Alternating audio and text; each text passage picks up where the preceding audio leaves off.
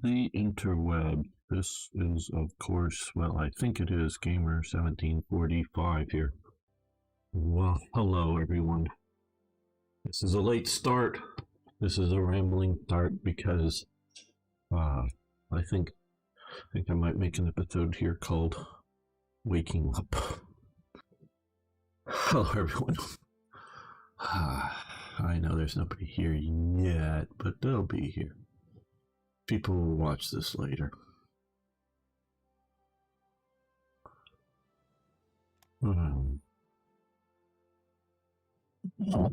Good thing I don't have a camera. I am dressed sort of, but I'm out of bed. I'm out of bed.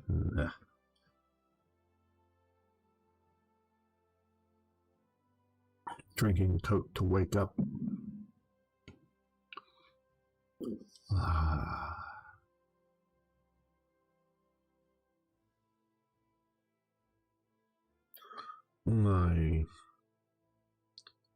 I guess I'll record this.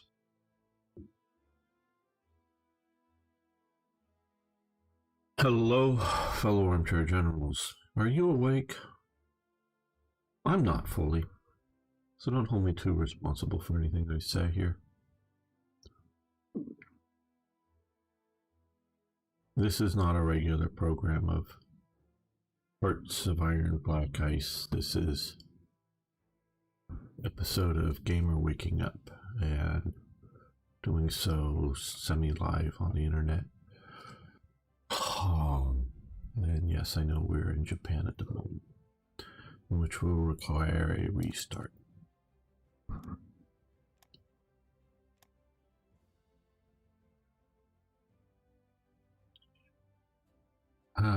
Yes. Hello, Arno.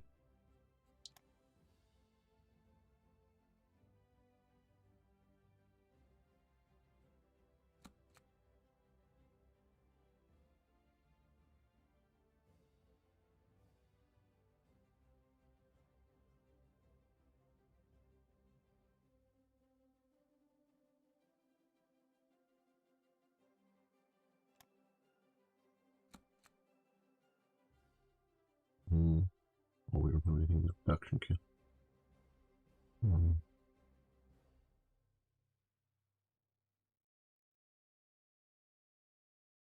I'm changing my mind again here. Yeah, this isn't a playthrough. This isn't me thinking about things.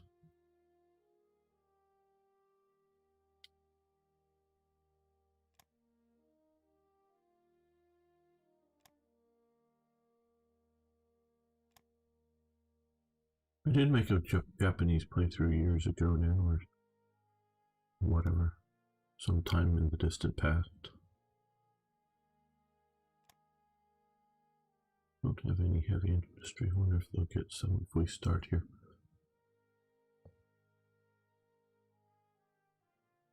No, we're going to be playing Germany. This isn't playing. This is an episode of Gamer Waking Up. Does that mean the evil UK conquered Japan?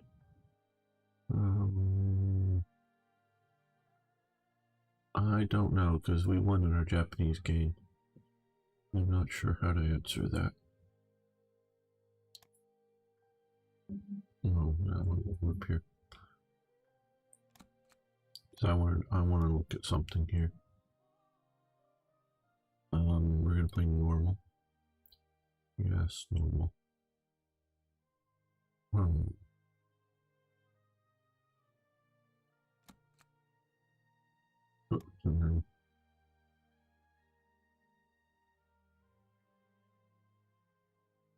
Choose puppets, industrial focus.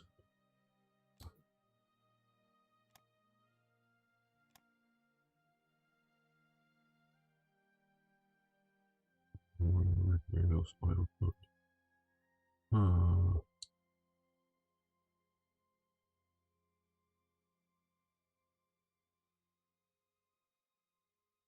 And you go okay.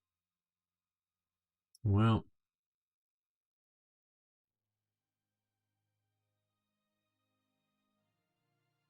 just from history, we're going to focus on metal. Hello, Pino. I remember Gamer made a series in Japan. This game was already years ago. USA man. I'm just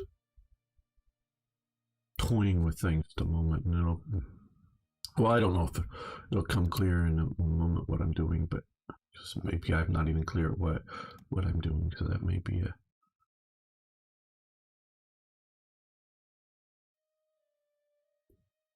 a thing still to determine. Because I have several topics I want to talk about, and I'm worried that I'll rub people the wrong way. I'm worried that I'll say the wrong things, and I don't mean to be upsetting people. I don't mean to be off-putting. That is not my intention. If nothing else, that is not a good way to persuade people.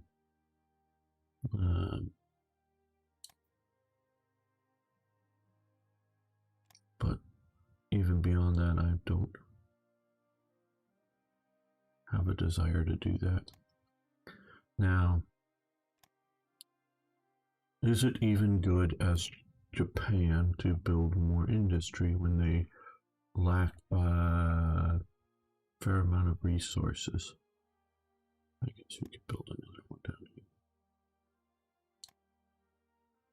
Okay, well, only 3. I thought I built 4 or 5. I know I clicked on a bunch of problems, but a bunch of them are full up. Okay, there we go.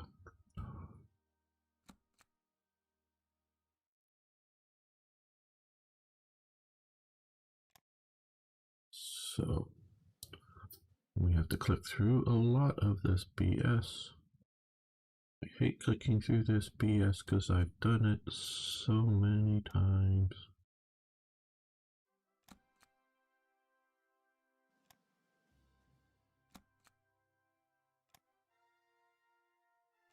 Is it interesting to watch a streamer go mad?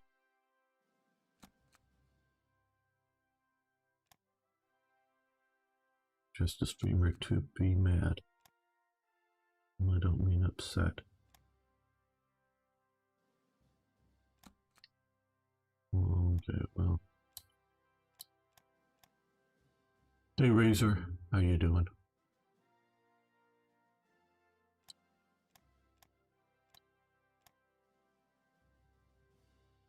I guess that's part of the enjoyment of live streams.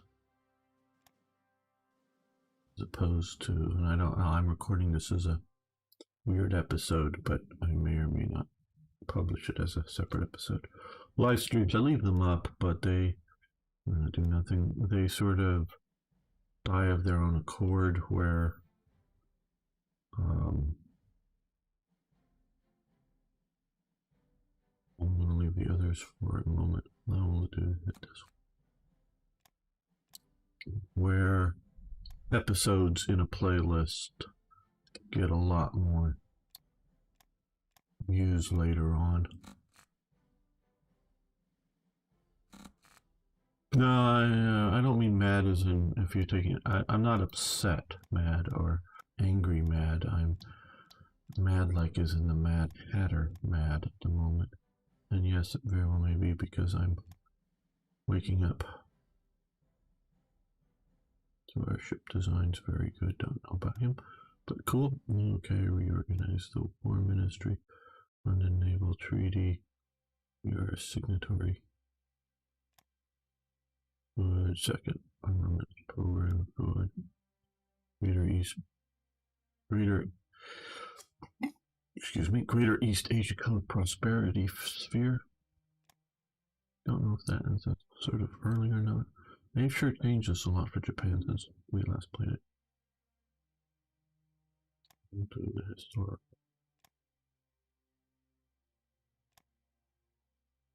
I think we're gonna go over there. Ship armor focus. Oh boy. Uh,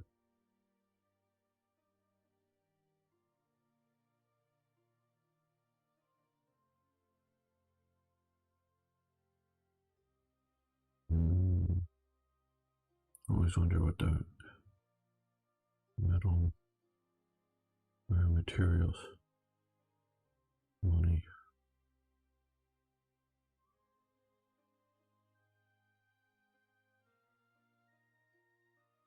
Guess we'll do that. We're going to favor the Imperial Japanese Army. That one we're not firing at the moment. Okay, no, pause. Resource shortage, ship production, able build speed. Okay, activate this unit. We need to be careful. I'm going to be my guess. Screen and definite status quo. I think we're going to go status quo. That was what I think was historical. Yes. Continued Manchurian project. Yes, do that. Handling the Zaibatsus, which are the big mega corporations. Okay, money, party support, let them be. Nationalize them. Militarize them. I guess we're going to support them. I don't know. No, I hate that.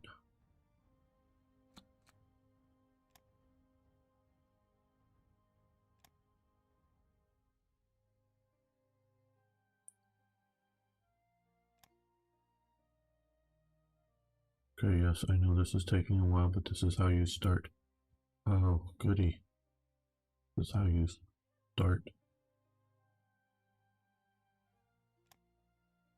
Black ice. Okay, let's go on here. Annual national focus.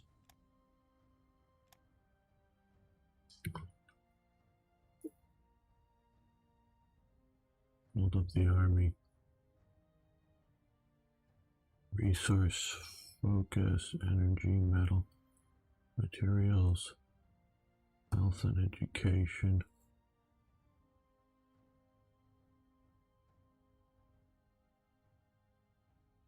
Science, man, they've changed us a lot since I was last here.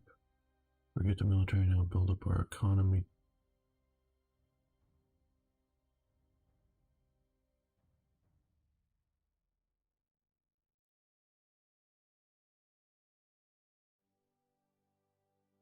Well, as you can see here now, we are negative 75.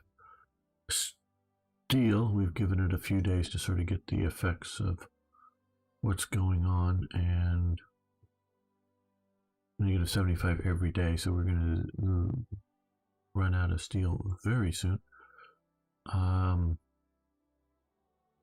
I think we're going to do resource focus, so that's energy plus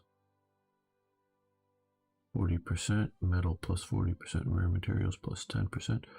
But just build speeds down, where I would prefer, in preference over, would be here, get IC improvements, but also examine our industry, which we get more. But so for the first year, we'll go with this. So that hopefully, okay, 74. Let's let the day roll by. Okay, now we're at negative 65. Okay, yes, we'll allow these events. We would give them money exchange for metal, sure. Sounds like a plan. Right offered and not we would. No, we're not buying fuel. We're not buying fuel. We're not buying fuel. Hello, Alex. Suzuki way of life, yes. Oh yeah, I'll get to some of the stuff. I'm going to talk about things here. On Japan, lots of shortages, especially the naval production part of it. A good word from the rifles. I'm going to be watching Twitch since this doesn't lock my browser up 3 times an hour on the stream. Yeah, watch either on thing, because I'm on both live Twitch and YouTube. Turn low. Which Suzuki girl? I don't know.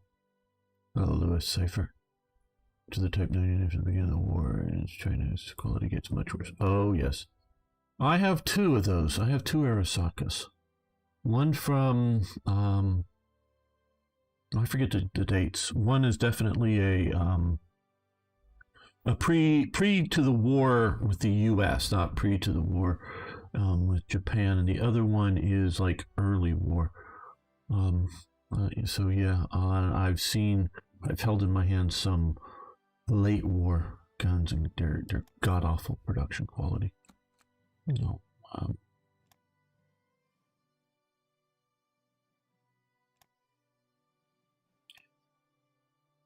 know, okay, we're balancing out our needs here. And I'm doing this to be very fair, looking at things. Hello, Oh, well, it could be different for different people in different locations between YouTube. Okay, let's see. Who are we going to buy some? I'm trying to. USA. USA. Let's see if we can sell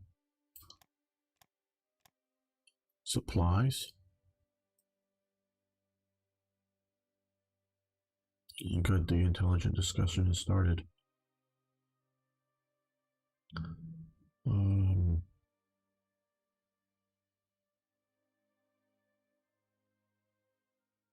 Okay, the Soviet Union.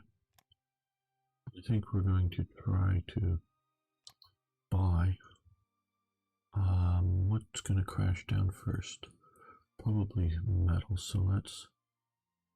Well, we're going to get a bunch from there. Let's see if we can get 15 rare materials from the Soviet Union. So, yeah, we want to slow this up just a little bit. No, we're not buying fuel. We'd like to buy. Okay, yes, Japan did have lots of coal, or in other terms, energy for this.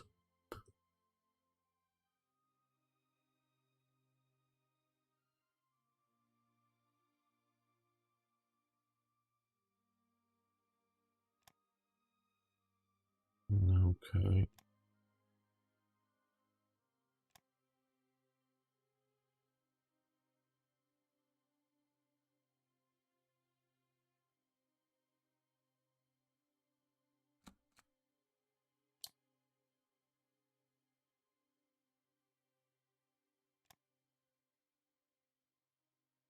Okay, good. We'll see about. Let's see if we can buy some metal from Germany. Not used to trading with Germany, as I often play it. Okay. We are down 14, so let's see if we can get, I don't know, 20?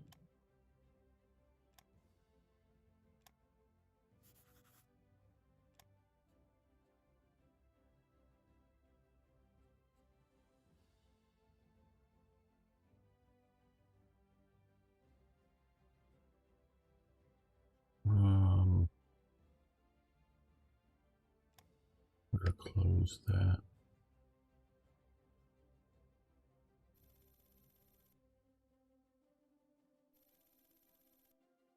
Okay, well, plus there now.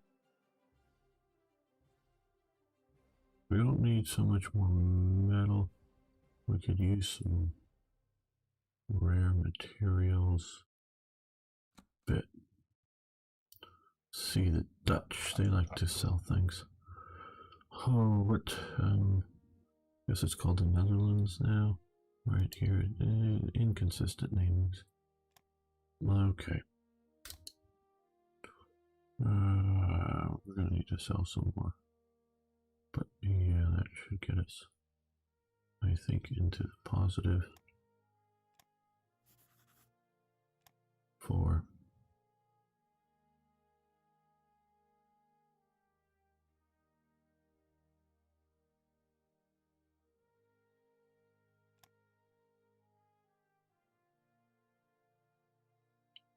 We will be playing as Germany won. But I am. This is an episode of Gamer Waking Up. We'll get to the regularly scheduled programming soon.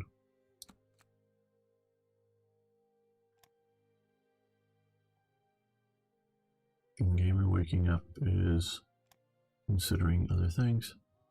Okay, now who can we? Let's see. Will the British want to buy supplies or something from us? No, they don't have money. French, maybe. France, they have money and a need for supplies. They don't like us for some reason. Why don't the French like us? We haven't done anything bad yet. Why don't you like us?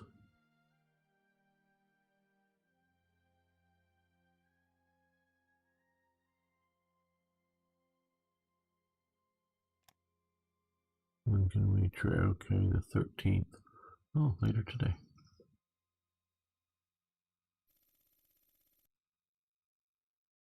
No, you can have energy. We got lots of coal. No wrong thing.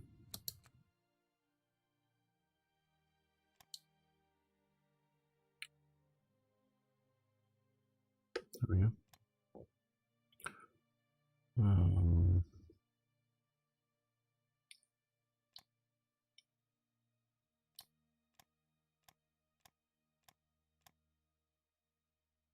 Right, okay, well.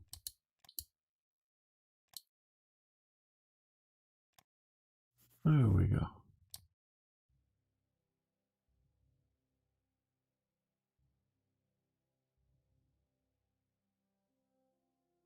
Well, I'm not even going to get to the war in Japan because we're not going to go very far. Oh, IKB, good to have you here. Right, okay. I sort of wanted to get to this point of things basically stabilized. I don't even know the political. Full civilian economy.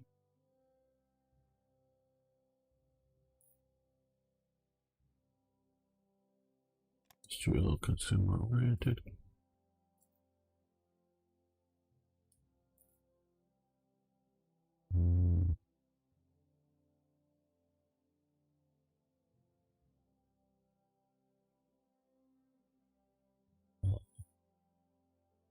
What is our community? Oh, see, if we needed more consumer supplies, man, so we can't go over to a.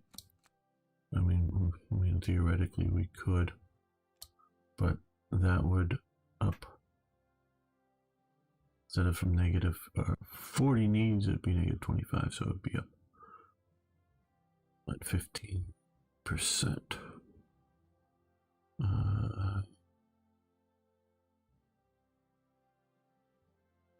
Okay.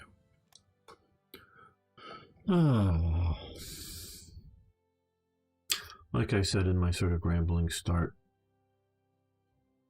with too much on track, I had a ballast train get stuck on Thursday. Sounds like a bit of a problem. Okay.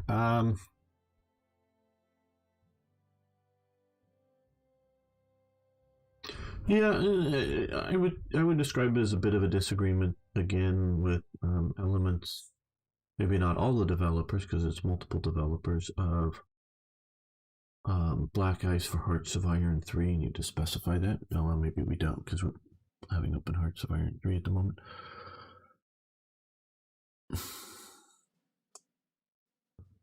And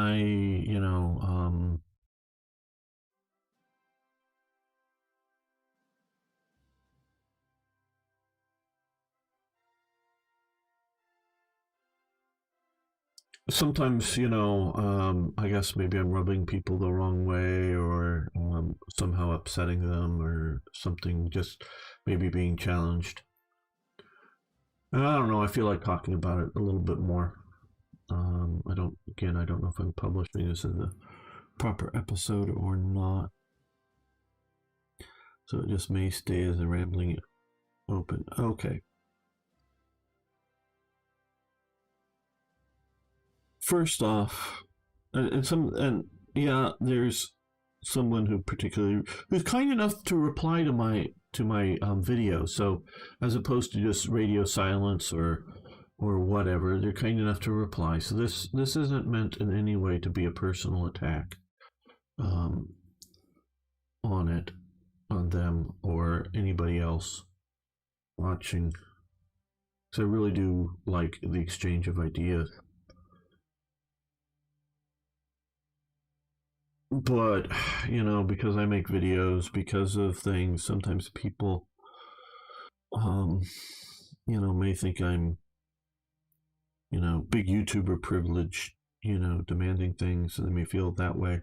And also, it's very true, this is something you need to understand in your life. And yes, I know some of you understand this already and are older and have more experience than I do in this.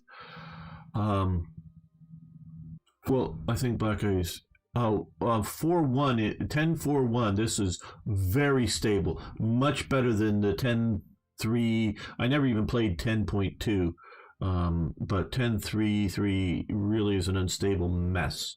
This is much better. This is rather better. I mean, I would say it's a good or better than 9.11. Stability wise, and so they're doing great. So yeah, I have I'm dealing with several different people that I've been in communication with within the last 48 hours, things. But one thing you need to know is often you will say things, and maybe even write things, but say things, and people don't hear what you say. They may think they hear what you say, but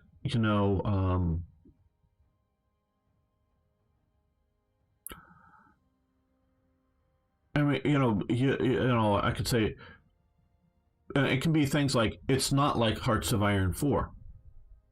And somebody literally may hear it as, it's like Hearts of Iron 4. They don't register the not in it. And I don't mean, or try to say that people are trying to misunderstand what you're saying or what people are saying. It's just, they do, hear things wrong.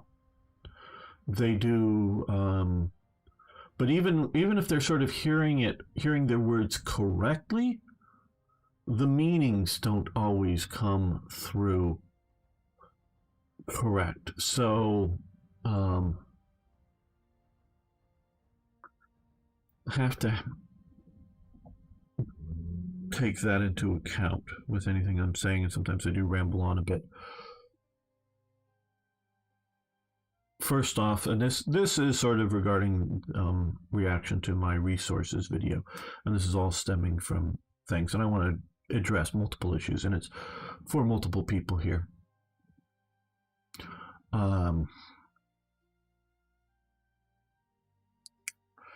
So in that video, I talk about game developers, and I was addressing game developers, and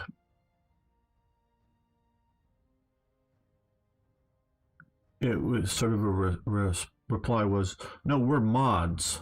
We're not game developers. We don't have, we have day jobs. We're volunteers, blah, blah, blah. And again, I don't mean this as an attack, and I'm sure that's all true. But you're fucking game developers. You're developing a game. Okay? You're developing a game. Now, maybe you're just continuing somebody else's development of a game and making a small tweak, one little tweak, and it could be just a graphical tweak, a UI or some change the lettering on this image here in the center from Roman letters, European letters to the Japanese character. You're a game developer. No, you're not paid. No, if you're just a modder, you're doing it because you want to do it the way you want to do it. All of that. So no, it is not the same as somebody who's paid for it. But trust me, there are a lot of game developers that aren't paid, and they start from scratch and they make a game and they put it out there. Most modders who are doing mods 20 years ago spend the same effort in professional developers, including including exe hacking and reverse engineering. Absolutely. And sometimes, yeah, and sometimes they're, taking a game, and I think I haven't played it, but was it for EU or was it for CK2 or something? They created like a Lord of the Rings game, based on it or something, like, the engine. And so that is game development. And yeah, a lot of it what we're addressing here, and I consider what I do for TRE similar, but no, it isn't full game development from scratch or even taking someone's, commercially available engine or something and then developing your own thing on it. Yeah, it's a mod sitting on top of another game, but you're still developing games. And the more you change things, one little graphics thing, well, doesn't necessarily change gameplay, but the more you change gameplay, you are more and more of a game developer. And that's who I was addressing. People who are developing games and some of the game philosophies. I've gotten to know people who have, from basically scratch, develop a games now, and talk to them a bit. Game developers do regard modders in high regard. Some CS developers also worked on the Pro Mods project. Yes, and no, I know Paradox. Von Bowie, or however you pronounce, was making a bunch of 3D models of soldiers for what was going to be a mod for Hearts of Iron 4. For whatever decision reason, Paradox bought him out. In essence, bought all of his modding work, and has, with I think minor tweaks to it, have used, as they've expanded out to other countries, used his work for some of the 3D models of various soldiers. So he was very much in development during the beta stage of Hearts of Iron 4, making really good models, and they bought his work out. And, whether it was just, it made their life easier, or kept from, being well, I don't need to buy the Paradox game because there's already a mod. But yeah, and so there's a lot of modders that out there, and his quality, it was pro work quality, and they bought it out. So a lot of times they do work with good companies, and I would say Paradox is a good company that works well with its modders. I want to say that very clearly. And so yeah, when I talk game development, yeah, it could be people part-time. Okay. So that's that issue. You're all, we, because I do it too, a little bit, and have done it a lot in the past, we're all developing games and making decisions. Two, and I want to state again, and this is regarding the video, the infograph video, which are sort of resources about Japan that I found on the interwebs. I'm interpreting this infographic, and I do believe the infographic is a infographic from the period. It says 1936, meaning it's not, because it's not a modern fake thing, it's an old thing. But it doesn't mean that the infographic is correct, and the infographic doesn't give absolute figures. It gives sort of like percentage of Japan's use of oil that is between Japan proper, is what they call it, and their colony and import. Now, I wasn't sure in this infographic whether Manchukuo, which is called Manchukuo, is considered the colonies, or considered because it's called a nation, and whether that was the colonies or whether Korea and Formosa were considered the colonies. This is sort of arbitrary um, needed hackery to give Japan this. They were never claiming this, though they did claim um, Port Arthur down here. I believe that's what the original um, name here, as being Japanese territory, but I think it's would be considered colonies for the purpose of the map. Between colonies, Japan proper is what it's called, the colonies and importation. So I don't know whether the resources they were talking about were counting Manchukuo as an importation or the colonies. That's unclear. But it had about 15, somewhere, it was a pie chart, 15 or 20% of Japan's oil use was domestic produced in this chart. Again, that can be entirely wrong. I'm not saying it's correct. All I'm saying is that's the information that's in this chart from 1936. So, and yeah, that could be all stuff developed. The oil fields could have been developed during 1936, or they could have all been developed at the start of 1936. I'm going to take it at the start of 1936 just because it's easier, and oil field developments take a while.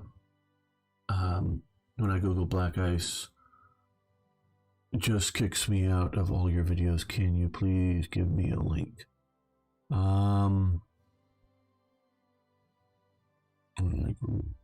Well, let's see what we can do here. Yes, I will do so since this is a rambling video.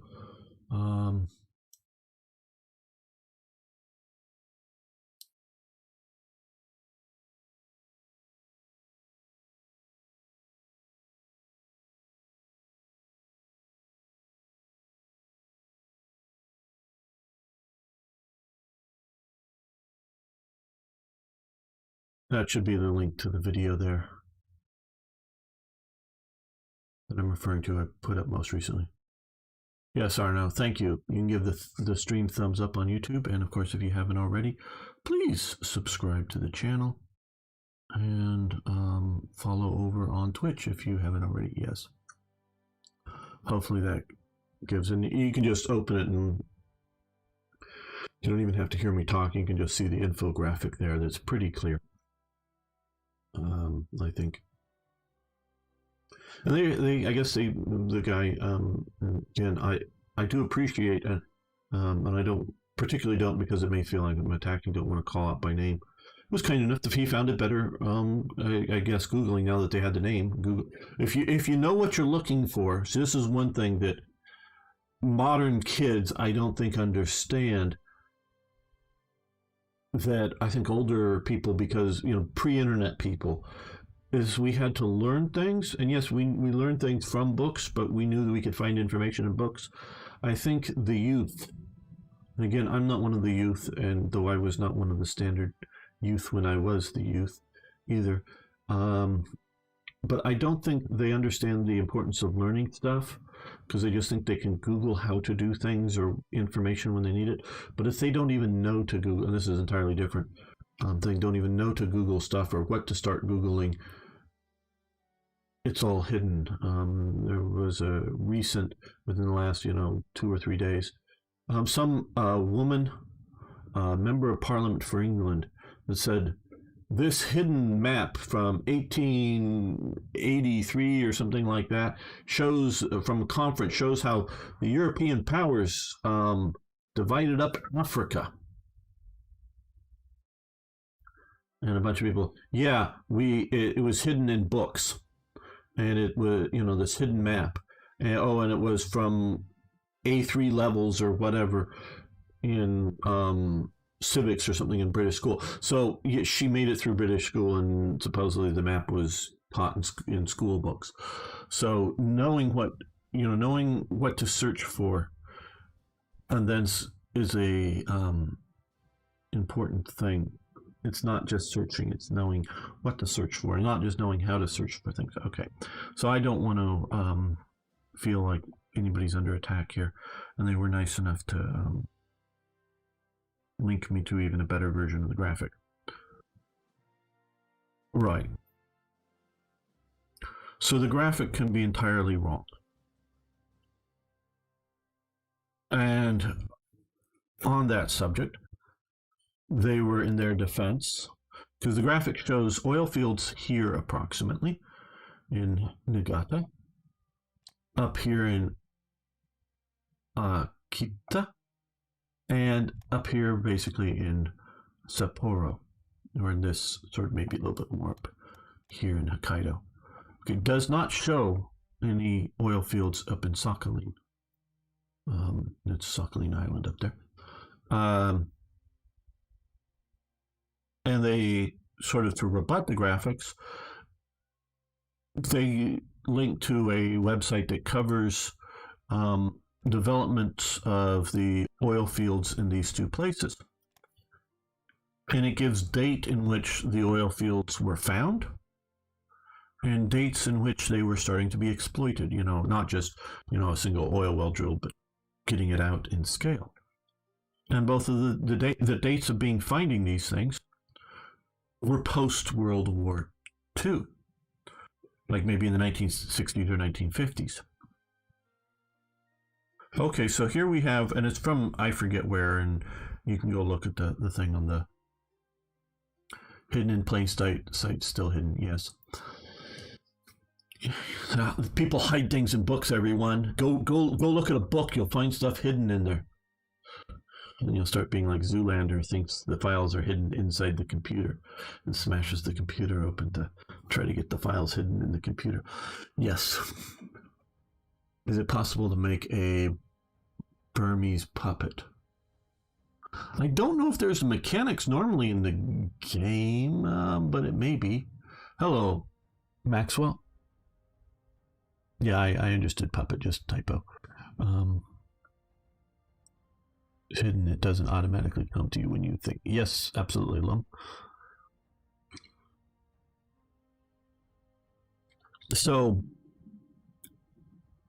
okay, and it was from some authoritative website covering, oil developments, and I don't think just in Japan, just around the world. Okay, so who do you believe? And this is an interesting thing. Or Vietnamese puppet? Yeah, well, I don't know who in Vietnam would want to create a Vietnamese puppet with Japan, but maybe there would be somebody. We're, again, for everybody out there, we're not going to be playing as Japan. This is just Gamer waking up and rambling and talking about things. The real game, when we start, will be a restart in Germany. But I'm just talking about various concepts here. So, yes, the map that we talked about could be a forgery, modern forgery, but let's for the moment presume that we know that there's a hard copy of a 1936 printed map.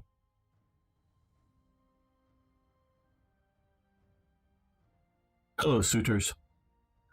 Okay, so there's this infographic map printed in 1936, and there is a website that gives well post-war dates for discovering and exploiting an oil field. Which do you believe, if you can only have those two bits of facts? Because yes, I'm sure there's more research and more data. Why play Germany when you can play Canada? Yeah, of course. You can do more research. People can, get on airplanes, go to libraries, go to other records keeping facilities and find out records. But that's expensive, takes time. If you can't Google it, can't dig it up easily, gets back to the first thing, the perceived difference between developers and modders is the amount of time, energy, and effort spent on developing something. But let's say these are the only two facts. These are somebody way in the future has access to these two sets of facts. What do you believe? An authoritative website that is relatively current, meaning it was made in the age of the web, the World Wide Web, or, oh, Martin, that's not likely true. We don't need to go down that rabbit hole.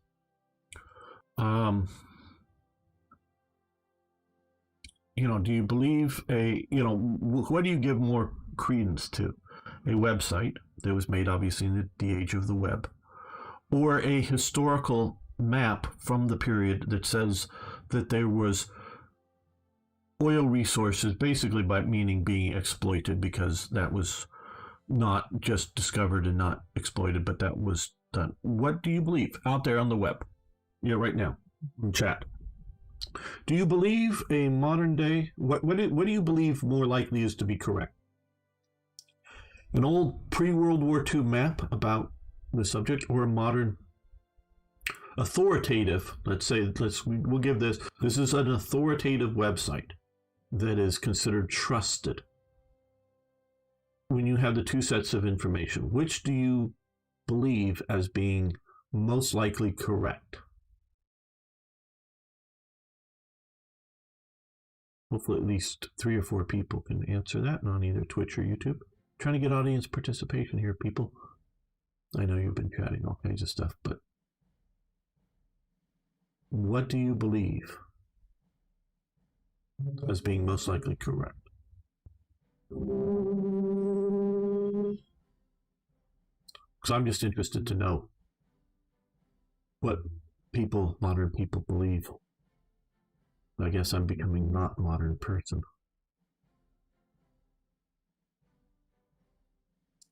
Okay, is this at Axis and Allies? No, this is Hearts of Iron. I would be lying if you said you're paying attention. Okay, it's a very hard question, gamer. Yeah, well, see, yeah, this is an authoritative website, or a map made in 1936. And we're talking about information about 1936. Streamer here, sounds of crickets, yeah. What if we pretend during the stream that we're actually doing? Please, gamer, let's entertain the conspiracy theorists. Cricket noises. Yeah, I understand the idea that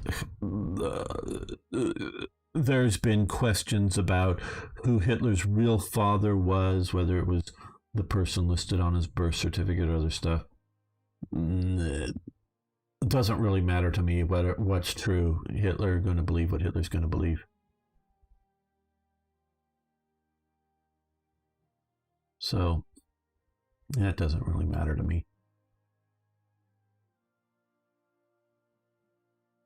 Okay, since nobody has a clear answer of what they're going to believe, I'm personally going to believe the period document, because either the person, if we take that document is documented, that it's an actual printed genuine material from depends that if the material from 1938 was made from the correct information, they might have made mistakes as well. Okay, yeah, Ragar, they might. But if we have the modern period document that says oil is found in this province in 1960, that's when they discovered the oil field in 1960. They discovered the oil field. Now I have a controversial statement here coming up. They discovered the oil field in 1960, and somebody in 1938 draws little circles on the map here in 1936, and draw circles here and draw circles up here. Why didn't they draw circles down here, draw circles over here? Were they just guessing? They didn't place any of the circles in a wrong place. Okay? They didn't place any circles in the wrong, meaning they didn't guess in some other location and put circles. They only put circles in where known oil fields existed. So either that person is a time traveler or some sort of mentalist or whatever that can go into his whatever other realms and comes up and finds oil, And so he discovered it before and put it on there and presumed the Japanese were doing it. Websites or genuine material. Okay. Exactly what's the difference? Does it make? No, yeah, of course. When the Italians found oil and could only dig it up. Yes, but and that's correct. Well, I think they found it a little later than 36. I think it was more 39 or whatever, and they only barely found a little. But yes, absolutely. Now here is maybe the correct answer. Of which do you believe? Both. Because we're taking this as an authoritative website, not somebody who's just goofing around or putting on information. You can have oil fields in Niigata here. In 1936, I'll just preface this a little bit. I have a family history in oil, so I've not worked in it, but just by osmosis picked up information. You can have oil wells pumping out oil in 1936 here in Niigata. By 1945, that oil field is just about gone and done. You're no longer able to pump out substantial amounts of oil fields. And then you can come along in 1960 drilling exploratory wells in this area because, hey, you found oil somewhere here before. There may be more. Let's look and find a new field in the area in 1960 and start pumping it out in 1965. Because, say, it takes 5 years to get the, all the, not necessarily refining, but could be refining locally, or just simply oil handling equipment, all pumping out there. So both the map and the website can be correct because they can be talking about literally two different but similar things. Two different oil fields in Niigata. One that was exhausted at some point, which may, of course, for your information, may have filled back up because oil is under a lot of pressure under the ground, and it's not mostly in big pools, I think. I'm not under the ground, but at times it does form into big pools. And so if you drain the big pools, over time, the oil that's sort of seeped through all kinds of different places will seek the area of least pressure, which is where the big pools form. And so it will slowly fill up the big pools again. It takes years to do this. Not that would eventually stop happening. It might at some point, but we have not been exploiting oil for most fields, at least, for more than 100 years. So, and it could take 50 or more years to refill up some of the large pools or whatever. So both the period map and the website can be correct. And they're talking, like I say, about two different but related things, both an oil field in a province. One goes dry, a new one is discovered, so then they build new facilities for it. More accurate ways of... Absolutely. And so, yeah, Maxwell, it could be, that they drilled, they found some oil, they pumped some oil out for 10 years. They got to where, maybe when they start with it, artesianing, meaning just coming out under its own pressure, and that's when you have the spewing coming out of the ground. That's normally how many of them start. Cap it off, then flow it off, then it stops coming out under its own pressure, then you pump. And eventually the pumping doesn't work so well. One of the ways we've found in the modern sense is fracking, is pushing down water, generally maybe some other mixtures down there to try to accelerate the process of refilling up the pools, again, because those are points of less pressure on the oil, but they will refill up naturally eventually. So yeah, I heard Italian sabotage they found. Yeah, you can look at I think I think it was TIK did a little bit of talking about the Italian oil fields in World War II, and he's a fairly good source. What's odds are that who made the period document lied? Well, okay, but he didn't. Well, he put marks on a map that are in the correct spots for oil. So either he could have lied,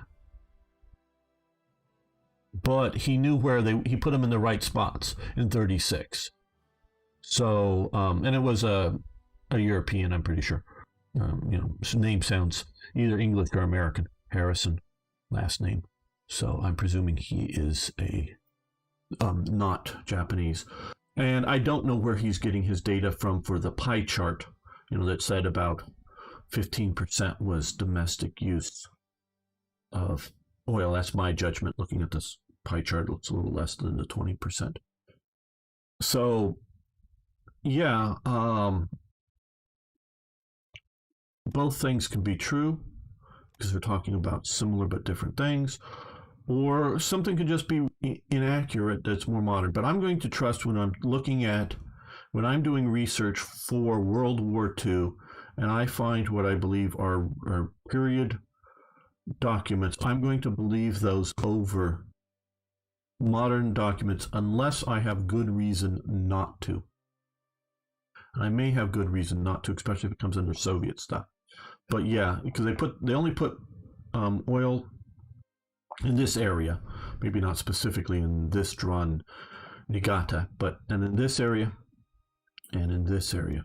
He did not include any oil up in Sakhalin, which they also were, whether he considered that not Japan proper, and so he doesn't specify any resource fields on the map, not in sort of the home island areas. And we know that they were there. I mean, he doesn't show any of the coal or whatever in Korea.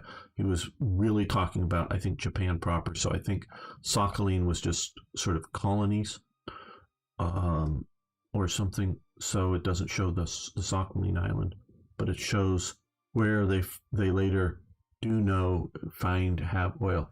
Geographical survey found likely oil areas, including circles on the map. World War II recovery. Or Japan actually started actual oil drills. I don't think so, because the way this is, I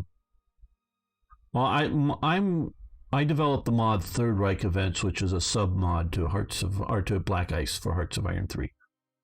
So that's what I do. Hello, Roland. How you doing? I'm getting close to starting to update TRE for the current Black Ice, and so yeah, it's getting close. I'm looking for volunteers. Got one. Maybe we might want another one to help update. And that's where I'm going to get onto that topic here soon. Might also be oil was known, but no. Yeah, but he was talking about where the resources were being exploited according to the map, and you can look at the map. At least that's how I interpret it.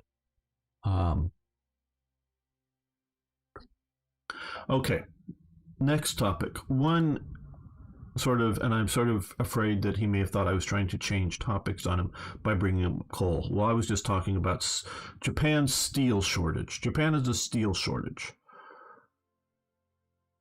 And this we're moving to topic number whatever today.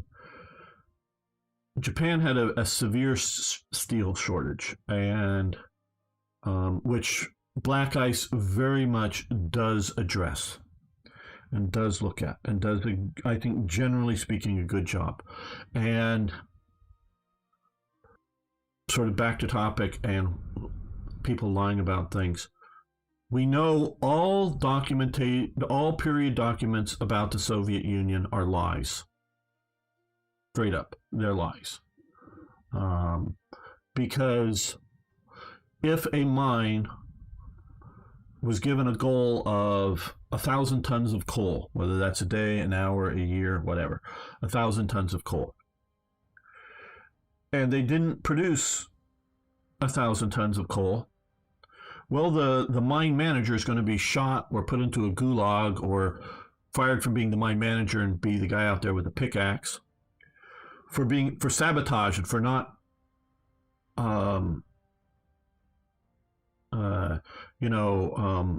being a good mine manager. So he's going to put on the forums that they, at their term, got 1,000 tons of coal out of their mine. And the railway company, which takes the coal away, are going to see the document that they got delivered 1,000 tons of coal, and they know they only moved 90 tons of coal. But they're going to agree that they picked up 1,000 tons of coal, because if they say they've only got 90 tons of coal, that means they lost 10 tons of coal as either as sabotage, which was sort of the common charge, or mismanagement, or theft, or whatever.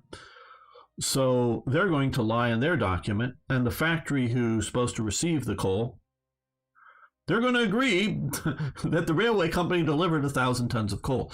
So they're going to lie. And if the mine was able to get 11 tons of coal out, they're only going to deliver 1,000 tons, because if they admit to, because then they'll pile up the coal somewhere else and wait for the next day, month, year, whatever.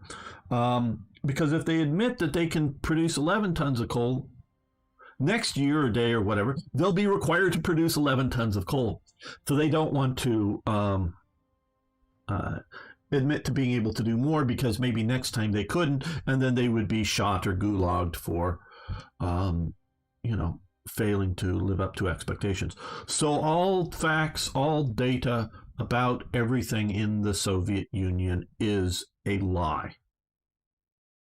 Just take that for granted. It's all a lie. Now, that means it doesn't have a basis in truth, but it's all a lie. Now, of course, they were also lying to the outside world, but they were as well, whether it's domestic house, to the public, or to the, greater outside world, but even internal documents, it is a lie. Where a place like Japan or Germany, at least internally, to their own internal facts and figures, I don't think they'll be lying, but they very well may be, lying to the outside world. And a lot of facts, data, information has been destroyed for various reasons by the war, including simply at the end of the war, bonfires of trying to hide information for various reasons. So looking back and trying to discern what's going on in World War II, and then taking that information and putting it into game terms is a subjective thing. We do not have enough information to arbitrarily put it into their thing. Hello, Eric. So yes, and so worried about, was I changing the topic? Because so Japan has,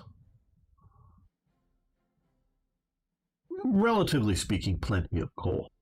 And for Japan, the issue, I would say, is more extracting the coal, meaning they know they got enough coal fields. If you need more coal, you can expand the extraction process. So for the time period, they're doing all right. Now, why this is because we started talking about copper. The infographic has a bunch of locations for copper, and we're going to, for the continued gamer waking up and talking about things, take the marks on the map for the copper are not just, we see copper on ground, we know there's copper, but we're not exploiting it.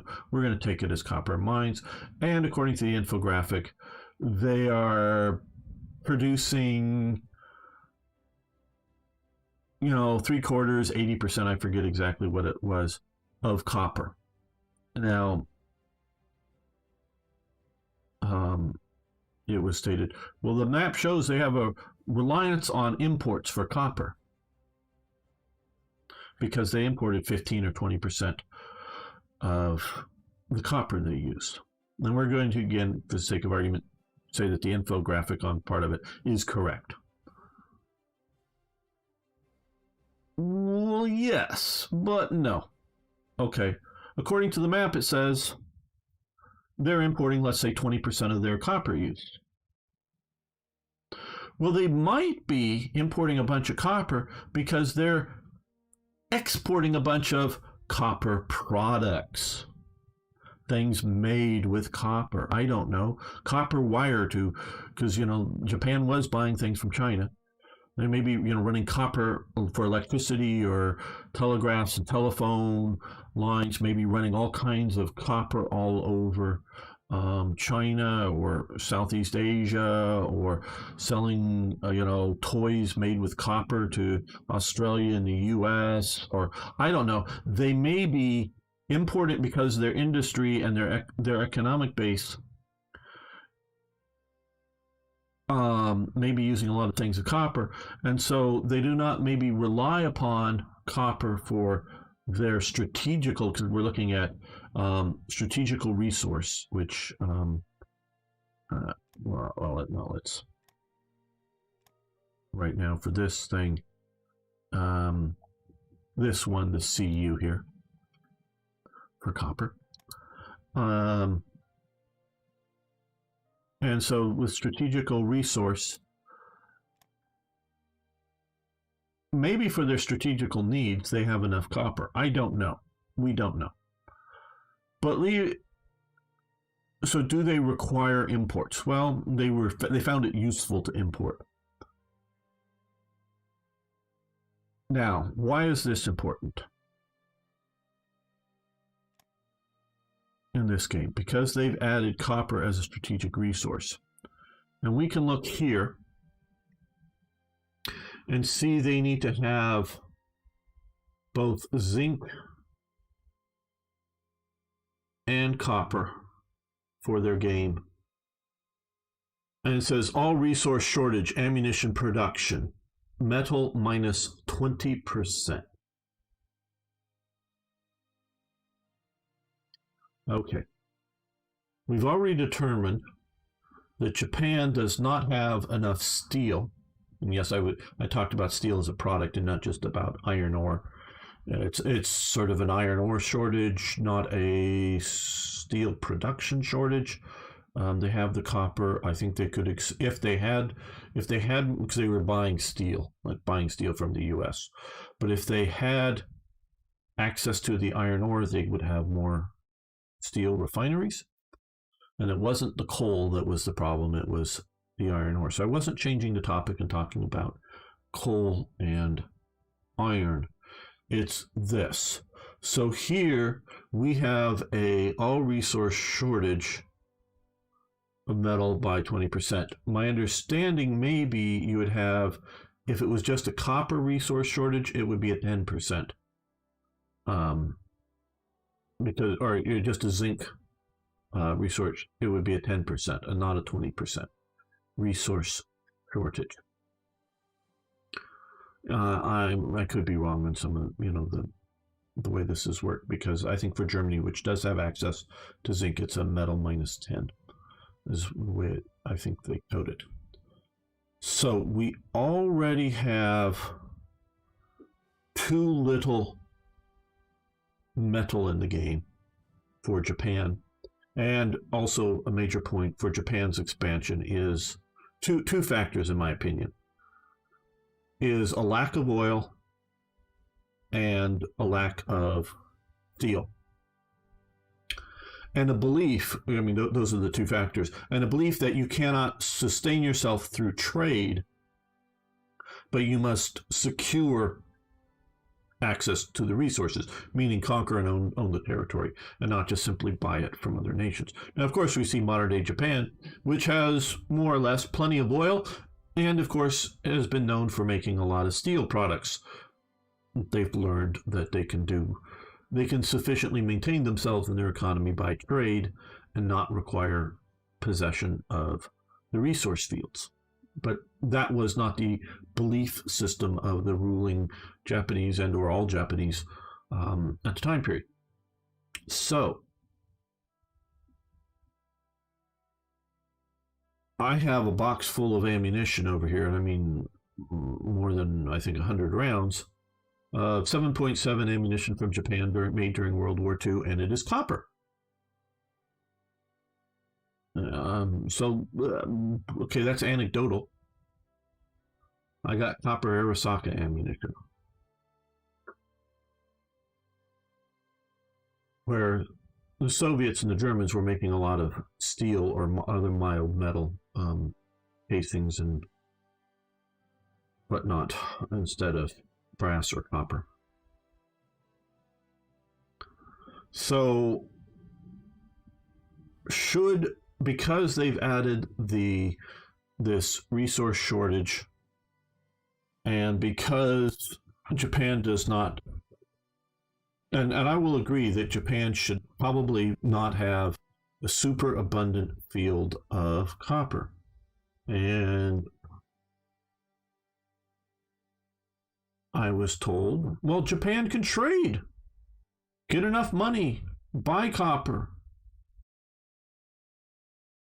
and then it won't be facing this thing, this deficit of stuff.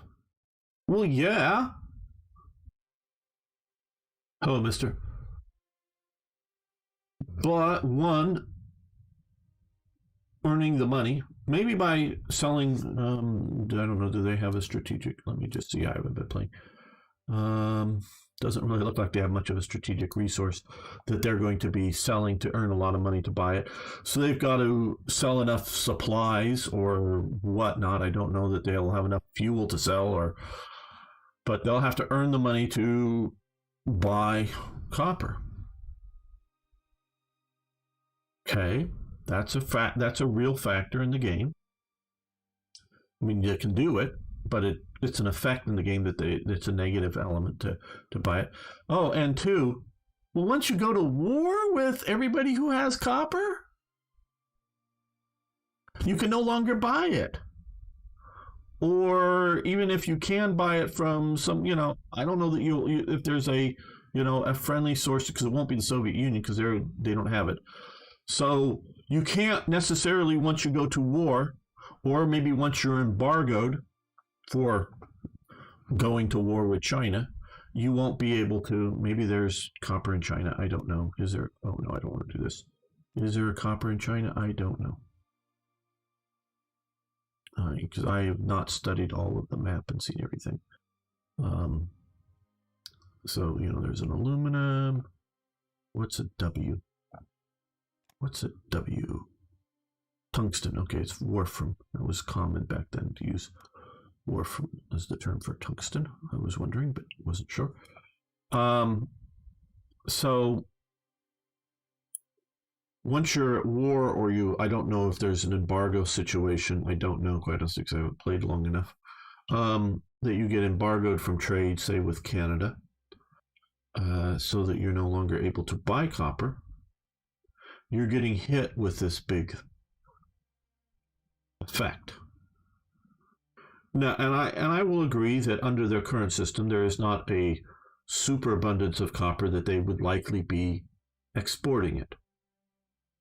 So, and my understanding is like the copper in Canada, they can trade with every single country on the world and give everybody the copper effect, make super amounts of money. Like this is an unending field of copper that meets all of the world's copper needs that they want to trade with them, as opposed to just simply a limited amount of resource. So I think there's a little bit of a mechanical problem at the time, or still just with that, but I don't know for sure. Also, American copper. So yeah, I would agree that it is not a superabundance of copper, that they should be able to export it. My solution was, and of course, and as the guy said, I don't speak for everybody, and he means the team of Black Ice. So, when I think the only person that is really in charge is Oh My God. But, and I, don't know exactly the decision-making structure. My solution that I put forward, however you want to say it, was to give Japan a special carve out, not a actual copper, but somewhere it says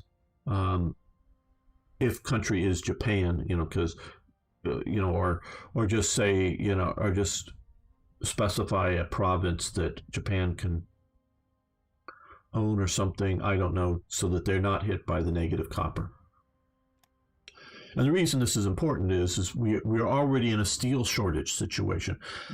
And that is why, we're already trading for 70 steel here. We are producing a few factories. We're not even into, and so even if I, this building program, which fool, but even if I put these, get rid of these factories, you're never going to see any of these ships get built. We're only doing upgrades, 24 out of 83. Well, reinforcements is there. Okay. Now, I don't know if there's going to be something that's going to change this huge consumer good. Now, I'm not saying there should be a change in huge consumer good, but I don't know when we're going to start seeing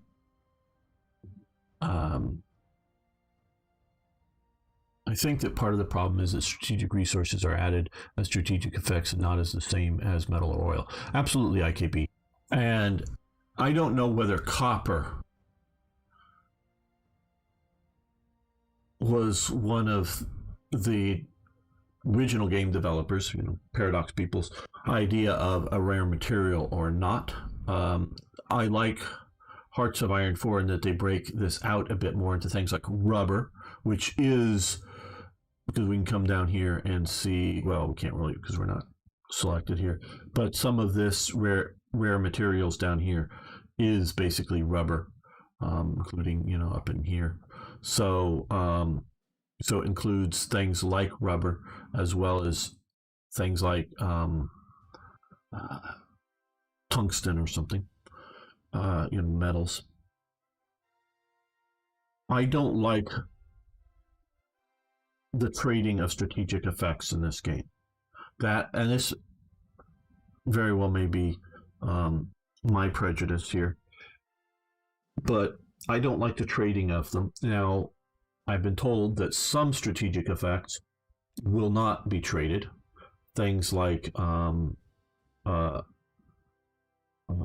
helium and uranium, or heavy water, or whatever. I like the original concept, not the black ice concept, but the original concept that strategic effects, or strategic resources, shall we say, because they've been changed over to this, which changing it from a resource up here to here is basically the same thing, is that you needed to either control the particular province, the gold mines or the helium or the uranium, or, control it as part of your nation, go out and conquer it, or be in a faction with somebody who has it. So it's sort of like once the U.S. is in the Allies and the Belgian Congo here is in the Allies, the U.S. has access to this uranium. Okay. I like that idea, which allows you to do better research and development and whatnot of nuclear weapons. Or,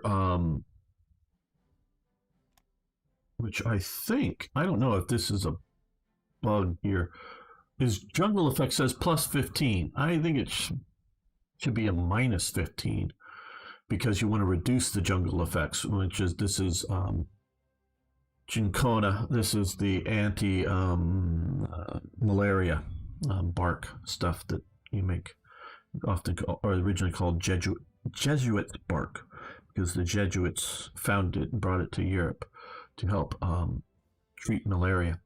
That you have access to some of this means you can keep people healthy in unhealthy environments, particularly jungles.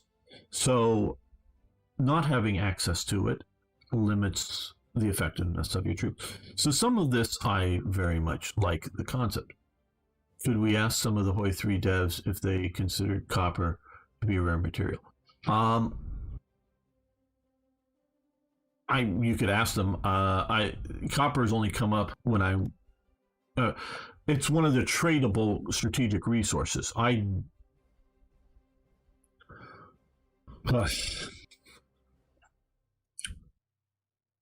To my knowledge, again, this is my knowledge, not necessarily absolute truth.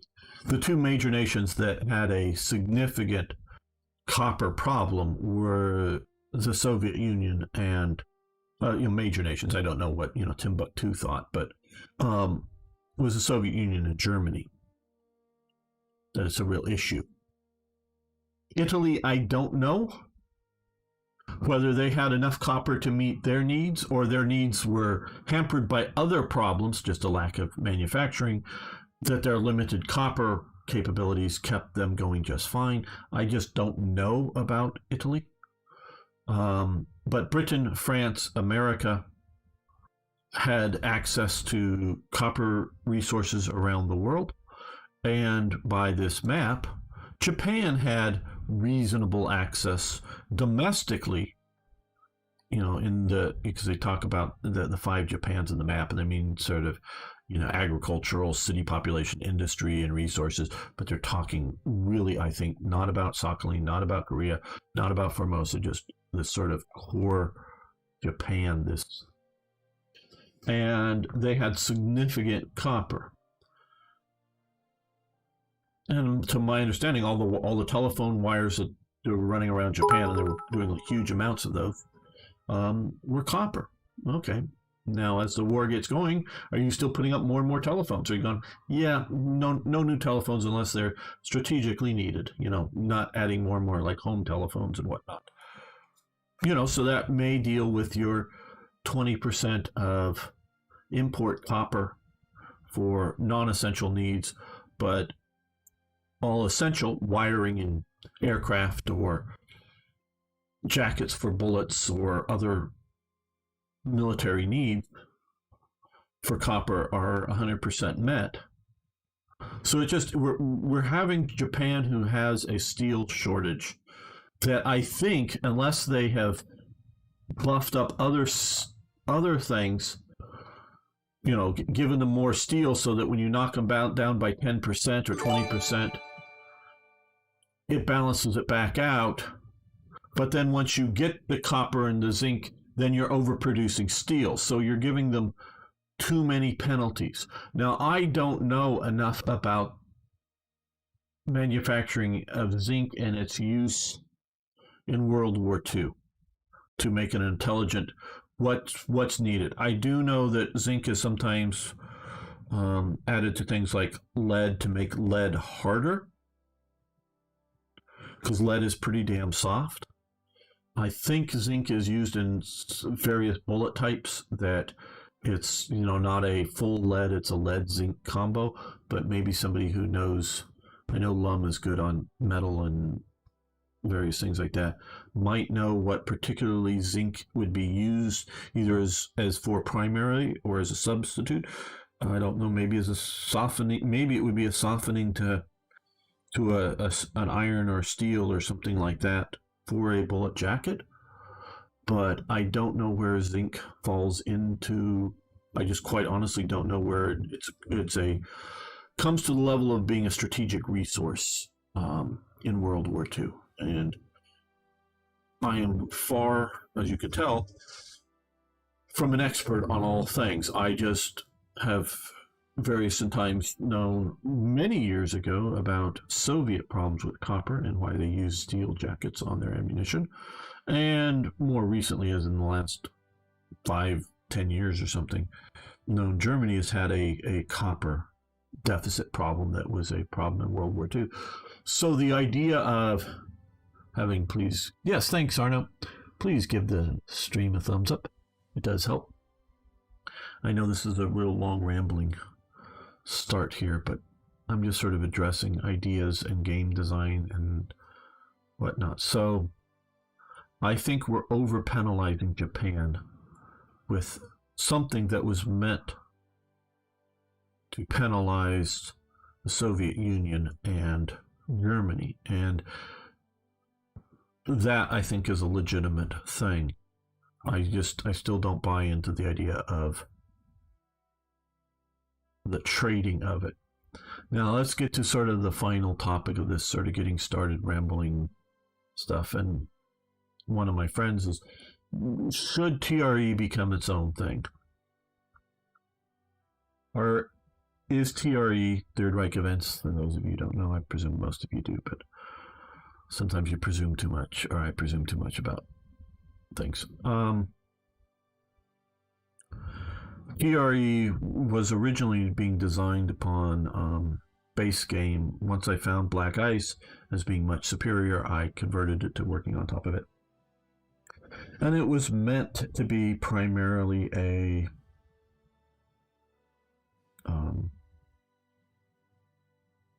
event mod. More than just a flavor mod, but stuff around events that were giving more historical depth to the game. And not either as a real remix to either the base game or to Black Ice. Now, it has become, because of my disagreement, particularly over trading of strategical resources, not that they're, because again, they're in the base game, and I do agree that strategical resources are a driving factor in the war. I just don't think it's something that should be traded. It is becoming more of a remix mod. Now, should it become its own thing? I don't think so, and there's quite honestly two reasons for this, even with my disagreements here. One is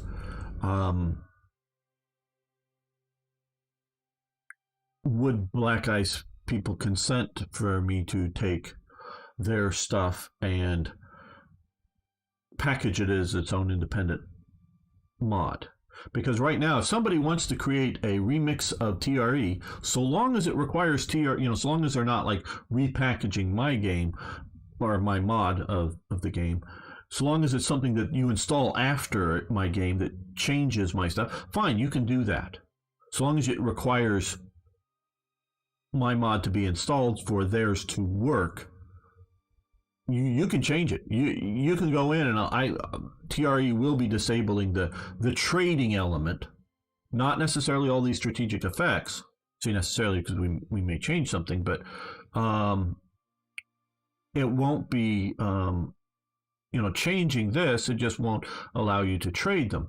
Well, it's literally just a few words or a few letters of code put in that changes something that removes the trading. Somebody can go in and just go to that same file and add it back in. It's super easy. They can either type it in if they know where to do it, or someone can make a thing that just installs the right thing, and bingo, it's back. It's super easy to put back.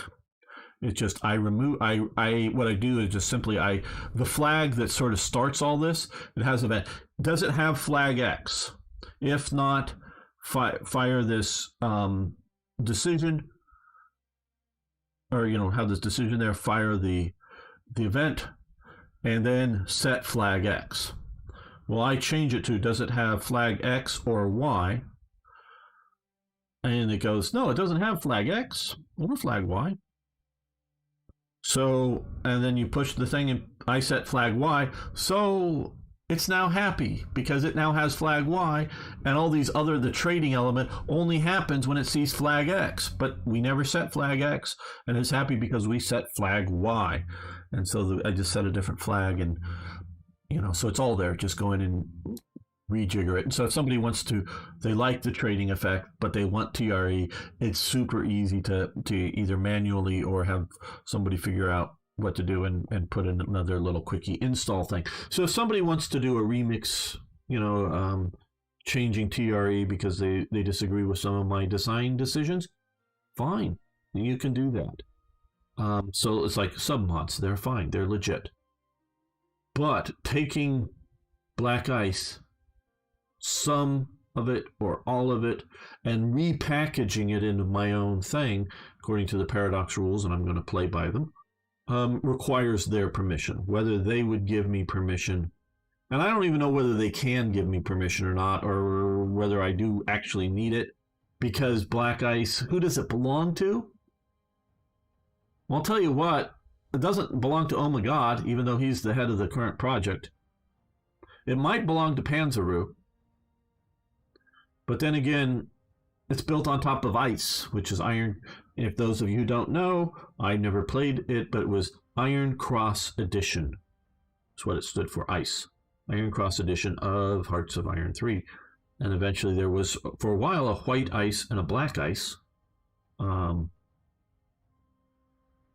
multiple versions that diverged from it. And the only one that's continued to be developed has been black ice. So do we do TRE ice or something? But so whether they feel they have ownership of it, because it is such a huge shared project. Oh, and I am one of the contributors to Black Ice. Very, very minor contributor, but still a contributor of things to Black Ice.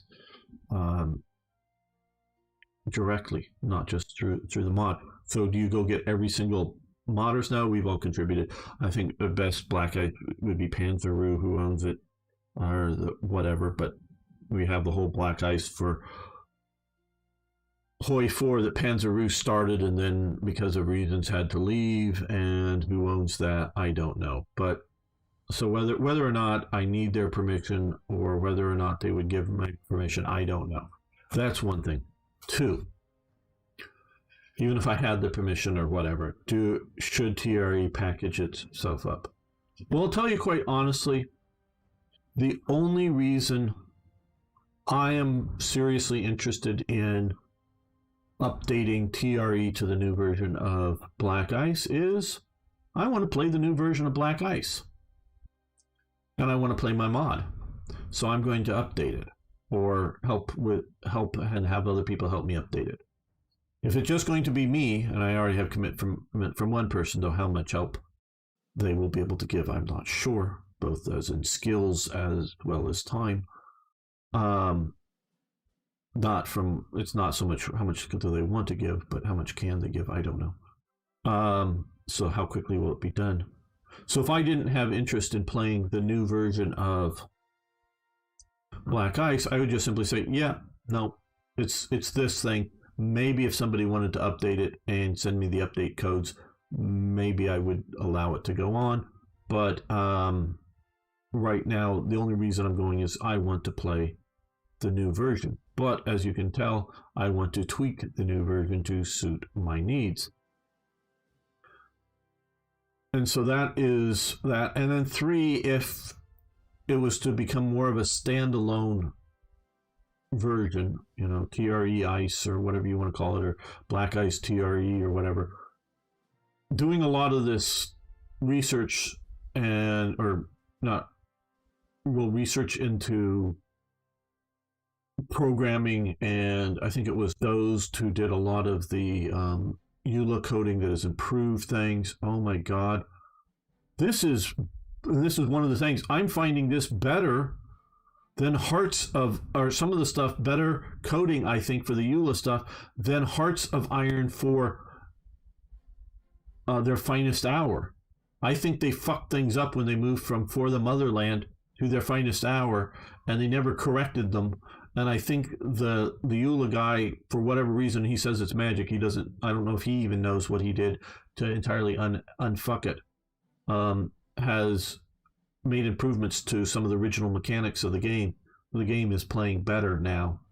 So it's such a huge thing to try to do your own standalone thing, to like head in a different like the idea of splitting off and doing like TRE Ice or Gray Ice or whatever, is to start it at a commonly common point now and go in a different direction as a standalone product.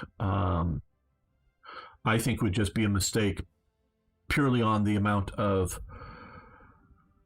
energy and resource and people doing it. So that's sort of, it's not 100% a dead issue that I'll never do something. No, but I just don't right now foresee myself trying to turn TRE into its own thing.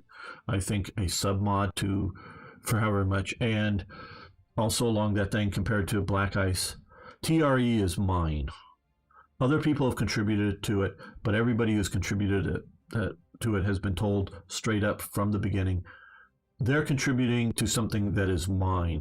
They can have contributor credits, which they have, but they don't have shared ownership in TRE. It is purely mine. And I'm not going to get into them, but there are multiple reasons for that, and it is not uses for zinc. Very good, IKB. Uses for zinc.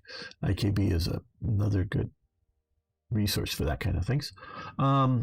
So control both over what's done, how it's done, is up to me. It's my vision of things. It is, yes, contributors, and it would not be nearly as good as it is now if it wasn't for all of the great contributors, and they're all listed, at least of any significance, that contributed on the title page, like Pavoloni, and others. I'm just blanking, and it's been a while. So, yeah, there's contributors to TRE, but it's all mine. It's not a shared project, a partnership, or anything like that, unfortunately. It's all mine. And it needs to stay that way again for various reasons, including, shall we say, the symbols used in TRE. You may notice they're at divergence to some supposed needed requirements for paradox and making mods there. So, yeah, I am keeping full control, ownership, whatever, of TRE. So, like I said, let's stay. So that's going to end this gamer waking up and talking about modding, mod development, and what's on my mind with it. So yeah, I don't have any real plans at all of moving TRE into its own thing. But like I say, this copper thing is crippling Japan more than I think it should. More than, it's just overly doing it is how I'm looking at this.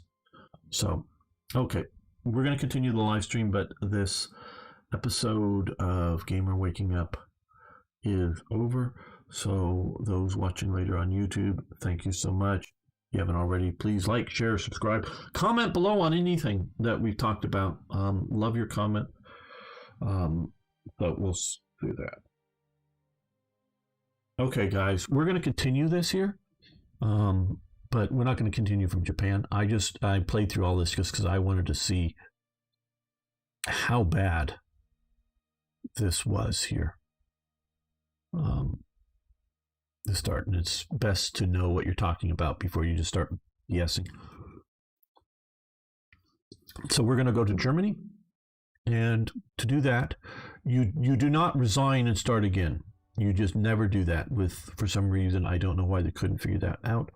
For Hearts of Iron 3. So yes, your screen is going black. We are restarting again.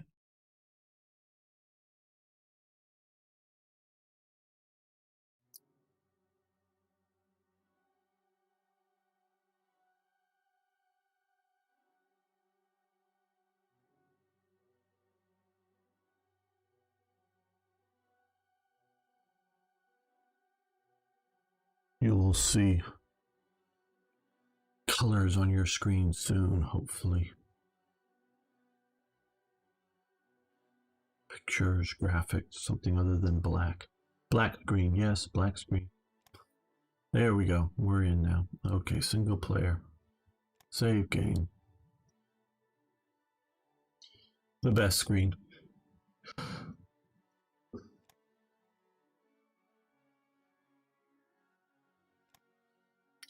Right.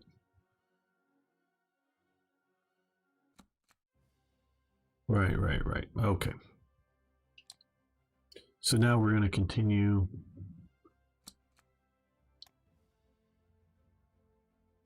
Trying to get that big thing down, right? Right, okay. Welcome back, fellow armchair general. Blah, blah, blah. Let's stop this. Welcome back, Armchair Generals. This is Gamer1745 here with my continuing playthrough of Hearts of Iron 3's Black Ice 10.41, and of course we're playing as Germany. Now you may notice from the last time things have changed because I played some of my own. So if you're not at least checking out the basically Monday through Friday daily episodes, you will miss some stuff. We're only doing some of the stuff live on the interwebs, but not all of it. But before we get into playing it, if you haven't already, please subscribe to the channel, like the videos, and make comments below. Gamer, if you select a division and hover over it, can't you see what equipment they use? This isn't Hearts of Iron 4. So what we can see is for this battalion, because it's done by battalion and not by division, you can see the levels of stuff. So this does not have jungle equipment, does not have desert equipment, does not have rocket-propelled anti-tank weapons. Or you can come here, I guess, select this, scroll down here. But it has standard infantry branch upgrade, model 1936. Assault rifles, no. Camouflage design, 1936. No to these things. Machine gun battalion focus, model 1917. Infantry radio communications, model 1936. Small arm factories, 1917. Infantry unit training is model 1937. Infantry unit command and control, model 1937. These are all of the things. This is, I know you're a bit more used to Hearts of Iron 4, but that the equipment type stuff is really revolutionary with Hearts of Iron 4. And again, if you haven't heard Hearts of Iron 4, oh, I'm kind of busy. Oh, Dozed, yeah, you just, unless you've been here, missed my hour plus long monologue on things that you might want to watch sometime in the future. Just me going on about things. You can localize, but some work. Oh, absolutely, Dozed. No, Arno's a bit more used to me playing Hearts of Iron 4, in which they specialized, you know, what equipment a division or unit has. So just sort of showing you how it's set up. But way it works here is, I hope I'm getting all of this right, is you research these things here, small arms, infantry guns, infantry support, and then unlocks these here, the standard and light infantry branches, and that is what actually affects the unit, except for, you can see for certain certain unit types that do have some of that, but your standard ones don't. So it's a little different, and yeah, localizing it out really good. Am I IC spamming? Well, yes, to a degree. We are increasing Germany's industry, but we are needing to increase steel refineries, rare extractions, coal fields, industries. I really like the way Black Ice has done a lot of this. I know I just sort of kind of gave an hour plus, an hour and a half thing complaining about elements of Black Ice. But it's the kind of thing where I complain about 20%. I love 40%, and I like I love about 60%, and I like about 20%. So dislike 20%, like about 20%, and love 60% of what they do. So yeah, it's I have things to complain about, but I love the idea, because steel, which is generically called metal up here, but steel is a and not a finite, nor is coal a finite. I mean, yeah, it's a finite at any one moment, but you can expand coal mines, you can expand steel mines, or steel refineries, which is sort of like expanding iron mines, but as well. But they're just doing refineries instead of both refineries and iron mines.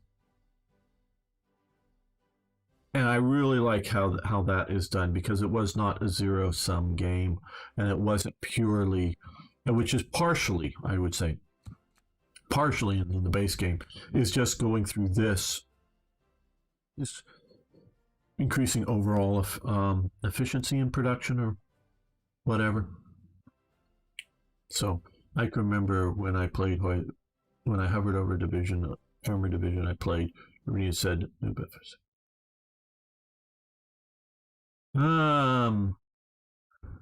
yeah, I think you're talking, because that's sort of the base game, and they've changed it so much.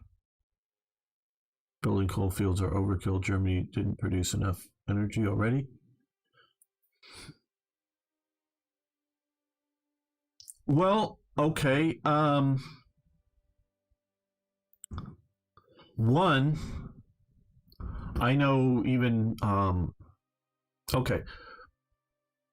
From history, Germany during 1936 to 1939 period, but continuing after that, but I know from 36 to the end of 39, Germany was expanding its coal output. Okay. We know that was happening. Yes, we have coal processing technologies. Okay, we have that. We know that it's that. But we especially, whether it's directly part or just also sort of going along with, I'm not exactly sure, because I don't I don't read German, and I don't read all the documents or whatever, but it's roughly as part of the Hermann Goering's 4-year plan. So what TRE does, because I expand stuff with TRE, including coal or energy, however you want to do it, I actually take away stuff at the start of the game, in starting in 36, and in what is it, June or whatever, I forget when the 4-year plan starts. I give some of it back, or much of it back then. So the first 6 months or more, you're actually at less of a thing, and then I give some more over time during the period, 37, 38, 39, give some more, and I have to go and look at the code just to see where I give actually more. So take some away, and I think Black Ice is balanced with the idea that you're supposed to expand it over time. Big Balucha, however you pronounce that. So when you're not starting with a standard base game of Hoi 3 and then just adding more to it. I think they've balanced it down a bit, and I know TRE does it a bit even more harshly at the start, but still during 36 you get a boost that's more or less back to what you lost, but that first 6 months is 6 months harder to produce thing. So yeah, it's sort of balanced out. So there's a lot of balance working on all of that. And yeah, it's partially wild ass guesses. The custom name and image for equipment of the brigade, but it rest is more lacking. Yeah, it's a lot of work to sort of put up some of this stuff here. They've changed so much because, again, like here, for the anti-tank gun, you're affecting with the various ammunition effects and all that stuff, as opposed to just saying model whatever. It's a little more detailed than trying to put it in there. So yeah, I'll just call you Big B for the moment. It's easier to pronounce. I'm working with TRE specifically because that's what I'm responsible for. I'm working with, shall we say, educated guesses from my reading, from looking at documentaries, and then sort of extrapolating it into the game, trying not to blow out, because the game is balanced, not balanced as in equal balance, but as in balancing to some historical balance. Both the game as well as the Black Ice people are doing it.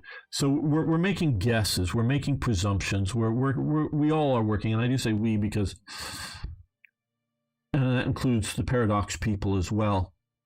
We're all game developers. We're all developing the game. The original Paradox people, they developed it to the point that they stopped with their finest hour. Black Ice is continuing developing the game from that point, and I'm developing the game more. Mostly with events. They're not just flavor of it, just eye candy and info, but they're game affecting.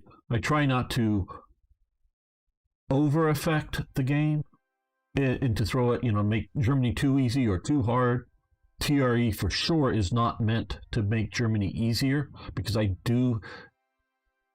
because not everything is a zero-sum game.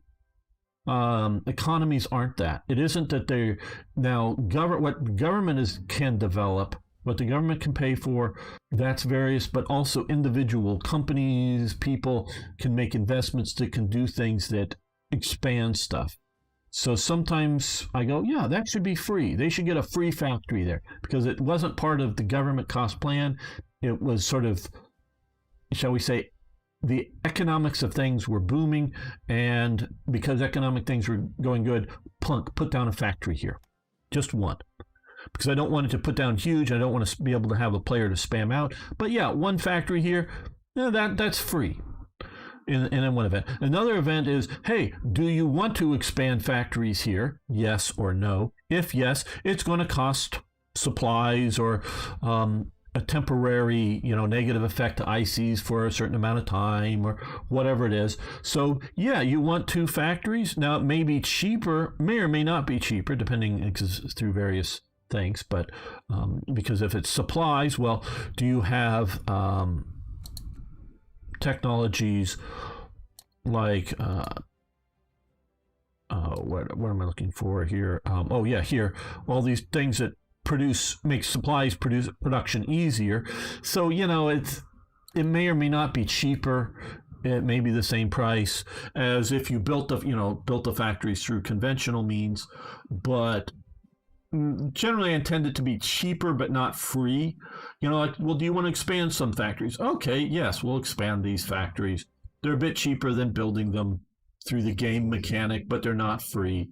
And they sort of match my understanding of history and what was going on. So, I can say, it's partially wild-ass guesses, but there's, from my viewpoint, there's a lot of research going on that comes to the basis, and then I go, oh, hey, yeah, there's this factory here they built more of. Should that, and I don't know, really, should that be 1 IC or 3 ICs in game terms? I then make a guess. The Gustloff works that starts out as the Simpson arms company, Simpson and Co. gets expanded as the Wilhelm Gustloff works. How much does it get expanded? How much compared to other ICs? I don't know, but I can make a guess. When I play, I don't usually expand industry like you're doing. I'm finding it interesting. Well, it has a cost because it means I'm not producing weapons of war directly. I was skipping around in Japan segment. Just a note, you get events to expand resource production in Michuko related to actual historical things, which helps a lot of steel production areas. Yeah, and I just sort of did the start of that, dozed and not play through it. I was specifically, as you know, looking at that particular infographic of 1936, and that's what I was talking about. And I take any map or thing I find in 1936 as more or less for start. Now, of course, it could be something coming online late in 36, because I don't know whether that map was published in January of 1936 or December of 1936, but for research purposes. Yeah, I know there's to some degree, I'm simplifying things. I do get it, and I do think, and I do state in it that, like I am now, I'm making educated guesses, so I know I'm not right and you're wrong, or not you're the Black Ice team. But I'm going, yeah, I think the copper penalty for Japan is too severe. They had too much copper to have a copper penalty. I agree that they probably shouldn't have a super resource of copper either. And so, because they get hit total of because they also don't have zinc, of 20% down for not having the zinc as well. But, and I don't know whether they had zinc. I just don't know whether they had zinc or not in large numbers. Like I say, I don't know. I don't have enough knowledge at all on that. But from the infographic, it seems like they have a reasonable amount of copper, probably enough to deal with their essential needs. So, yeah, I think a big problem is that you are way low on practicals. Build up those panzer divisions is going to be hard. Well, you can see how it goes. In a lot of my things, it gets a lot of basis. We're expanding a lot of industry. But normally I have enough panzer divisions, or more than enough. Down that speed. I like that speed best. No longer aligning ourselves towards us. Okay. Oh, no longer receiving money for energy.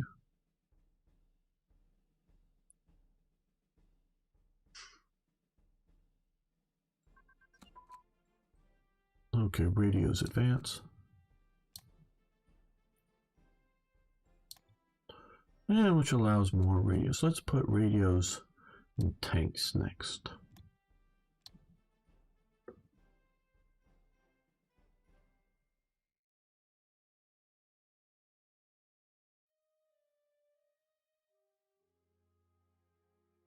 Yeah, we do have 182 in production right now.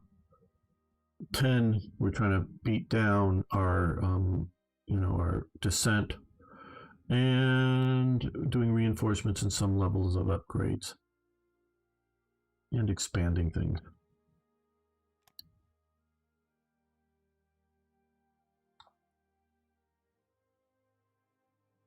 Quite honestly, it's more of the problem is more not so much will I have enough panzer divisions and infantry divisions by late 1939. The question is will I be able to feed the beast of having enough resources coming in? Okay, twin engine bomber crew layout advance. Here we are. Okay, let's do gun position, I guess. Becomes the real problem. Now we have even more. Okay, so we need a little more. Okay, steel casting capabilities have advanced. That gets stopped, and nav tactics advance. Yeah, and I've only played Japan once, and that was for the last whatever Japanese series, however long ago that was. Yeah, we're gonna let these continue.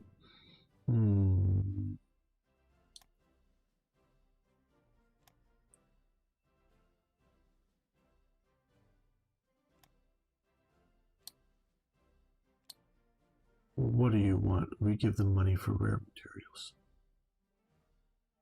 Okay, we need rare materials, we need energy. So we don't have enough coal. So that is why we need to have more coal mines. The Soviet Union has a deficit of money, and we're buying stuff from it. So let's have a lot of rare materials. Let's buy some rare materials. We are down by just one, but we want to continue to build up. So let's, how big is our, okay.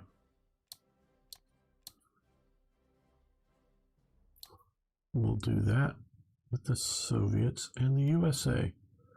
They have lots of coal, they got money, but let's buy some coal. Now I have, in the recent past, how much are we down? 3. Okay. We're going to buy some coal.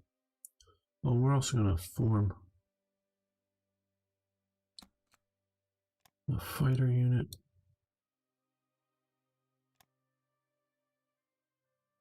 Goodbye. Oh. Soviet Union declined we proposed. How interesting. Did I not pay attention enough? Ask for too much, or they don't like me? I'm not going to buy from Netherlands because I'll just take theirs when I conquer them.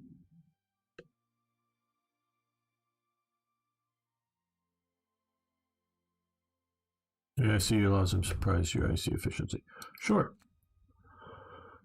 Totalitarian system, 6-month draft, full mobilization, massive education, mixed industry, specialist training is what we're currently doing.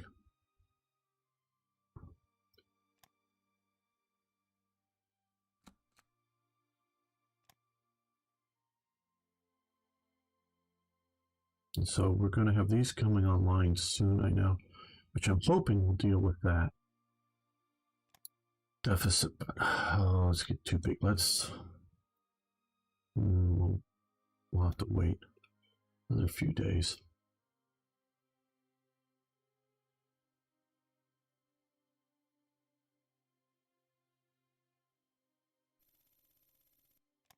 Hungary, money for rare materials. Yes, we'll buy from you because we're not going to invade you.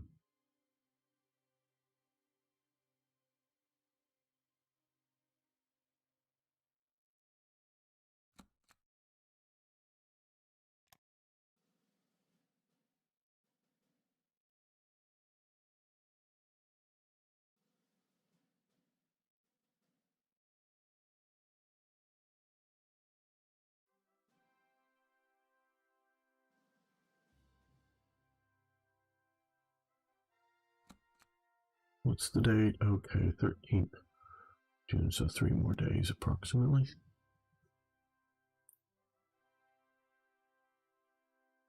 Big thing we have to, one of the big things we need to bring this down is so that we can take over parts of Czechoslovakia. Colombia wants to be our friend.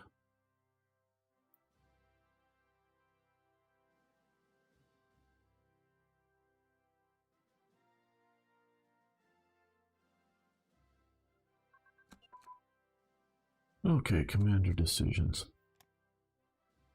Our commander can make decisions now. Wow. We'll do fire control training, I guess. Get that going. Okay, these are about ready to come online.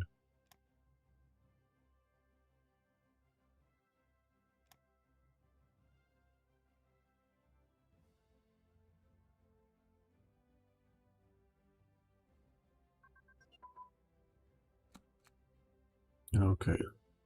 Right at, oh, pause. Okay. Okay, a lot of stuff just there. Okay. We're down here now. Let's buy some American steel, at least temporarily. Buy.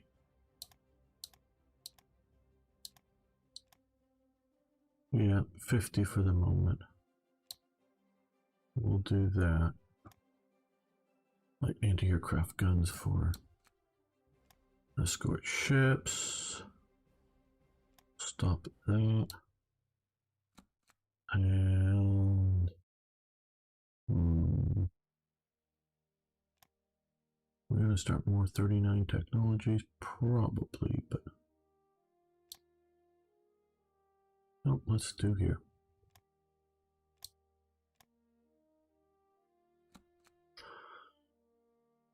Okay, we've just hit with a bunch of the refineries. Well, we can specify some more production. I think submarine fleet. Would be a nice thing to have, wouldn't it, Lum? If you're still out there.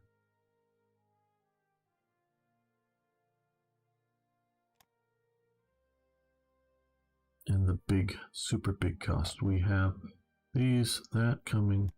So let's do a heavy transport plane. Squadron. Not just a plane, but a squadron of planes. Okay, so now we're going to import a bunch of steel from the United States of America. And the army, well, the army we're gonna be okay with. Money for rare materials. No. No. Okay, now we're gonna try the Soviet Union again for rare materials. Buy. Okay, it's going to impossible. Why is it going to impossible? Oh, that's right. I think they've made it so that you can't get more than a certain amount of it. I think we may be scraping the top of that.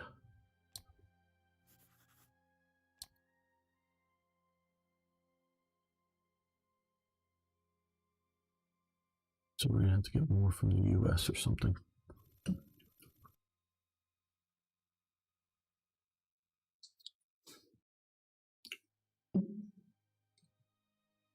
Okay, Brazil, we'll buy from you.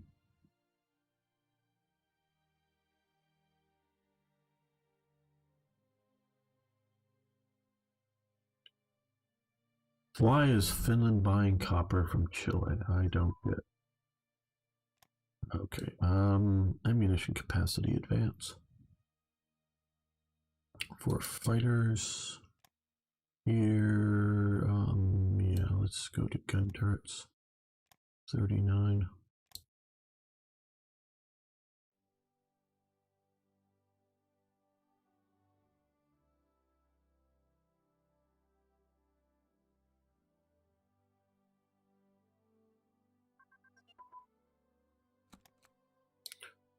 Medium bomber prototypes and naval bomber prototypes. Very good. Raid out. Well, let's research that. I think that's good.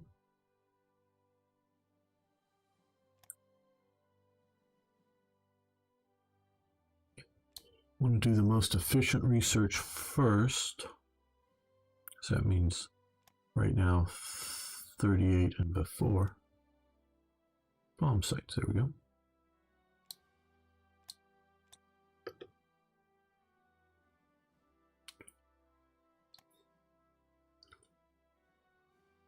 One of the things that you're mentioning, the Army, particularly with the Navy, as well as here, these have a fairly long lead time, because this one won't be done until February of 39, and we're, you know, a little more than 1/3 of the way through it. So you have a long lead time here where you can come down here. This will be ready, you know, in October, November, these divisions. So yeah, some of the paratroopers and whatnot have a long lead time development, but here, March 39 for these submarines, and we're in June 38. So yeah, some of it is getting ready now for future.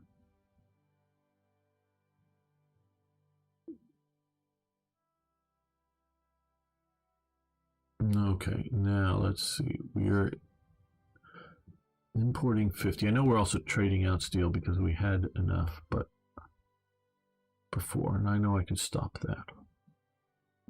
But I don't know that I want to. But at least we're in the positive. Let's look here at production again. Okay, so we're getting 2 more steel refineries, some more rare materials. Though rare materials I don't ever anticipate not needing to trade or conquer for some. But only 8 traded for in coal, but we could probably expand that because we're going to expand our industry obviously considerably. and more steel. So let's come in here. Let's look at some of the major steel. 8. I'm looking for the base number 10. So this is a percent modifier. 16, that'll be better.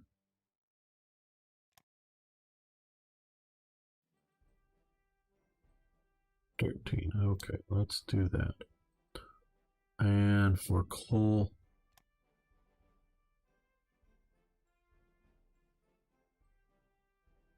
$16.20. It would be better to expand that.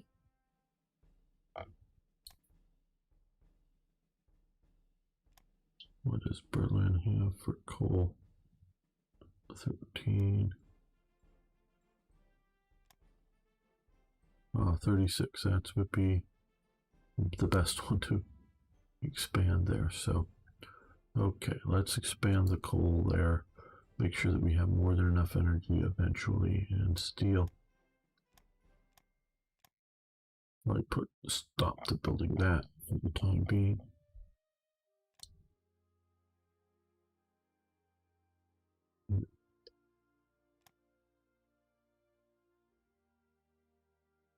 Why does tungsten need, or why does Chile need tungsten? I don't know.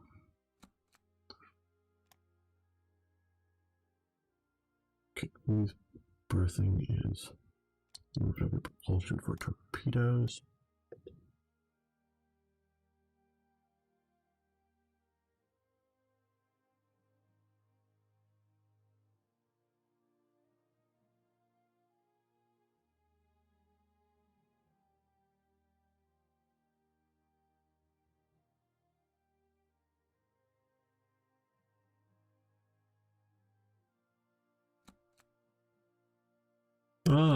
Regional coal reserves rated by locals. Minus 100 energy. I don't like these. I'll tell you why.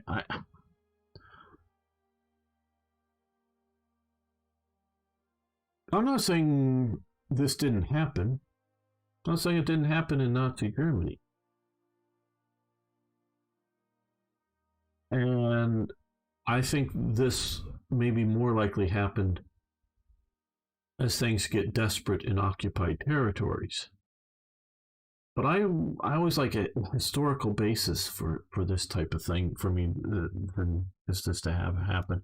Obviously, we have plenty of energy, and it's no big deal at all. But I just don't like random things that don't have a historical basis. Events seem to only happen when you have over 5 dissent. Well, that could be the reason. That could be the thing. That would make sense. Yeah, but I get his point that if you have lots of dissent and it's a way of showing dissent, but I still like the idea of tying it to something as so it is based on dissent. Okay, cool. Now here, I don't think this is a black ice problem, but I've never had this happen to me before. 4% support the National Socialists. I don't know what the hell's going on. Now, I know I don't have everybody who's National Socialist, but we have only one, what is this, paternal aristocrat. The rest of the guys are fascists, though fascists have zero support, basically. So I don't know. I'm not thinking this is black ice, but I've never had this happen before. See, what are these internal factors? I've never had that described to me. Dissent penalty from ministers. Yeah, I don't know. You have spies working? I never get that. Okay, our current intel spies. Support ruling party is at number 2. I guess we'll lower this down to here and raise that up. But I had the support ruling party there. Yeah, I don't even know. I'm not even saying it's black ice. so it was at number 2 priority. Now we're at number 1 priority for support ruling party. But yeah, I'm not saying that's black ice. I'm just saying I've never seen that before, and it's wacky. And yeah, I do know that some of this is dissent penalty from ministers, but I've never not had, 100% NSDAP leadership. So I don't know what's still. I would even put it just focus on just that.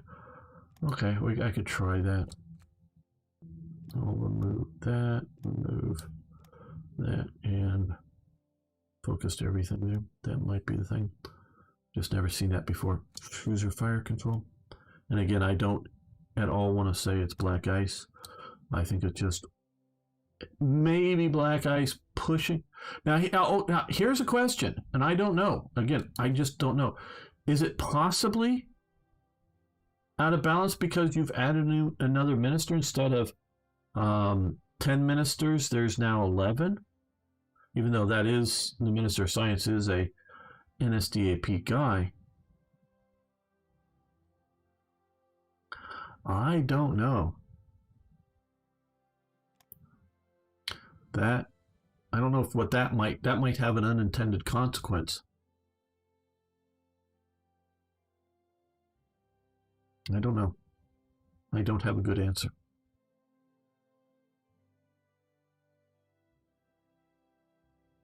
Yeah, and I'm not trying to throw stones at anybody. I'm just going that this is sort of wacky.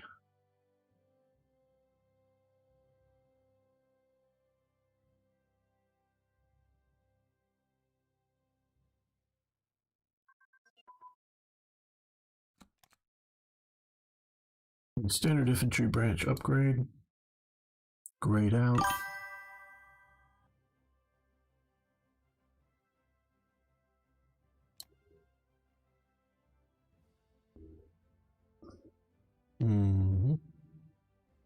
Well, capital ship. Trying to do things that will maybe upgrade on their own. Well, I guess they're mostly over here. Well, maybe not. Okay. Dual purpose guns. We'll do dual purpose guns.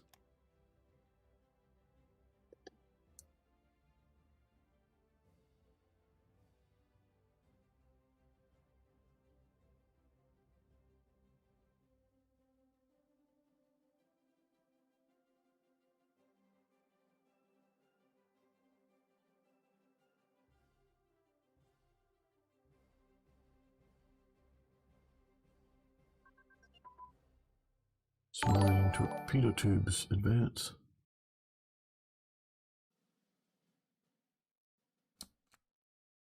Very good. Very good.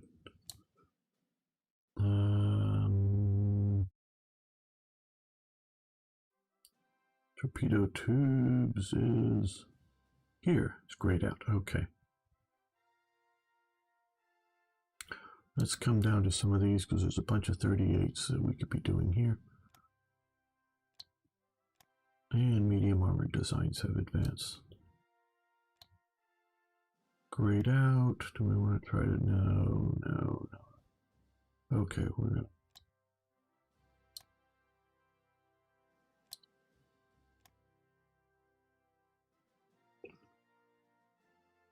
Yes, good to have more people following.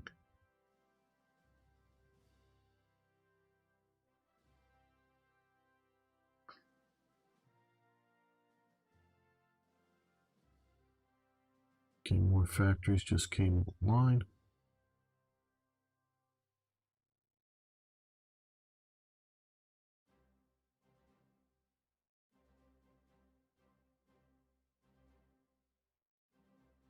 Let's take a quick look here.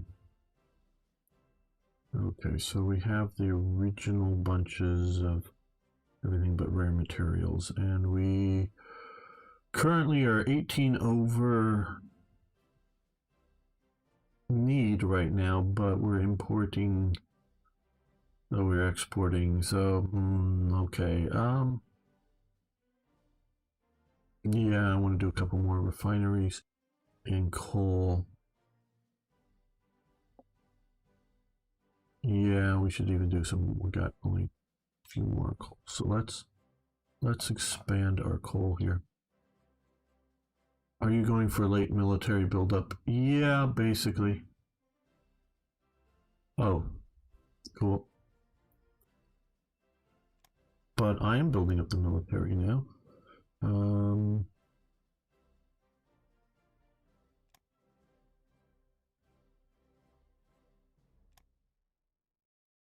let's do that.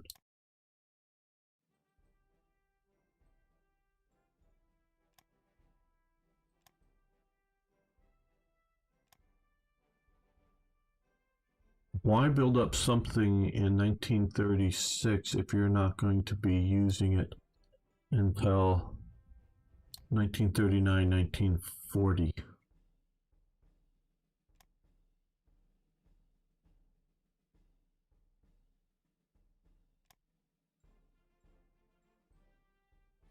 At least that's sort of my thoughts on it. Right. 15, this would be a better base. Okay. Some more coal, some more steel.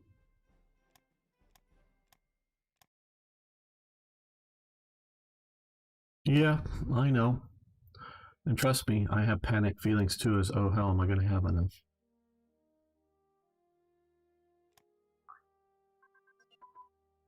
Okay, hydrophones advance.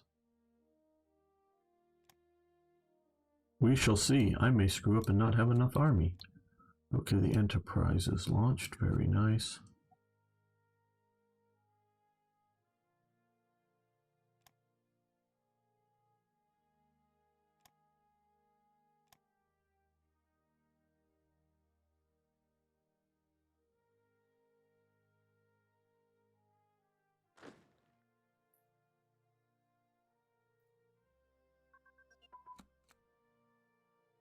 Okay, elastic defense. Stop that. Armored HQs. We'll stop that for now. Again, let's come over here.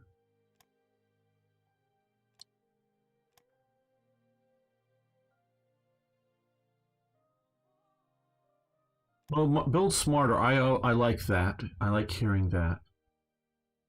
I really do. Just conceptually, and this is much more directed at Paradox than anything else. To me, difficulty levels should not be combat modifiers or resource modifiers. Difficulty levels should be how smart your opponent is how I purely look at it. How good of a production, how good of a manager it is, how good of a general the opponent is going to be, decisions on what to produce, that kind of thing. Light infantry branch upgrade, but yeah, that's asking too much, I guess, of game developers. Okay, special forces branch has also been okay. Paratroopers.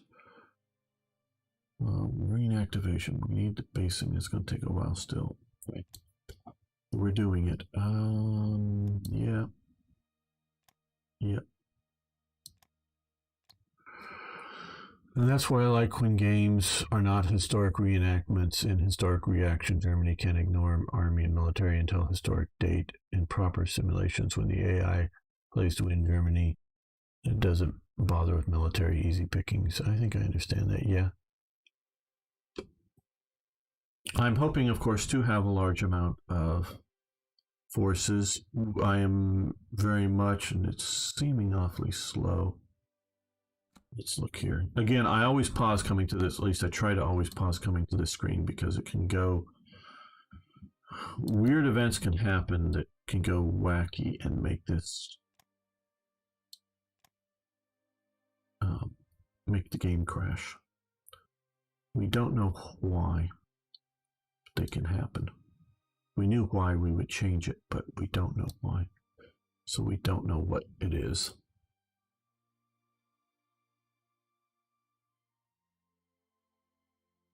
So I want to get this descent level down, and then we can get the Sudeten land.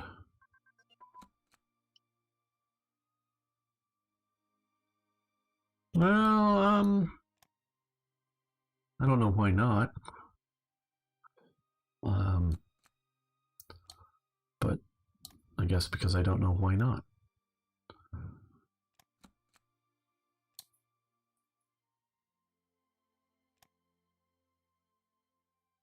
I think a computer can beat me in chess at any time if it wants to.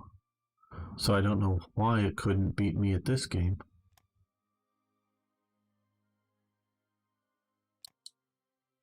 Now I don't know how much time, energy, and effort. Chess is slightly less complicated. Yeah, I know, but what are we still doing? Researching? Okay, rolling artillery barrages. That is here. Yeah, I know. I just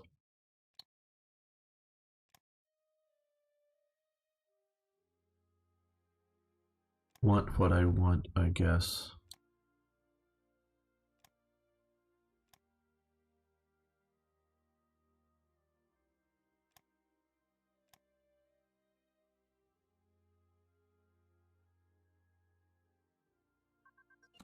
Well, took them years, but they can do it now. Players are quite bad at naval warfare, for example. They have no clue about task forces or how to establish sea dominance. Yeah, players aren't necessarily good at things. Okay, submarine batteries. I think that will have been, yep, grayed out. Okay, industrial efficiency and industrial production advance. Yeah, up here. Okay, well, we're going to stop that and leave that going.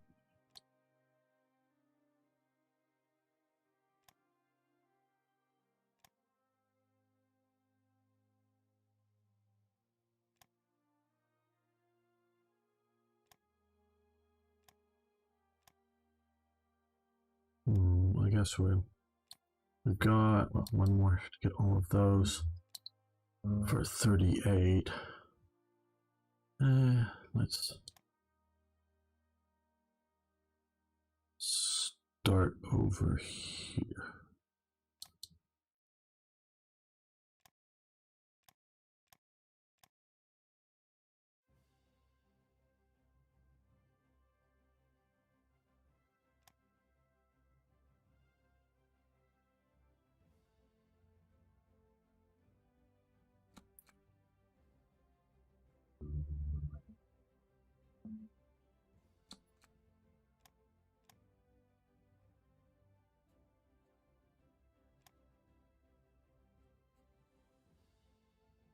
This very low popularity is hurting our battle commander recognition. Do you recognize who the battle commanders are? No? Oh, sorry. We don't have them though. Okay. No, I'm gonna be here.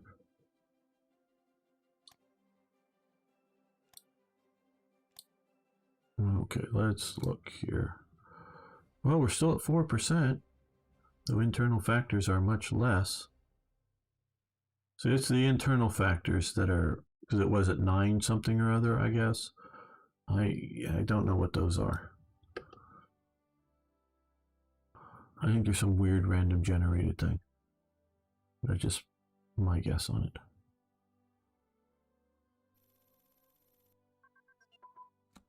Okay, coffer from Canada. Money for rare materials. No, thank you. Okay, heavy artillery brigades. Grayed out, fine. Mountain HQs have advanced. Very good.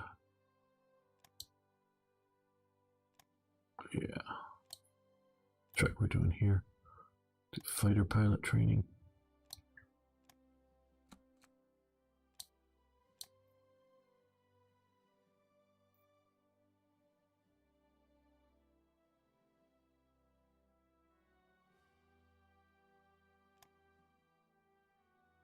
There we go. A lot into there. I want Czechoslovakia. Yes, okay, we'll do that with you. Not with you. Rare materials, again, we continue to expand. Let's see, so with the Soviet Union trade agreement by, okay, well, they're willing to, oh no, that's crude oil. I don't want crude oil, done the wrong one.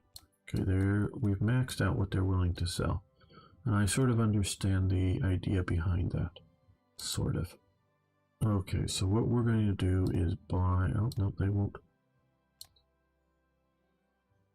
sell many more rare materials. Okay. Okay. Interesting. Interesting. I actually learned modern naval operations because I got Harpoon Classic. Ah, yes. Wanted to have some clue how to handle the Russian Navy. Yes. Good games, those. Okay.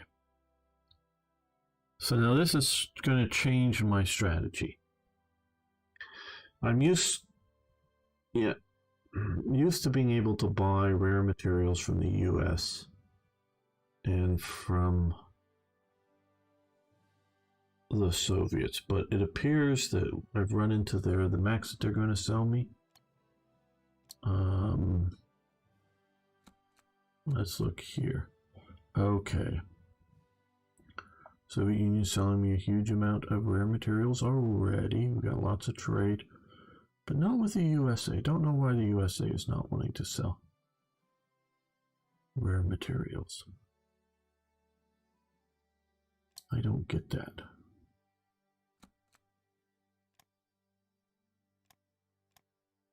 They won't sell. Well, they got lots. Britain, would they sell rare materials to me? Yes. Okay, so players, note to self, make it. I'm traditionally like, and I don't know why the US is not, is this some sort of embargo thing that they're feeling with me? We need to diversify and stockpile early on. Okay, so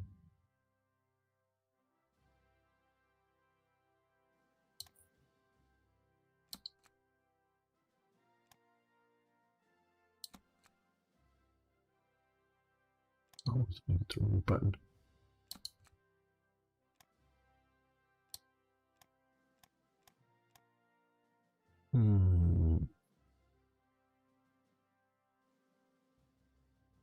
Production. Yeah, all of it's at the top.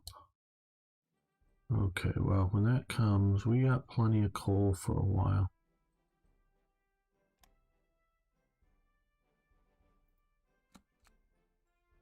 Now we've got the HQs there.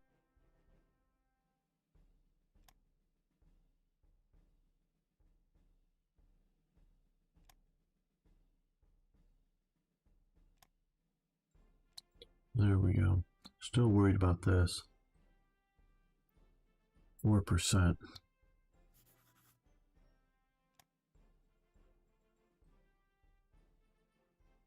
Now can we sell? Actually, they're both down here. Do you want to buy? We're going to be a bit in a deficit here.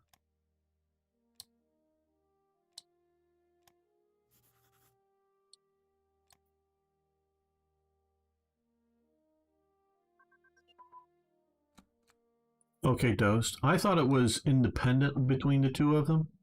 From what I remember talking, whether it was you or one of the other, that because you can overbuy, I get some of the reasons why that I don't know why it should be they should be combined, but independently I get why, but yeah, okay.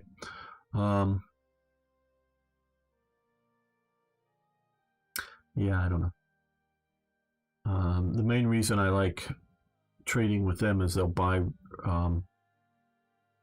uh, supplies where like Iran and Saudi Arabia won't buy supplies, so I don't like buying from them. Submarine hull advance, unless you're changing that. Okay, that's grayed out. And high density alloys advance. Okay, that's grayed out. Armor piercing kept. Yes, we'll do that.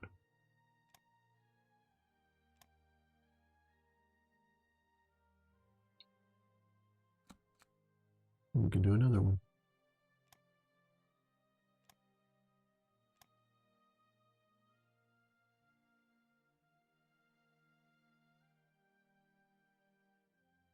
Yeah.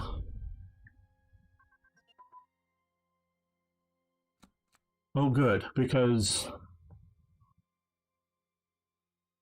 historically, countries like Turkey, Iran, Argentina, Chile, Brazil didn't make their own rifles.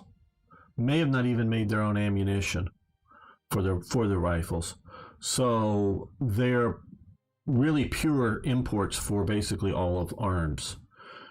And I understand because there isn't arms trading in this game, you've got to give them ICs and have them build it. Okay, I understand it. So they should want to buy supplies that simulates the buying of arms so that their ICs are going, if they can, to actually build the arms, but you're selling the supplies that sort of makes up for the lack of the opposite. So yeah, sort of backward, but periscope, which is probably grayed out. Yes, okay. We got ground crews here. We're not doing CAG or heavy bomber any further. We'll do air superiority tactics. Keep that going.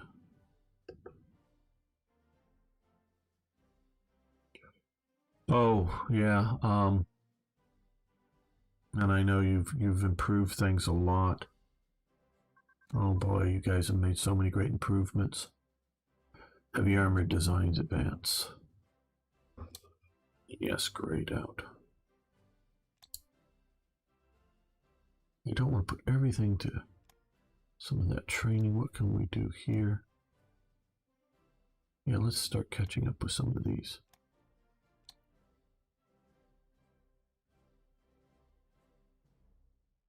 Something else was broken.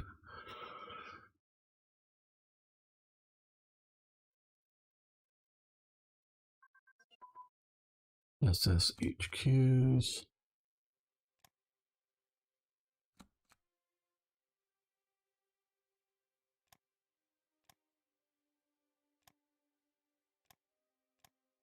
And fire SSHQs.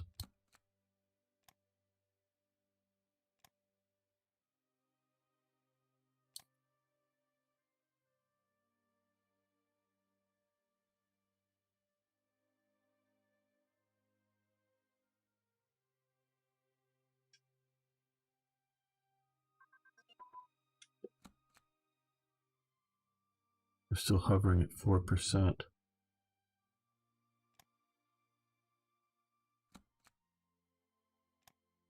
It's hoping to start turning that around. Okay, we have supplies, civil defense, repair rate.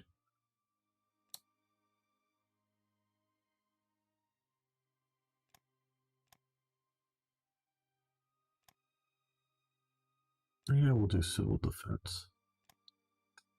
I know it's a little early, but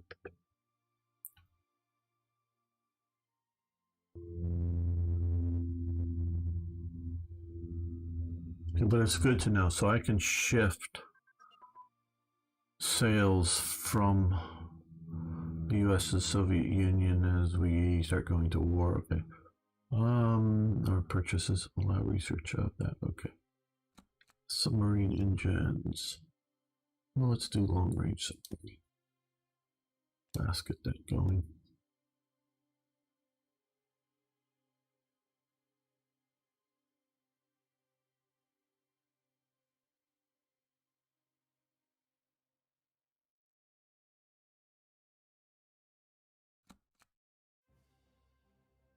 More factories, yay. But do we have the resources to feed them? We're getting there.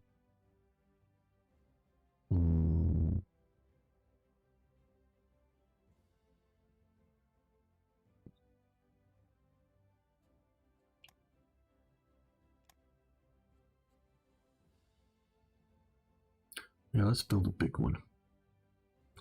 A big division.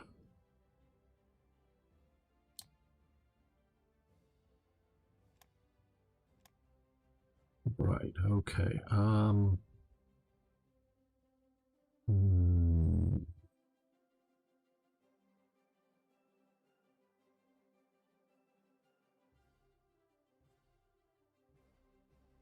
Motorized support and medium artillery.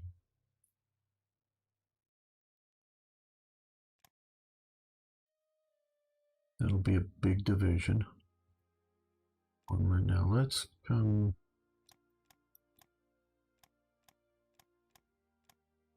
Let's start over and let's go motorized infantry. But an armored battalion. So this is not, this is really a sort of a Panzer Grenadier type unit. Motorized support.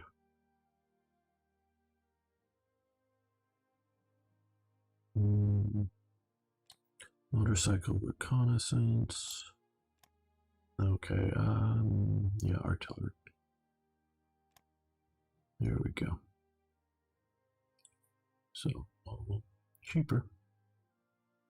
Not a whole lot cheaper, but cheaper. Actually the same. Wow, that's the same price? Huh? I mean, practically?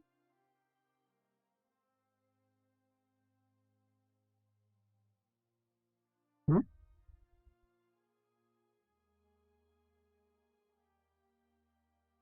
What the?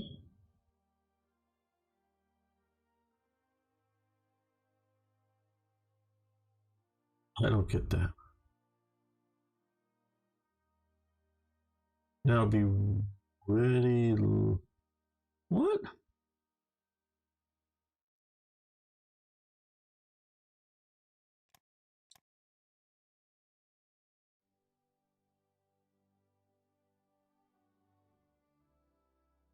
Okay, I don't get this.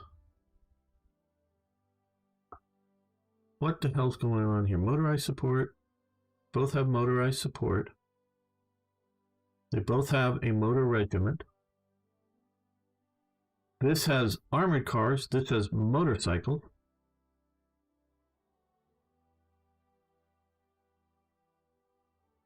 And this one is going to take longer to build.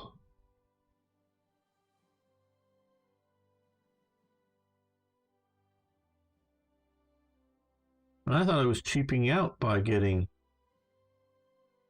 the armored battalion instead of an armored regiment.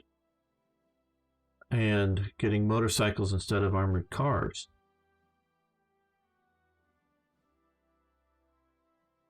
Well, let's let the day go by and we'll come back and look at this in a minute. Get it all adjusted up there at the top. Okay, now let's take a look at it. Yeah, it's... Okay, people, don't do this. Do this.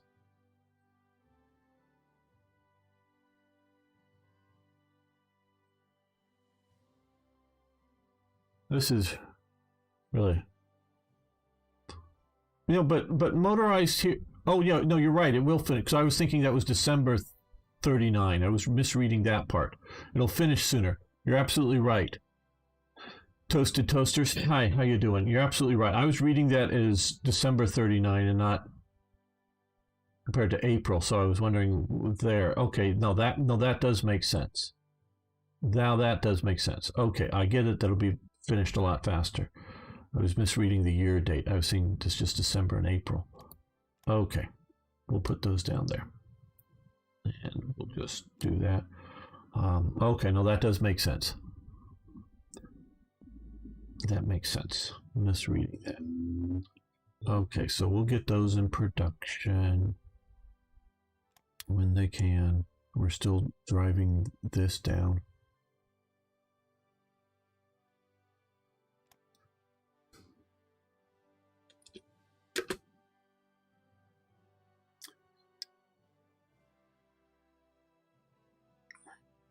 Well, it takes a while to train up units. And my practicals aren't great, as you pointed out earlier. And part of the problem is not so much with for armored, but is some of these events that used to put them into the production queue and helped with the practicals, they don't. So, yeah, there is a negative element there.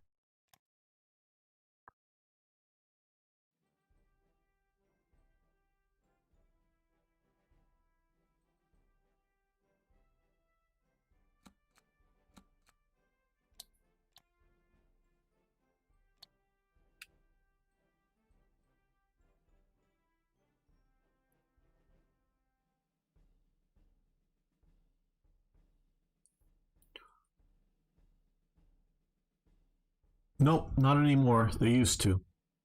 They used to put them into the production queue, which helped with the practicals. Now they put them onto the map, which they don't. And they have a good reason for putting them onto the map because of their changes to the way some of the stuff work.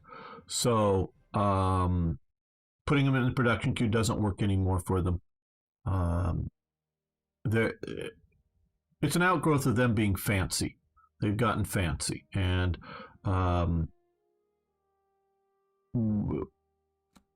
just quickly, it's my understanding, particularly some of these training laws down here, and some of the other stuff that it will randomly do things, I gather, and so yeah, it's a bit odd that way. Okay. Single engine aircraft armament research, which will be grayed out. Okay. We're going to continue to try to increase some of our capabilities down here with interception tactics. So yeah, it's changed. Not for the better, but not terrible maybe either. Could the events give relevant practicals? I don't think they can. They're actually what they're doing for at least the ones for the battleship. Okay, recon unit coordination and communication. Once they're putting sort of fake battleships in and then sort of removing them. I haven't actually seen how it works, but I've seen that somebody wrote up to try to do the practicals, but have it put it in, remove it, and replace it with a proper thing kind of thing, I think is how it works. I'm sure I'm describing it badly. So you get the battleship practicals because otherwise, or ship practicals, otherwise you wouldn't get those.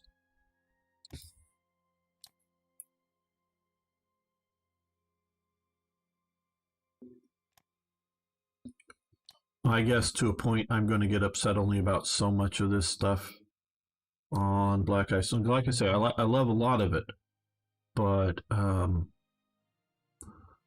of the stuff I am going to get a little upset on, but others I'm just going to let, okay, whatever.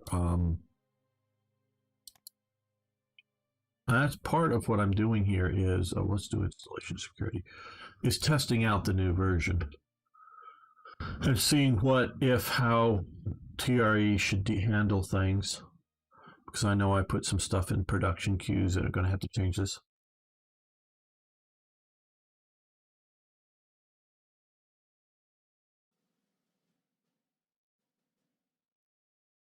but I don't think you can give practicals improvements via event.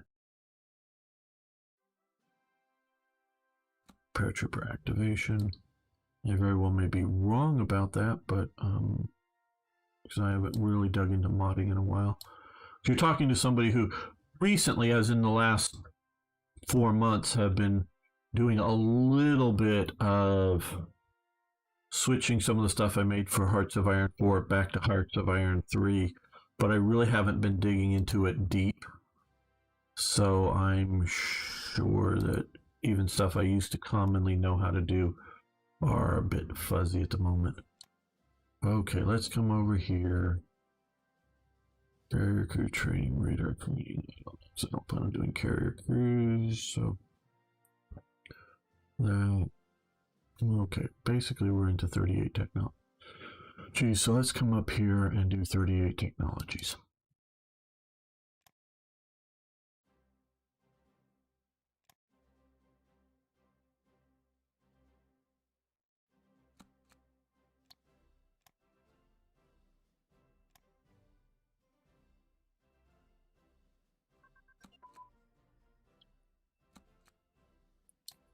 Okay, yes.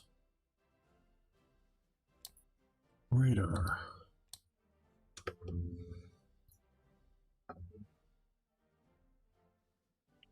You would think something like an event would be able to add practicals.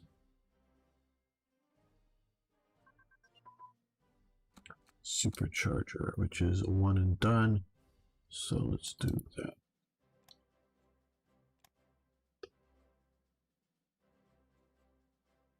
Okay, now let's again look at our.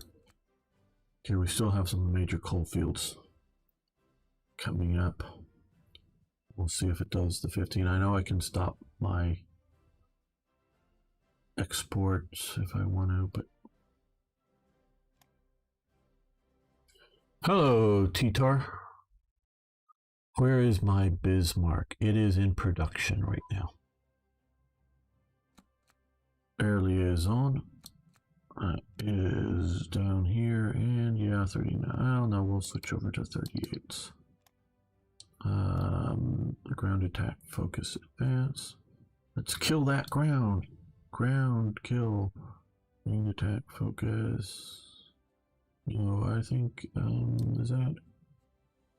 Oh, okay. Here, yes, 39. We'll move this to 38 there. Artillery unit command and control.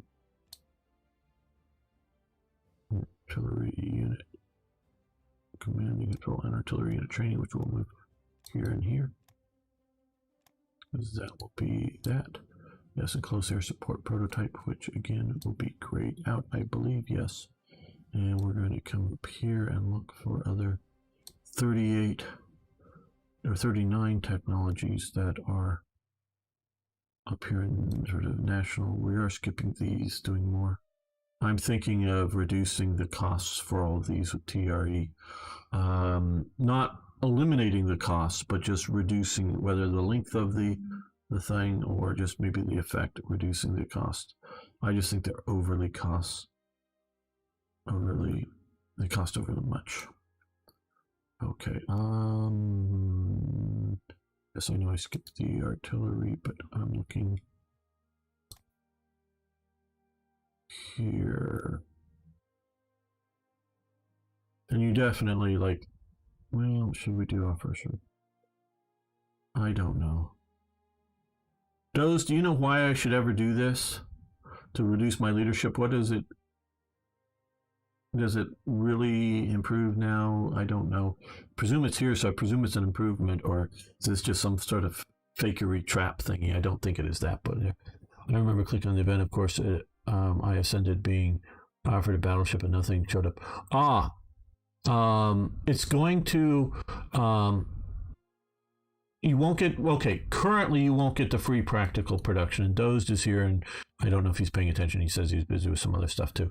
What happens now is, instead of putting it in the production queue, like it traditionally did, you will have up here, you can see Bismarck spawn penalty, Tirpitz spawn penalty. So what it's done is it's setting a timer currently. setting a timer or a year date or something, and it will give us on the map a Bismarck and a Tirpitz. What they are supposedly doing now is they're going to put a phony Bismarck and Tirpitz in the production queue, is my understanding. They're going to put that into the production queue. It's going to build it. And then once you deploy it, it's going to remove the one that you build and give it the sort of unique one via an event type thing. So that's my understanding. So you'll get the practicals, but you won't. It won't be messed up like it would be if it goes through it. So right now, you will, I guess, if everything works right, I presume it will, you will get it at sort of the right date, at whatever that date is coming up, 39, 40, whatever, partially depending upon, I think, on when you click the decision to fire the thing. So that is my understanding. That is my understanding of their explanation of what's going on. Okay, I guess we will start with the artillery now. Let's find the range.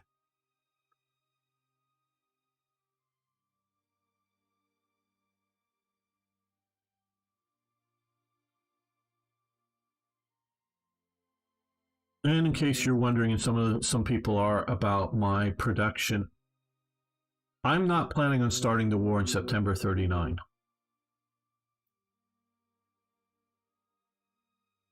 I know some players would disagree with that.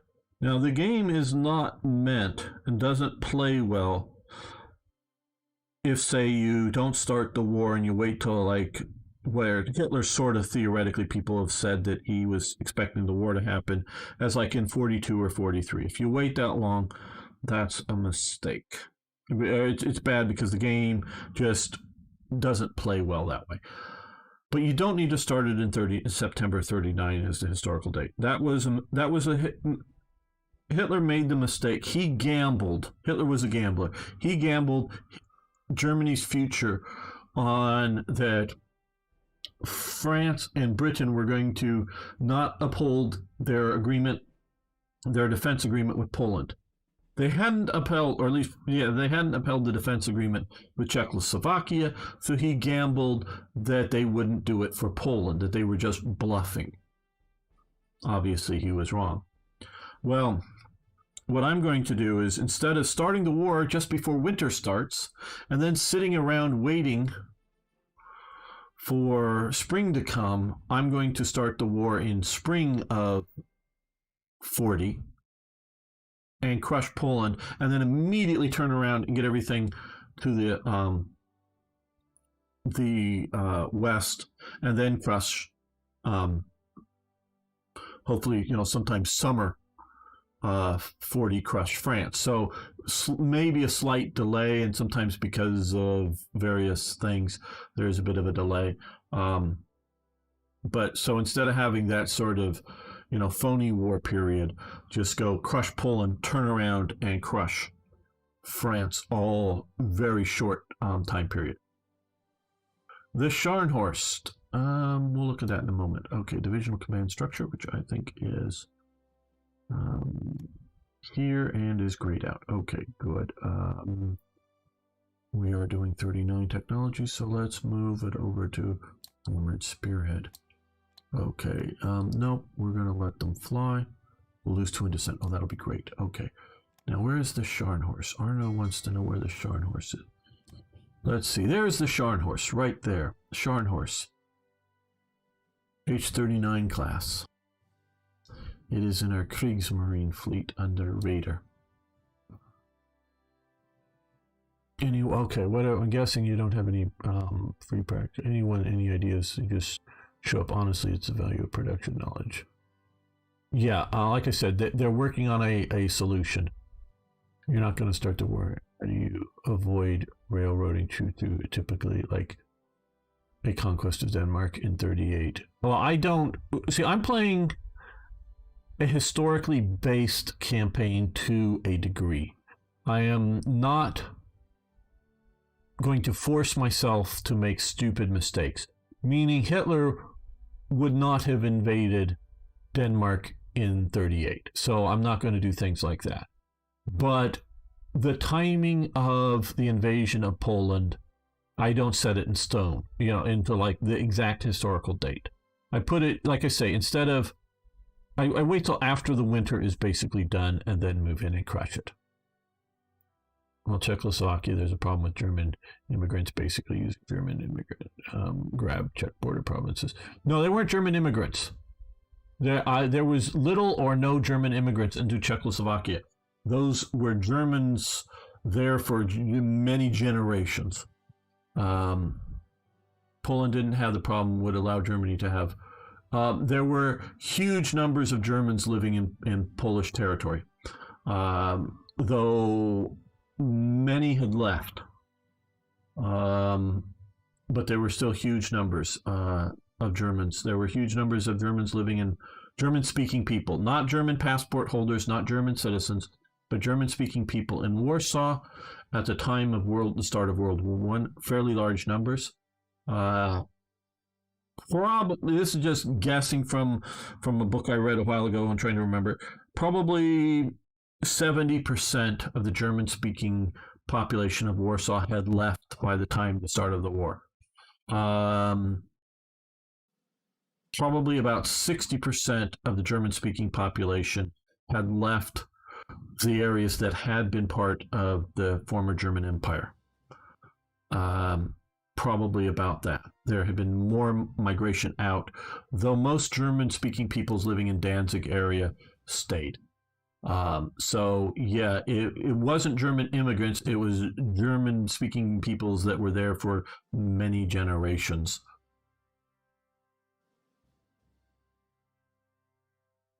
Don't really want to get into 30 and find the game bug. Well, that's what I'm trying to research here, T-Tar. I'm trying to find out for myself.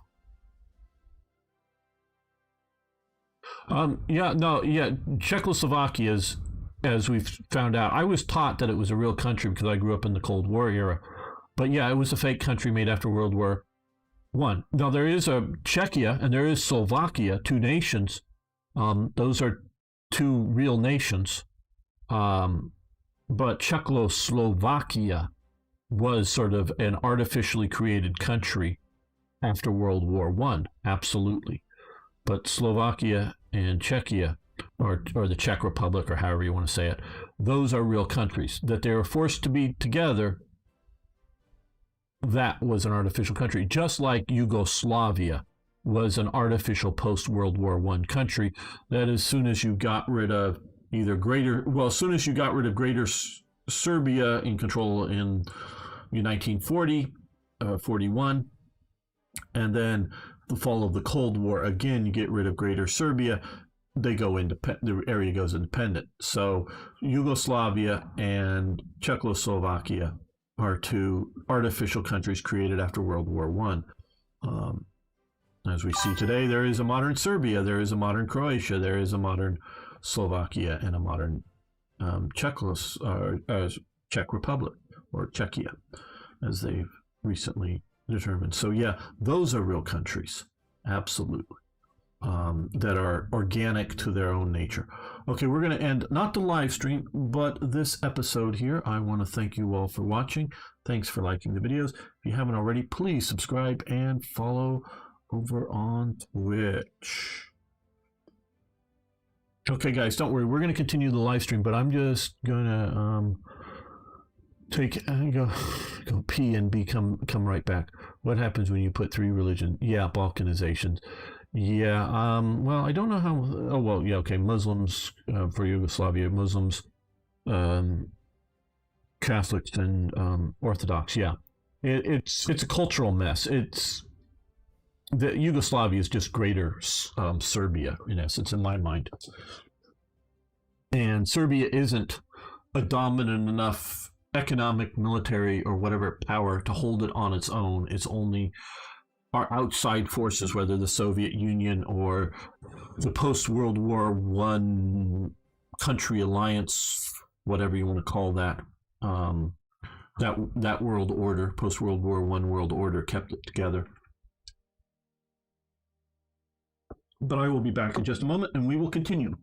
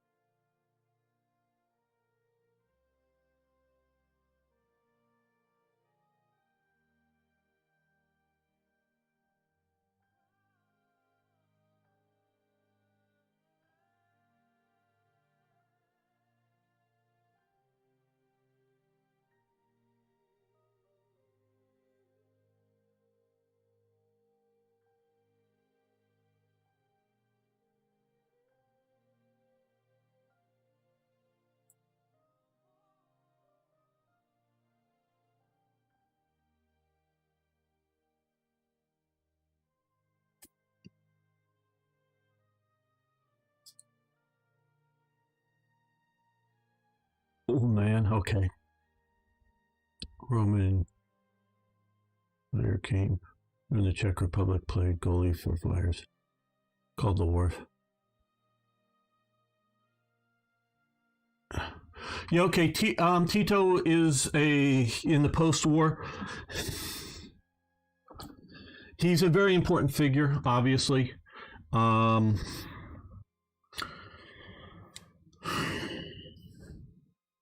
Okay, here's my analysis very quickly on it.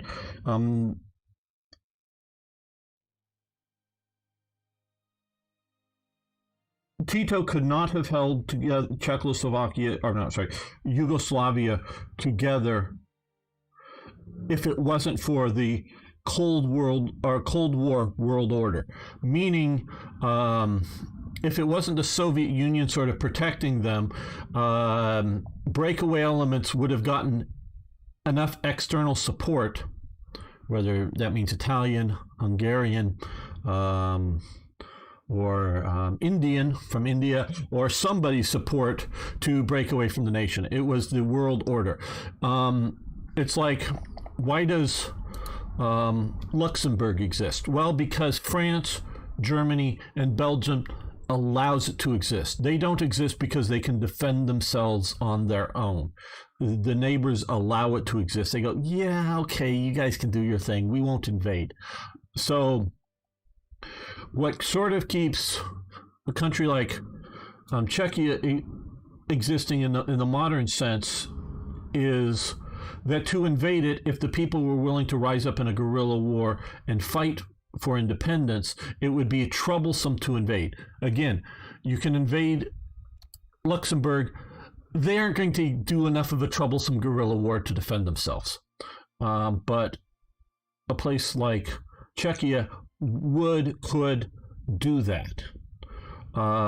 So yeah, Tito's very important. Tito is a very big factor, but I really, really think it is the Cold War world order that existed that allowed Yugoslavia. I know Yugoslavia stayed officially out of Warsaw Pact. They were trying to be sort of friendly to the Soviets, but not necessarily like we're going to be part of the invading force when the World War III starts. And they were sort of trying to do, yeah, I get all of that, but and that breakaway element from the Soviet Union is sort of Tito, I will very much grant. But it isn't just Tito. The Czech Kingdom, when they translated Old Czechoslovakia, Slovakia, which was by Hungary, so be better because Europe basically moves towards unification. Yeah, well, Europe is maybe moving in that direction. Hello, Gregory. No offense, but it's totally not true. Oh, you're talking about Ragar. Yeah, I don't know enough about what Ragar is saying. Yugoslavia was 50-50 agreement according to the naughty document. Yeah, I know, but that basically sort of falls apart. I know what you're talking about. Eligible to influence Yugoslavia. Yeah, I know. Czech was called Bohemia. Yeah, that's my understanding. The Czechs called themselves Czechs, though. Sort of the outsiders called them Bohemians. People think Tito had Stalin assassinated. Okay, I don't know anything about that, IKB.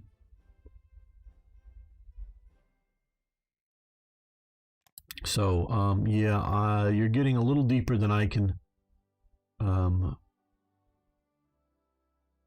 Gregley, 111. I can go with that. Hello, son. What do you think of the new Hoi 4 Dev Diary? Yeah, very nice. IKB and like the idea that there's railroads in there. I'm still not sure whether railroads will be required for strategic movement or not. I'm sort of kind of guessing they don't know whether they can make the AI handle that properly, but I don't know. Because I did sort of poke them on that, and somebody else sort of poked them too, and I got sort of an iffy answer from the other guy, not from me, so I don't know. That dev diary gave me new hope for Hearts of Iron 4. It really did, quite honestly. That one dev diary gave me a lot of hope for Hearts of Iron 4. And now all I want is someone to sort of combine this map and their map and make the best map. Man, that could be really great. Yeah, absolutely, Rhaegar. Yeah, after a certain cult group. Yeah, it was sort of, Bohemia is sort of an external name for it. Czechs as a people were sort of calling themselves, they didn't call themselves Bohemians, they called themselves Czechs. We called them Bohemians. Sort of like we call them Germans, they call themselves Deutsch. But Germans allow us to call them Germans instead of Deutsch because they understand that if we called them Deutsch, we would be just calling them Dutch. That's why there's the Pennsylvania Dutch in America. They're not Dutch, they're German. Because they showed up in America when it was still an English colony and go, yeah, where are you, who are you? We're Deutsch. Oh, you're Dutch. Okay, cool. Hang on over here, guys. Yeah, have fun, Dutch. People, no, we're Deutsch. No, yeah, okay, we hear you. You're Dutch. Okay, we'll agree. No, we're Deutsch. No, we're Dutch. And then if they just come over and said, we're Germans. Oh, okay, they'd be Pennsylvania Germans, but we call them Pennsylvania Dutch. But they're not Dutch. They're all Germans. Because Americans, when they hear Deutsch, they think of Dutch. So yeah, it's a joke. Can't enjoy it. Can't believe supplies are coming.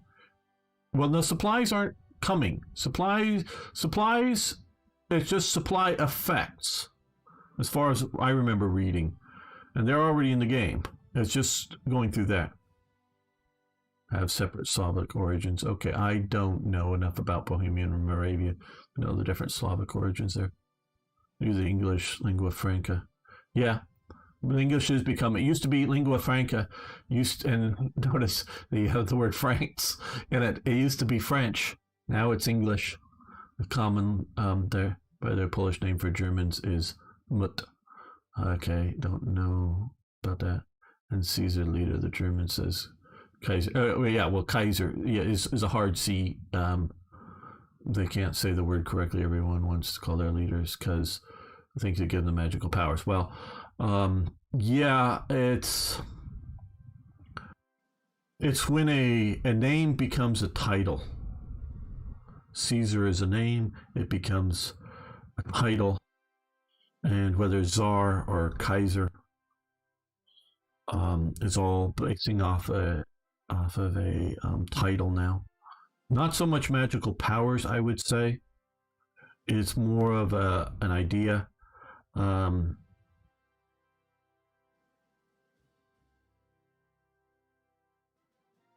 Let's see.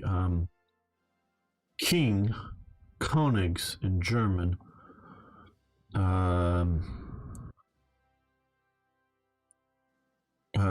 Regina, Regia, Rex. Yeah, Rex in Latin.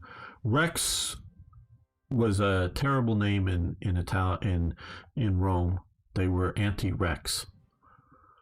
So you couldn't claim to be Rex Romana, King of Rome, or Roma Rex, or however you would say it. And then they did come up with an Imperator, as in game Imperator Rome. Imperator was a job title that does sort of morph eventually into Emperor, but with Caesar, Julius Caesar, Caesar Julii,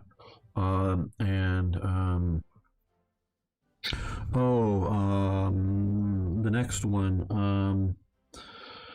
God, I always mess up with this.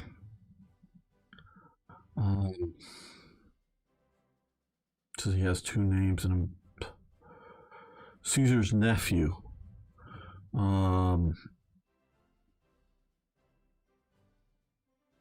What was Caesar's nephew's name? Come on, somebody be here smarter than me.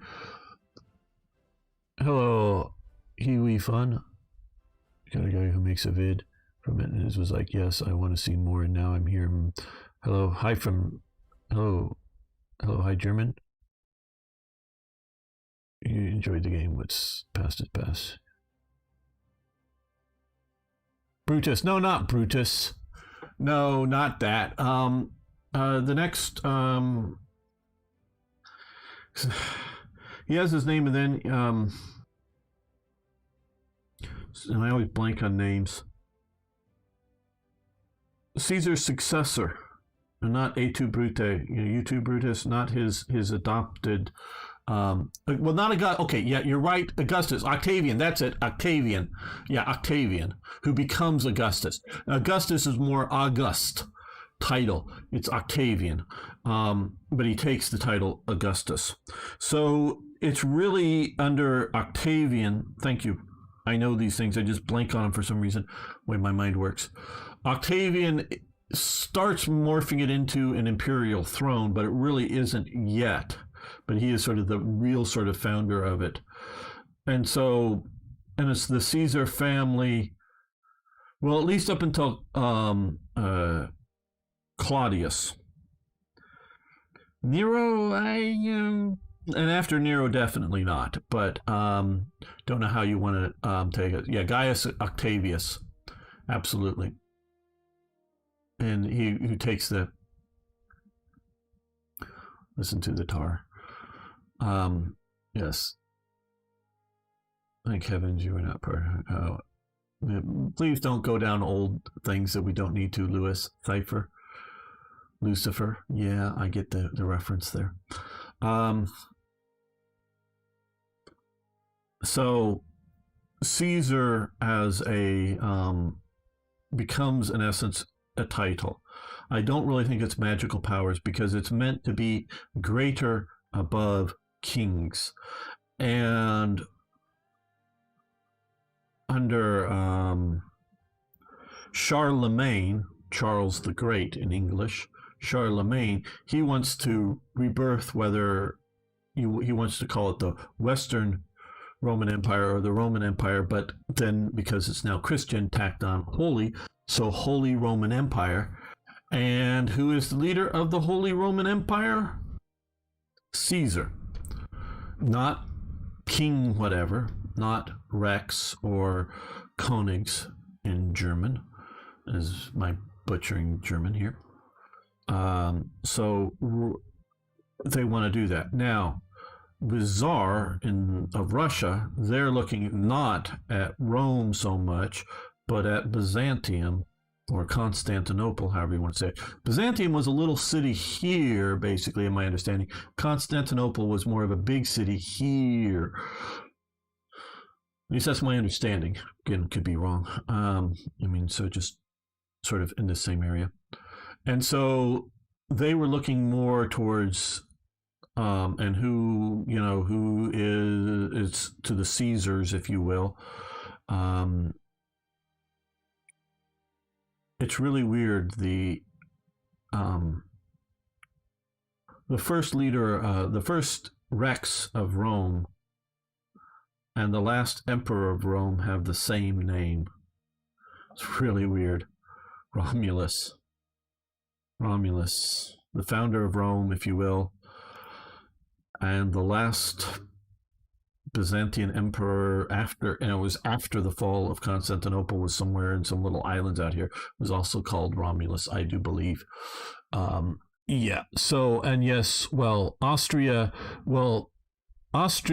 no. Well, it sort of splits because you weren't Kaiser of Austria, you were Kaiser of the Holy Roman Empire. And once Bismarck throws Austria out of, in essence, the rest of the Holy Roman Empire that they don't directly control, including, well, and also throws them out of some minor principalities and unifies Germany, then there are two Kaisers, one of the now Austro-Hungarian Empire and the other of Kaiser of the German Empire, but had done that because that is the Hohenzollern family, which were Königs in East Prussia and eventually just Königs of Prussia. So yes, defeated by the Sultanate, right? which is Arabic way of saying Rome was. Brutus also founded and ended the Republic. Oh, interesting, Nate. I did not know that. And, as Brutus as one of the assassins of Caesar. HRE ended with the Holy... Well, yeah, okay, yeah. You're right. The actual HRE ended under Napoleon, but the sort of Austrian influence, or not Austrian, the Habsburg influence still was dramatic in the rest of the de facto political entity that made up the former Holy Roman Empire. But it was Bismarck who pushes the Habsburg Kaisership out of overlordship of the rest of Germany. So it was really more Bismarck than Napoleon in that sense. At least that's how I'm Österreich, yeah, but I'm looking at it as, well, Österreich usually comes from the biggest, largest state empire. The Peace of Westphalia ended it and created Luxembourg. Yeah, I know.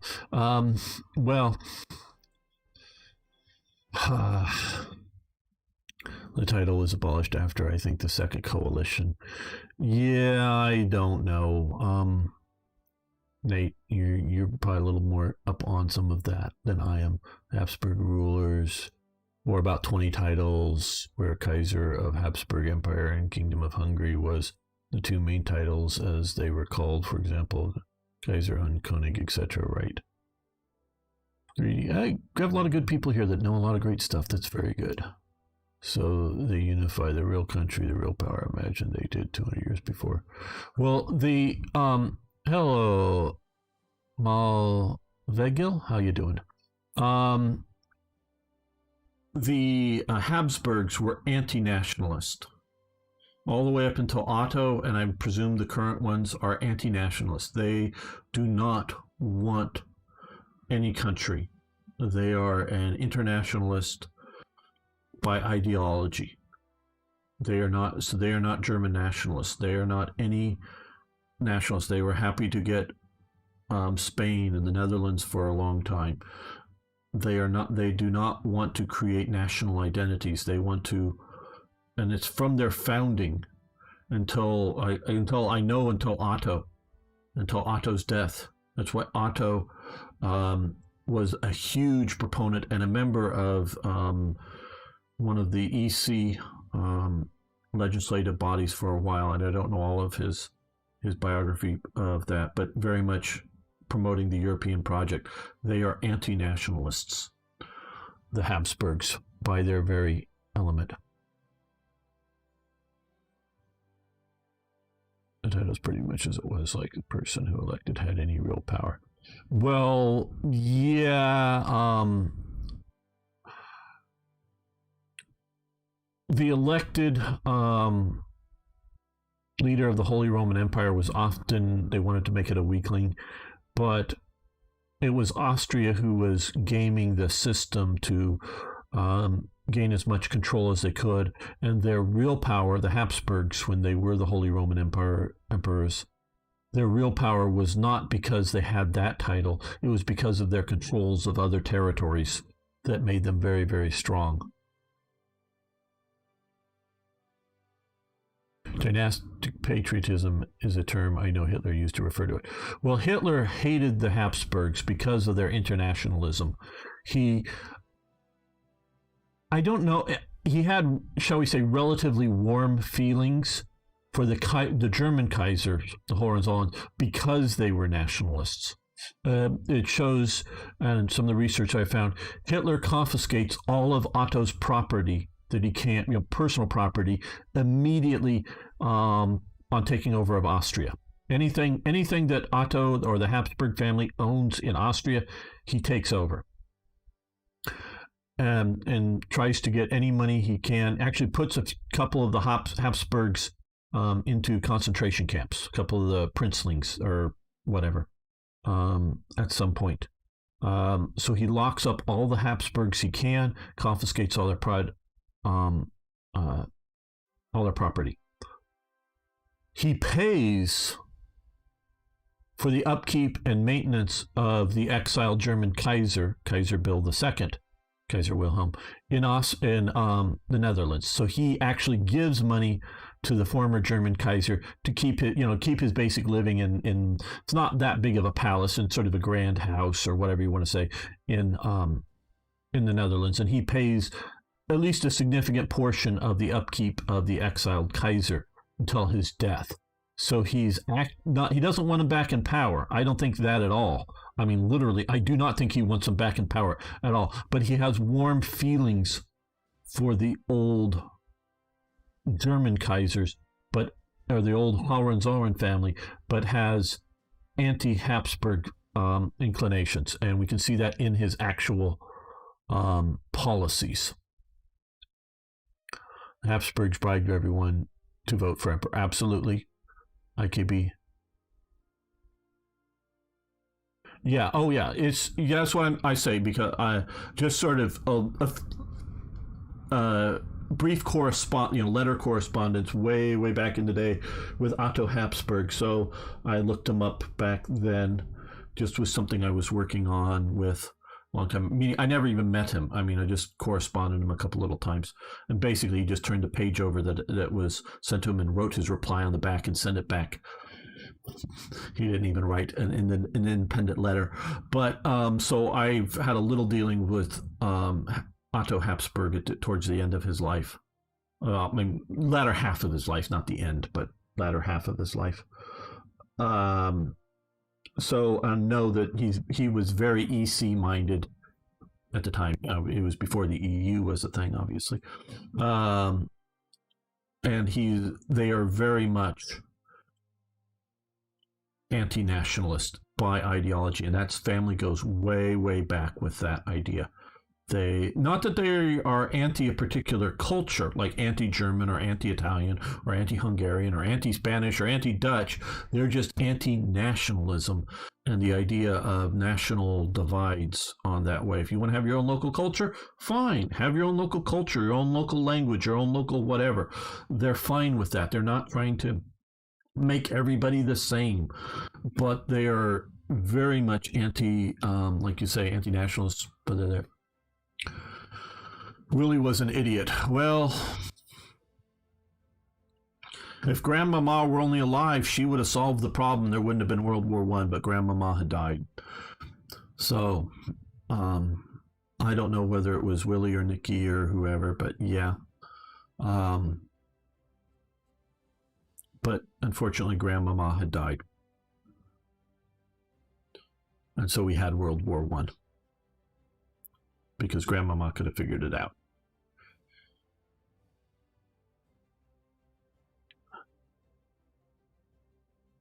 Dorina hated him. I don't know Dorina. Sorry. You're getting more obscure than I can get at the moment, son. Well, we're going to start making another episode here. It's really good talking about all these things. It's fascinating history and the influences on history. Okay.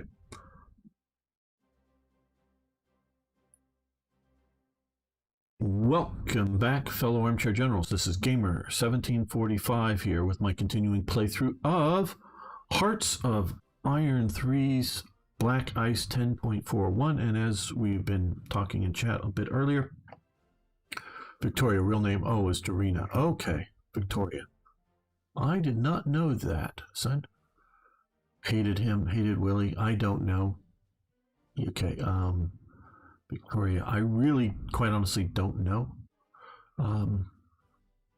That whole family that, George of England, and before, her son, Edward, the Edwardian era. Edward, her son. George was the grandson. And then Nicholas, or Wilhelm and Nicholas of Russia. If you ever look at photos of them, you can see that they almost look like, oh, Alexandria, Victoria, right? You can see that they almost look like brothers, or they look so similar. But as we were talking about, to be able to properly mod something, which TRE does, you need to play it and to try to understand it. And that's what I am doing here with current Black Ice, is playing through it, trying to understand what's going on, at least for Germany, because that's what I'm mainly modding. Buying zinc. US is buying chromite from Turkey. Okay, that makes sort of sense, I guess. Luftwaffe command for Austria, yes. We'll do that. And let's come down here. We can, there he is. Let's give that to the Luftwaffe. Escort or destroyer escort specialization. Boy, I'm getting this. That is under naval, is it? Yes. There we go. Now we're up here. Let's do that. Oh, Klaus. They're missing SS Danzig and Group A. Madam. I don't know the Group A. Actually, there should be an event. I haven't got to it yet, but there had been an event before that does form the Danzig SS. I think you have to take Danzig to get it, but it is formed there at one point.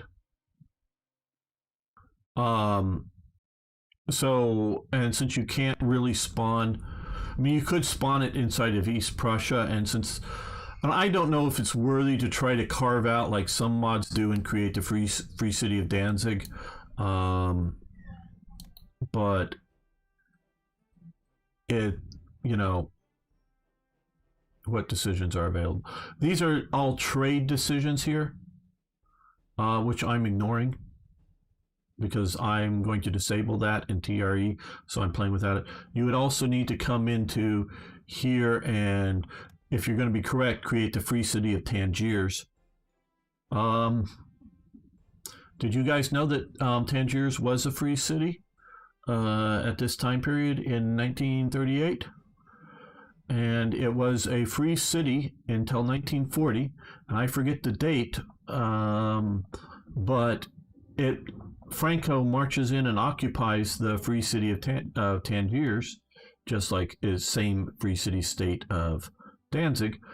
The very same day, Germany occupies Paris. He figured, yeah, watching the Germans move towards Paris, okay, if we occupy and take over Tangiers against, League of Nations and other sort of things, on the same day that Germany's marching into Paris, no one's going to notice. And no one did, basically. And so he occupies Tangiers on that day. So Tangiers should be a free international city. And we'll spoon it in EP. Or spawn it in East Prussia. Yeah, you could do it there. There. Shanghai concession. Yes. Now, Shanghai concession here. Well, yeah, Japan didn't quite have all this. But that, you could give it all of Shanghai, but really it is just a few small blocks of it. It's less than, if I'm not mistaken, less than 10% of the sort of functional city of Shanghai. And of course, there's the French section and the international, and then the British section. There's the three sort of sections that are all next to each other. Yet you could do that, but it is quite honestly too small for anything on the scale of this game. Macau, they've made awfully much bigger than Macau. Hong Kong, reasonably good. I don't know much about this to really be able to comment on how big and how much of a French concession was down here. I just don't know and can't really, with intelligence, look at that. So yeah, yeah. No, Franco was clever in taking out Tangiers, and I know it happens on the same day, and I know it. He had the plan for it, watching what was happening and getting ready for it, and didn't just accidentally do it on the same day. It was hey, nobody will notice because Paris is falling again. June 5th, 1944. Mark Clark conquers Rome, one of the most historic cities in the world to conquer. It is something that should be noted in history books and talked about. June 5th, 1944. Mark Clark conquers Rome. The only reason I don't know the date is because June 6th, 1944, D-Day happens. So no one doesn't get into any of the headlines really. It's all the headlines. By the time it gets back to at least American newspapers, just the delay, they're already reporting D-Day. And so it was small, but like Hong Kong. Okay. Yeah, now Hong Kong is small, but it also has the new territories on the mainland too, which are much bigger than the actual city of Hong Kong. But combined, yeah, like I say, I just don't know. I'm not disputing that. June 6th, Rommel's wife's birthday. Okay, Klaus, good. Yeah, I don't remember dates well. Now, I remember June 6th, 1944 for D-Day. I remember a few big dates. And so I can just -1 and get the day, because I know it was the day before Mark Clark basically enters, because he conquers Rome sort of in Anzio and defeats it, and the Germans pull out smartly instead of having a big battle for it. But still, he is the conquering hero. And those are normally conquering heroes that conquer, or generals that enter Rome in a conquering army are generally well remarked on and noted in history, but Mark Clark waited too long or whatever. Same time as the new territory. Okay, son, good to know. Yes, and yeah, because Rommel was back there. That's right. At the time, my phone died. I missed many joke opportunities. And Rome was liberated, not conquered. When you conquer it, it please the German people.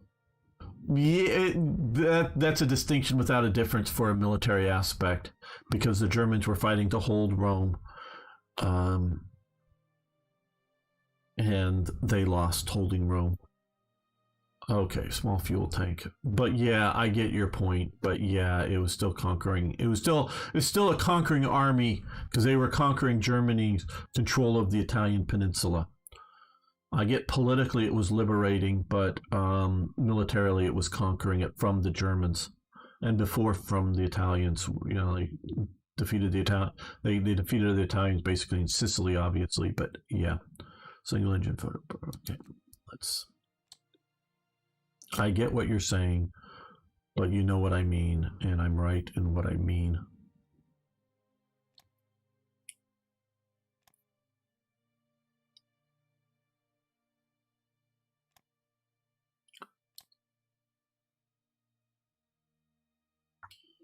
Do you think microstates should be in the game? Only if they have relevance to the scale of the game.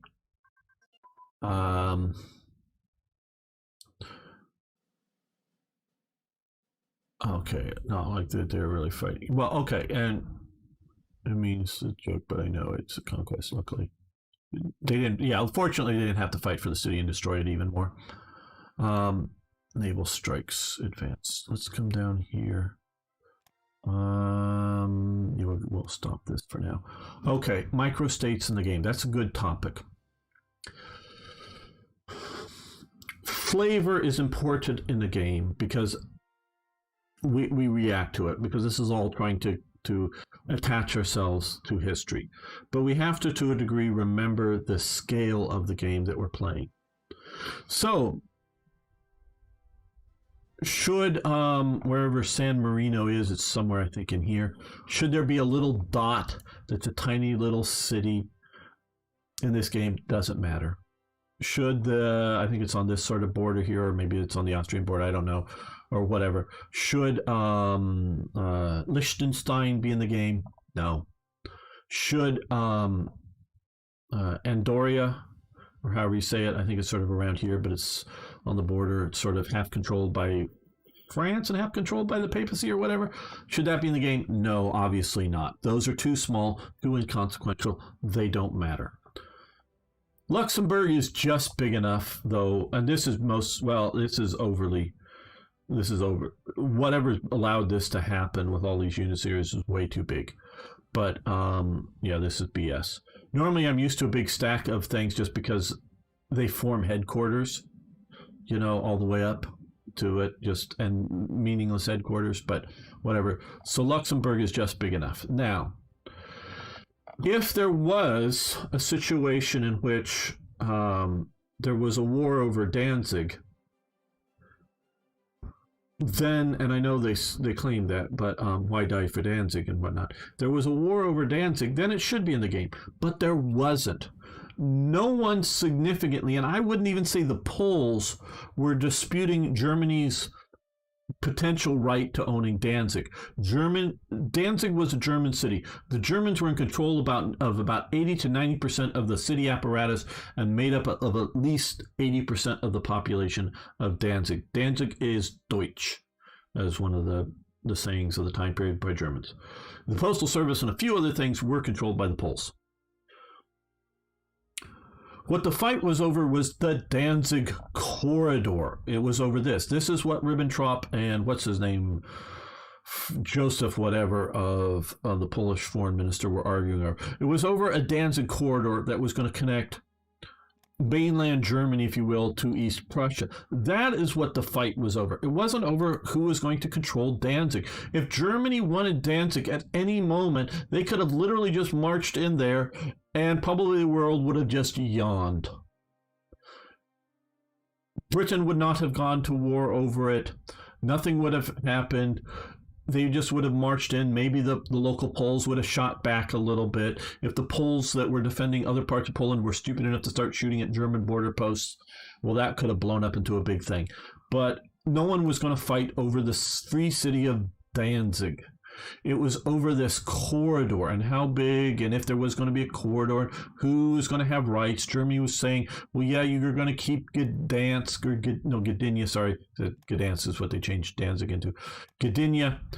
And Germany was going, well, we'll let you have railroad tracks and we'll give you, even it's going to be our territory, we'll give you free access so we don't inspect what's on the trains that go from Poland to your little port that you can have for your little navy. We'll let you keep that, they were claiming. Whether they would have or not, I don't know. But that's what they were claiming when they were trying to demand the corridor.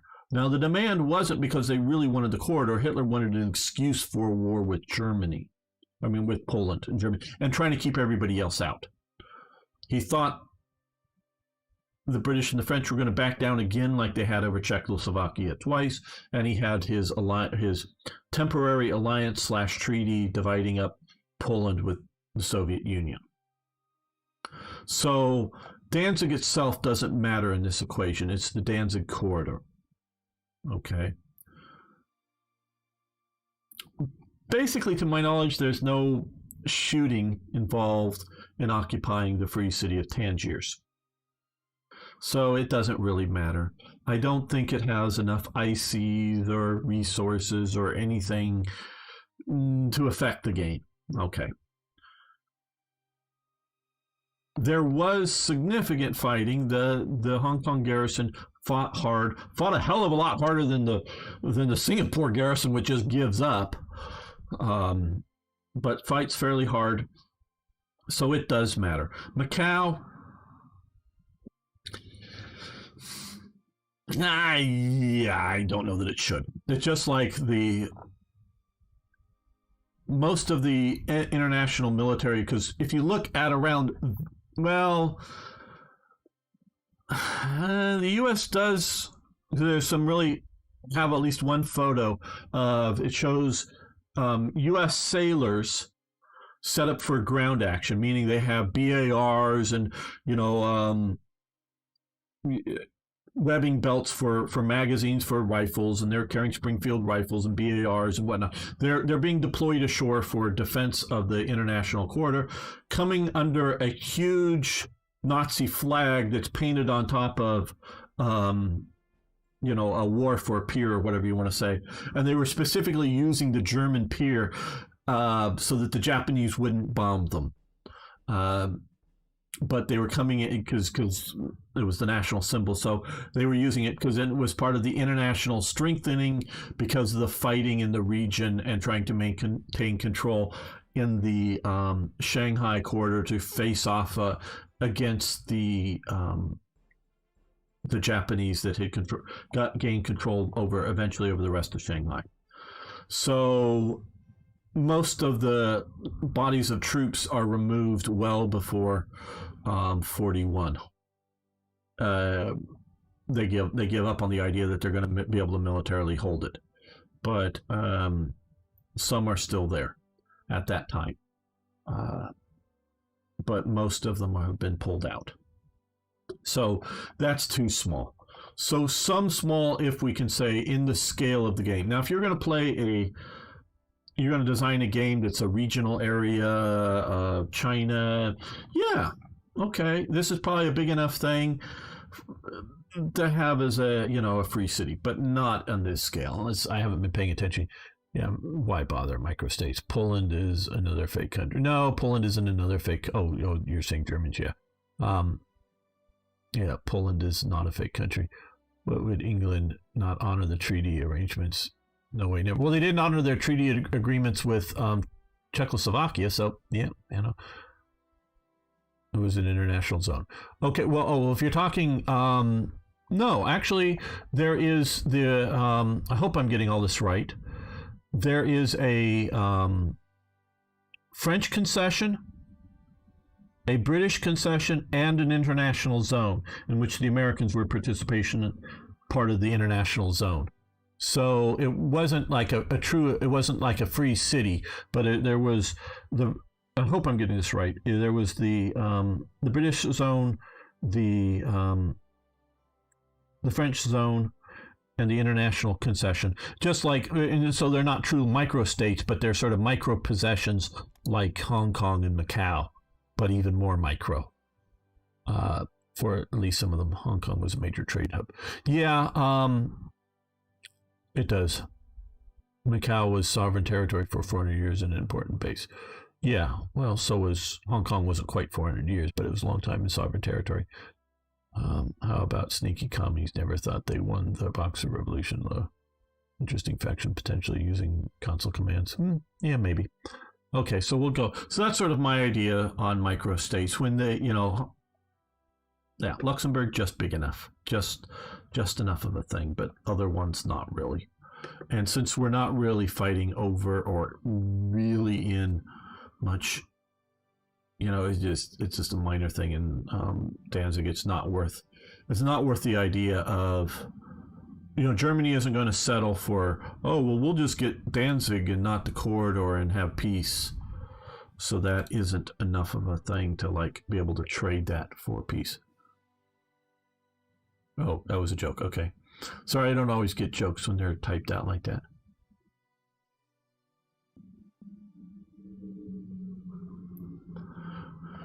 Well, you can look at Poland. Poland, there's lots of various states. Andoria was a title. Already look at the map. Andoria is a tile. Is there actually a... Oh, yeah, okay, here. Okay, it is. Doria, yeah. It's sort of split in ownership with the Pope, and when self-sealing fuel tanks, that's a one and done. Machine gun focus, it is not one and done, so we need to stop that. We can do this, I think, yes. Okay, what is still going on? Did I not? Okay, self-sealing tanks aren't one and done. I thought they were one and done. Maybe that's been changed.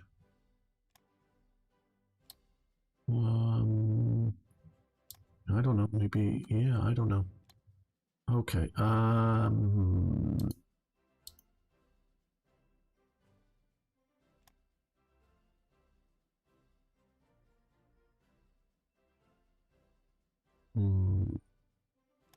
Yeah, we'll do that.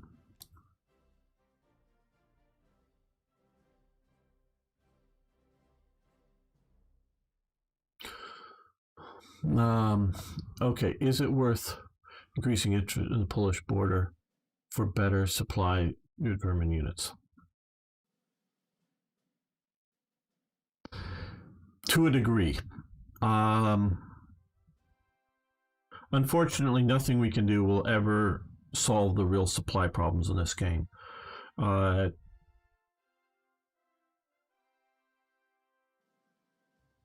think it's been incorporated into Black Ice, but I know it was originally comes from, and I don't know if it's, oh man, it's been so long. My friend George created an event, and I don't remember whether it's, quite honestly, I don't remember whether it's ended up in Black Ice or TRE, but I know George was the original creator of it. Deals with the Reichsbahn, the German railway service, going into Poland and particularly into the areas that had been previous Russian Poland, and converting, upgrading, and expanding railways in that part of Poland. So you have the former German Empire part of Poland, which is well infrastructured. We're going to see the border areas, but well infrastructured, and it increases the infrastructure levels. So yeah, that happens. I don't do a lot of that. I have been known at times to do a little, but unfortunately, I do not believe, and somebody can correct me if they really truly know, but if I create a good supply path to the east, there's no idea that the AI is going to send supplies along that path. So you can sort of kind of look at the supply path that they use and try to upgrade it. And I do some key upgrades at times. You can watch some of my older playthroughs if you want to spend a lot of time doing that. But I really wished if I made like a super highway, it would flow supplies along it, but it doesn't. So I sort of kind of give up. And what I do instead of doing that, Klaus, is come over here. And you can see I'm already building. This is the second one here. The first one is, okay, no, it's here. And I haven't deployed, but it's already here. Some other air transports, the yellow ones there, those are the super heavy ones, are still building. So what I do is I set up an air chain. I have, say, a few of the transports in Berlin, and I go as far as I can to, say, someplace like Warsaw, and fly supplies, or unless it's Brest-Litovsk, Warsaw's back here, but yeah, to Brest-Litovsk, say, and then I fly supplies to, say, to here, and I set up, I create a chain of aircraft supplying, and then the outer edges of it are the ones that I sort of micromanage to drop supplies where most needed. So I sort of create an air chain, an air link, and spend my money doing, or my resources doing that, instead of trying to upgrade a whole lot. So that's what I do, because especially if you're starting to get deepish in here, it never catches up. Combination of supply taxes as it moves forward, and if you move anything, if it gets it, so sometimes if you move fast enough, you can keep conquering provinces with enough supplies that you get from the Soviets to keep moving and whatnot. But it just gets to the point that I try to do air bridges to go deep. Air chain growing would have been proud of. Yeah, you can see that again in my older series of sort of what I'm doing. And so I'm sort of kind of playing this playthrough because I'm looking at this to examine what I'm going to do for TRE and sort of way I've normally played. So I don't think I'm going to get to a Soviet invasion here in the series. I might, but I don't think so. Not planning on it. but I'm sort of, okay, well, what if I'm building two of these things? These are hugely expensive. I'm building, the smaller planes are useful in and of themselves, just having them. Um, but they also, you build some to increase the practicals for building the bigger ones. So yeah, I'm looking at that. How would you fix the map in Hoi 4? Well, it's a detailed question. One, and I counted specifically the map between the Netherlands in Hoi 4 and the map in the Netherlands in Hoi 3, and it's reduced the provinces in half.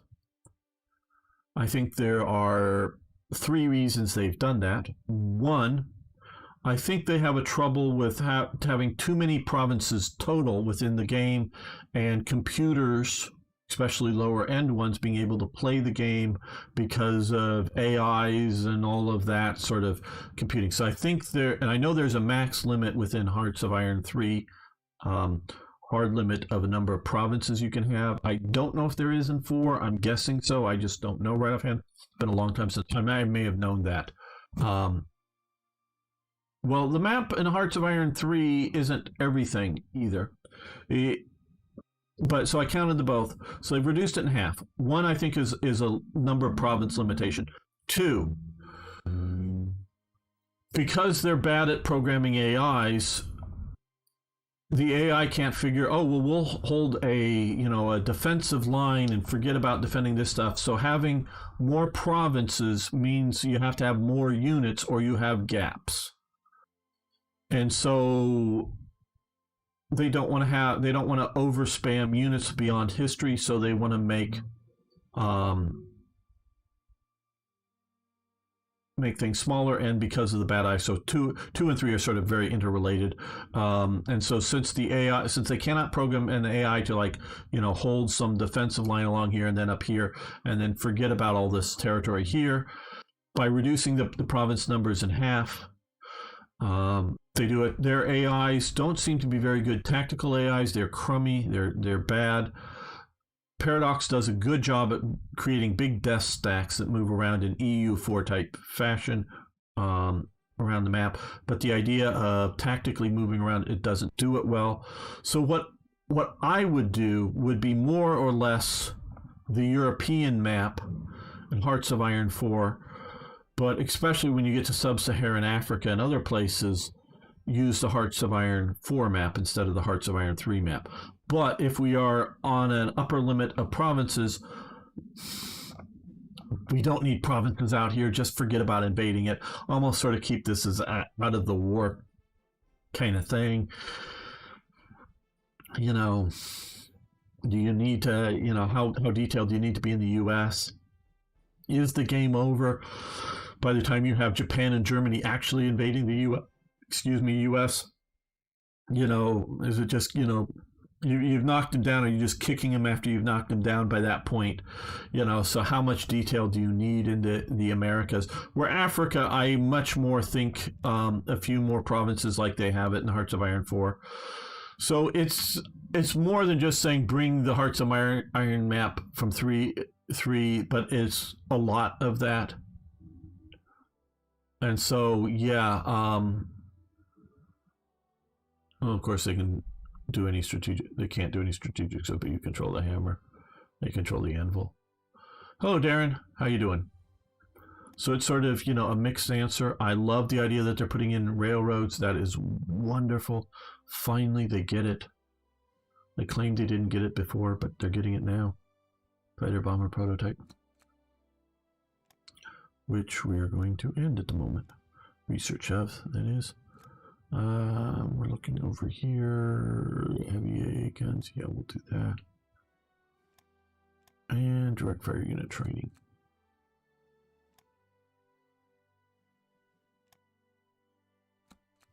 Let's come over here and yeah, we'll do this.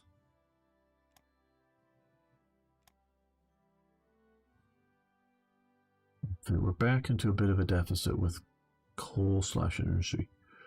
You can't conduct supply warfare in Hearts of Iron 4. Yes, I saw the dev diary. Yeah,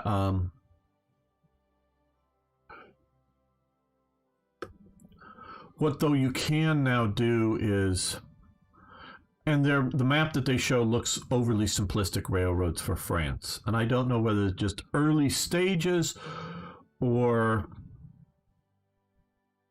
a problem that will need to be modified. But you really get the importance of railroads once you get into places like Russia, Africa, Asia, where they're critical and they're such limiting of moving large forces. So it's definitely going to be a massive improvement. Okay, yeah.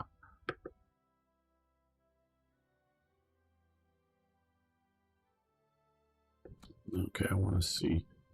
Okay, we have 2 more coal fields coming. One in Sarbuck, and we'll put another one in Sarbuck, and that I think is a mega coal field here. Let's see here. Okay, we have, it's 38, or is it up here? No, okay. This one is, we're looking at the base, not the, because these are all percent modifiers on the base. So we have a base of 30, so let's stick on another when we get there, obviously. 16, ooh, 42. There, and the other big one I think was over here in Leipzig. Yeah, okay, 36. So we'll max those out, and that will probably, I think those are all at the top, but we'll make sure. Nope, not there, all there. Okay, we'll probably end the coal expansion and just worry about imports after that point, I guess, and conquests, of course, and things like that. Hello, Sebastian. The way they can implement that, that's going to be basic as construction.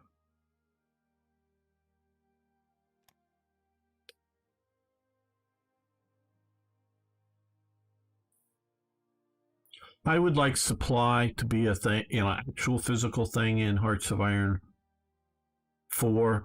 But if they do supply effects better, okay.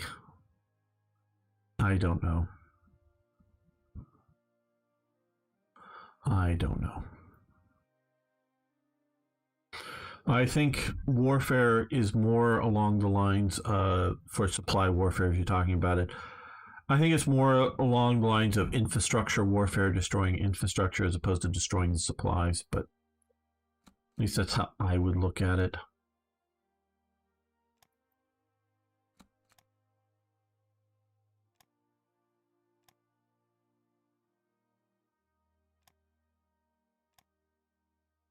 $38, looking for 39 technologies. We're skipping infantry tanks.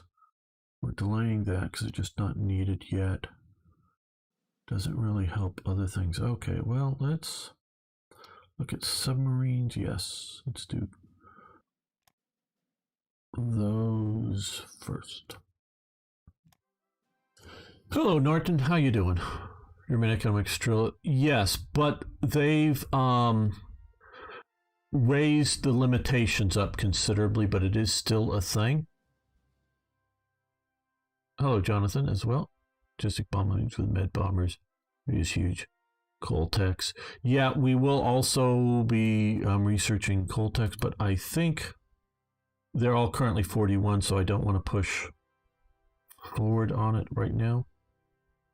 If it was yeah, when we get to 40, we'll push in on those, I think. But not just yet. That will help.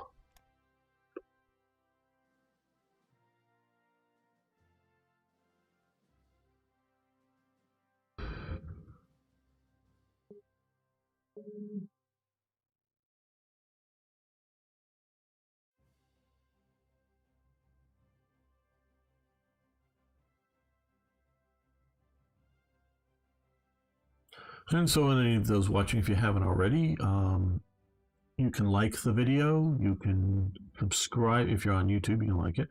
If you can subscribe on YouTube, and of course follow over on Twitch. Okay, so that was, I think, just one of, yep, that was that deploying there.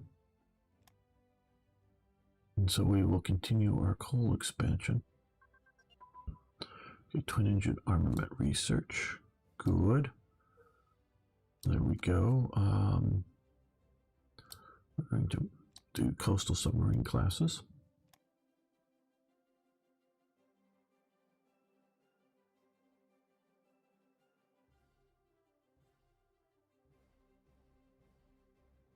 Boom.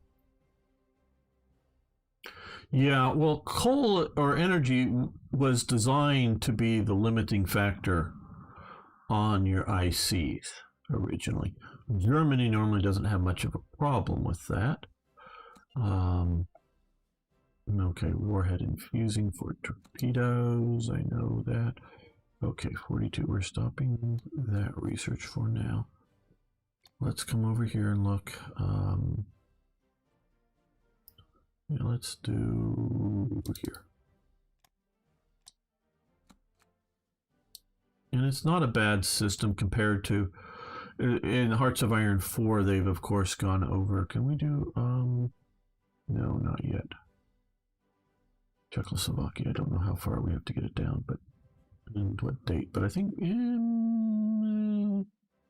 it was sort of August, September that the Sudeten crisis happened. Cruiser damage control advance. Sorry, I'm not good at remembering hard dates and things like that. When I code and make mods, or if I make a prepared video, I write notes for dates and things like that, so I'm good. Thanks, T-Tar. Glad to have you here. Energy is not a problem for Germany, USA. In fact, well, we are running into some energy limitations at the moment. Not that we can't expand to meet the needs, but it is a thing.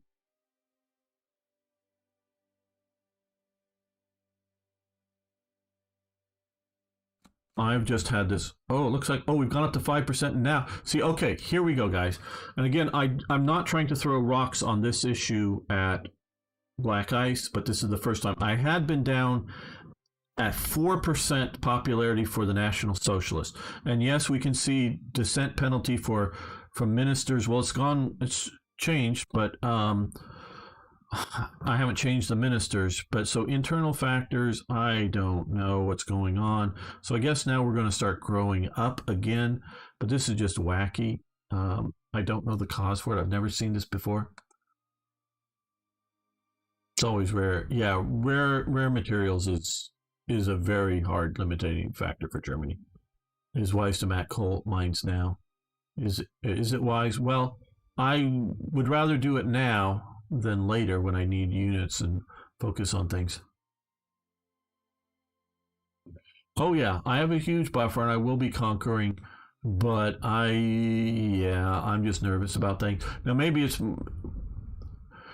and again, I'm playing this as if TRE were installed. Obviously, it's not. You will probably see those test playthroughs at times. But there's a lot of events that I have that use lots of steel, especially building the Luft zones or whatever. I forget what it's called. That's all the anti-aircraft that's spammed into this area as part of the West Wall project. That gives this area a huge amount of anti-aircraft guns and stuff that I have it hit hard on steel, as well as the West Wall, because TRE removes the West Wall at start.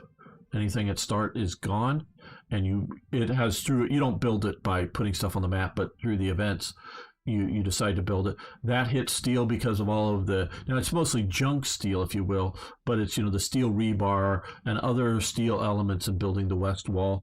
So they use a lot of steel there. So there's a bunch of things that I'm used to needing to have fairly large pools of steel just sitting around. Hey Eric, how you doing today? Things are going pretty well.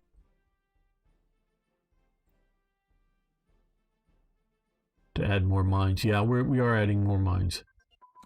You can switch your political parties. Your heart's content. I miss TRE, though, and get through the game. You get much quicker without events, yeah. But I like the events. They add so much for me. That's why I built it.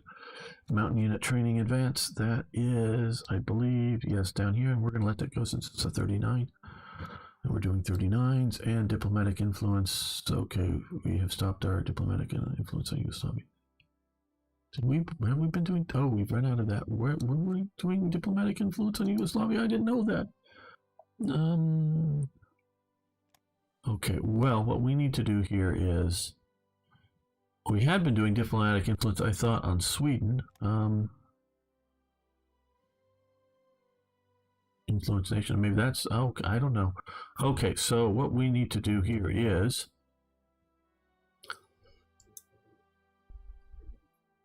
okay, we're currently at 95 officers. We are heading into, well, not just yet. Okay, let's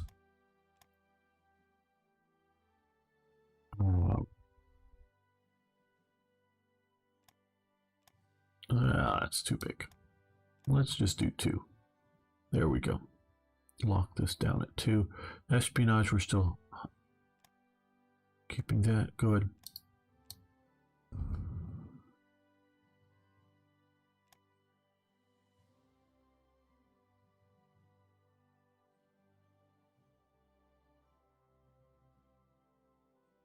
Yeah, we're trying to influence Sweden to be more friendly to us to get the whole Narvik thing going maybe a bit earlier.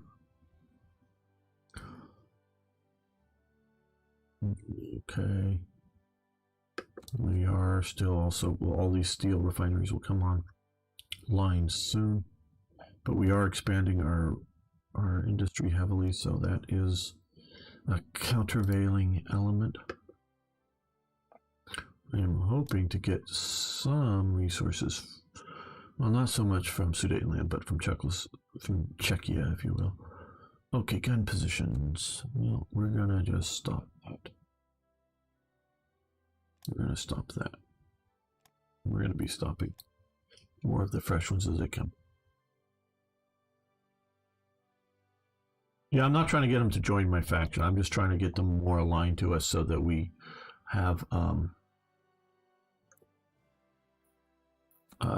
better trade situation. Okay. Now, usually just mountain divisions to conquer Sweden, then make them a puppet. That's an idea, but I try to play a bit more historical. That's just me. I probably, in future plays, I've learned, and I've talked with the Black Ice devs again. I think they're great guys. I just disagree on some things about the idea of making the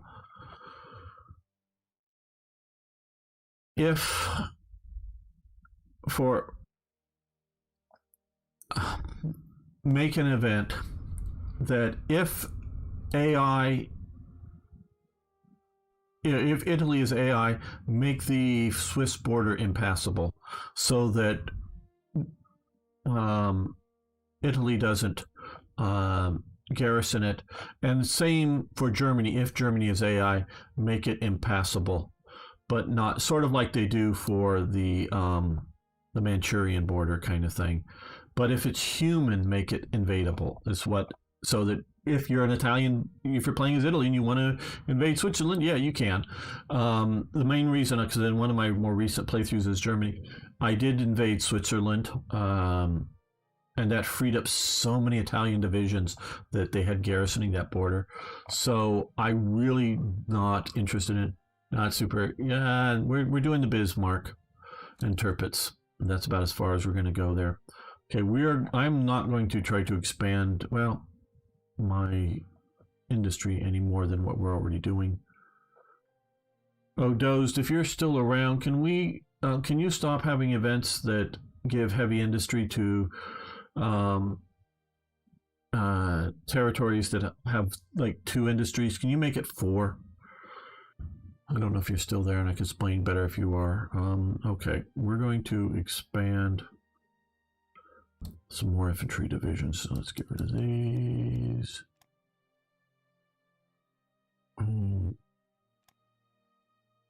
No, actually, I'm just changed my mind. We're going to do some light infantry divisions. Pack artillery. Reconnaissance. Force transport headquarters.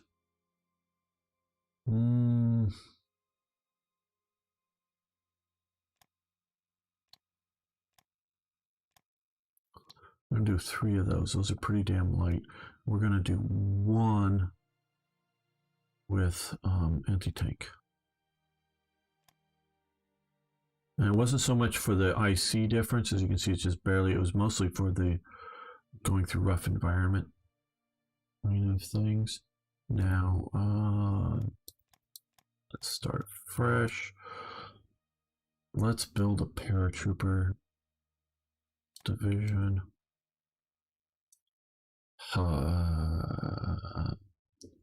Airborne engineers. Headquarters. I think that's all paradroppable. Oh, I should be building this as reserve.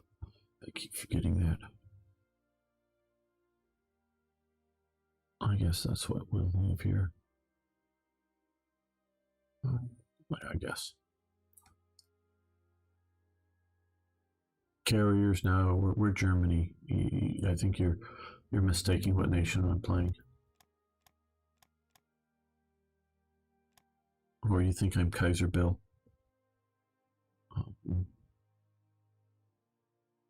Right. Okay. Well.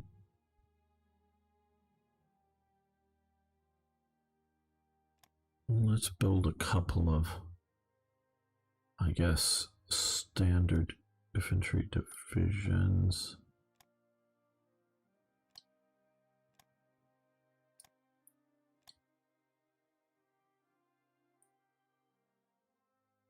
Sometimes we're losing southern UK.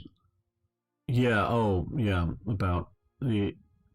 Sometimes you see that, but also I've seen a lot of times that I've secured the Mediterranean in the game, and Italy does control down here, but they don't know what to do with their army, so they stick a lot of it along the Swiss border when they could be, I don't know, going after helping in the Soviet Union or helping somewhere else. So yeah, just for the AI, I want to make that limitation, not because my prejudice is I want the AIs to follow the historical pattern as close as practical. Now, of course, if you change things, things change. And of course, I would I'd have an event that would remove the impassability of the border if Switzerland is invaded by Germany or by France. But only then would I do that. So give the choices to the players. Okay, rare materials from somebody. So they've decided to destroy their air force. Very nice. Okay. Oh, pause. Chrome from Soviet Russia, just what they need. Okay. No, wrong map or wrong thing. Rare materials. Don't think they'll allow me to buy anymore. Nope. Okay, so that's right. Britain. Will Britain sell me rare materials? Okay, how much money? Not. Okay. We are currently in deficit of just a little bit, but we're going to be continuing to expand, and I want to build up a healthy reserve. So let's see if we can do that. Then let's come to the USA. Soviet Union doesn't have much money. USA does. Let's see if I can sell them supplies. Yes, how much supplies we can sell them? We can sell them 50 supplies. That is good. Oh, and we can do the 7th Flieger Division as well, which will probably come on the map, which doesn't help the practicals, but does give me the unit. Nice. And what is now, because of that, it put infantry radio communications maybe or something. I don't.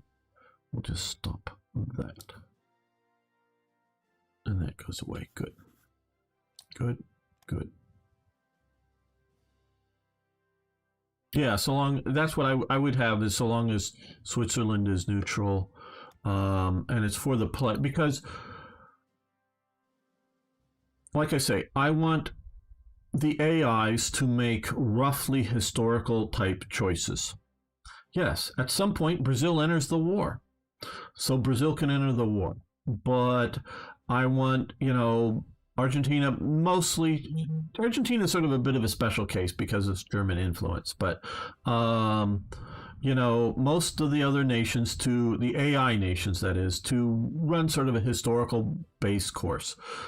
Okay, 4-year plan, keep going. Yeah, we're keeping him here. Okay, so now here we lose 5,000 energy. Not that it's going to be a serious thing, but again, it's some of the reasons. We're going to gain more energy or more industry. Don't worry about the loses. You'll still get them, even though it says lose. So we're going to gain more. So I have probably overbuilt my industry right now, I'm thinking.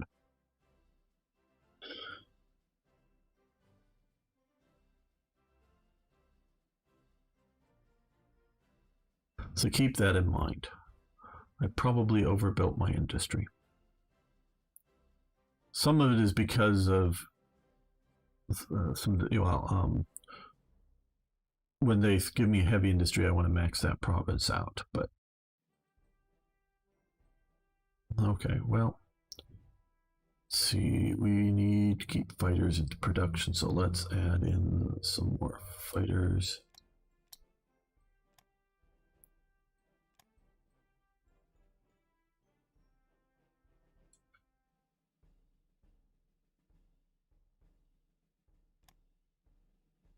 I think it is September is the Sudan crisis, so I think that's when we should get. Oh, there it is, Treaty of Munich now. Gamers, see my goal September 38 is 1890 infantry divisions. Oh, hey, Jonathan, that seems like an awfully big army for that time. I don't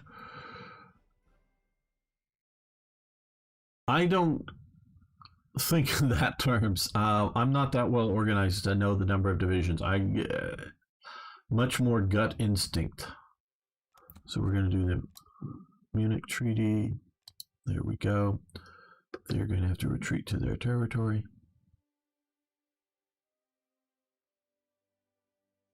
So I just don't really think in those, like, I don't know how many divisions I have at different times. You can look at my playthroughs. Well, I understand total. Yeah, I get that. But yeah, you'd have to look at my playthroughs to know. I have no idea what numbers of divisions I have at particular times. I just don't, in my head, keep track of that kind of thing. Let's do Special Forces Combined Arms. No, we still have more. Okay, I didn't read up here. Okay, 69. Okay, we have up to. Okay, what we're going to do here is, because I think we're far enough ahead on things, so we're going to unlock that. We're going to reduce this down to. Yeah, let's go to. Yeah, right about there. We'll lock that down. So we're increasing the number of officers.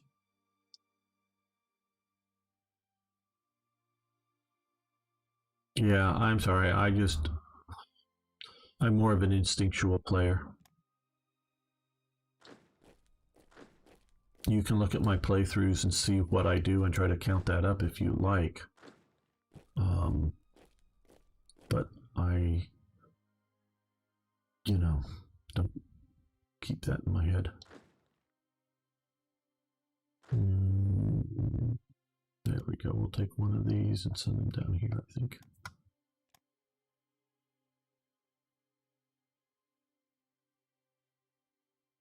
Good vibes, yeah.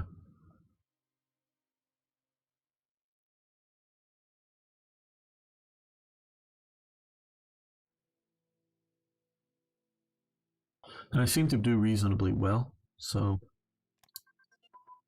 at least with Hearts of Iron 3, sometimes Hearts of Iron 4, not. Marine HQs. Okay, well, we'll keep that going since it's a 38 technology.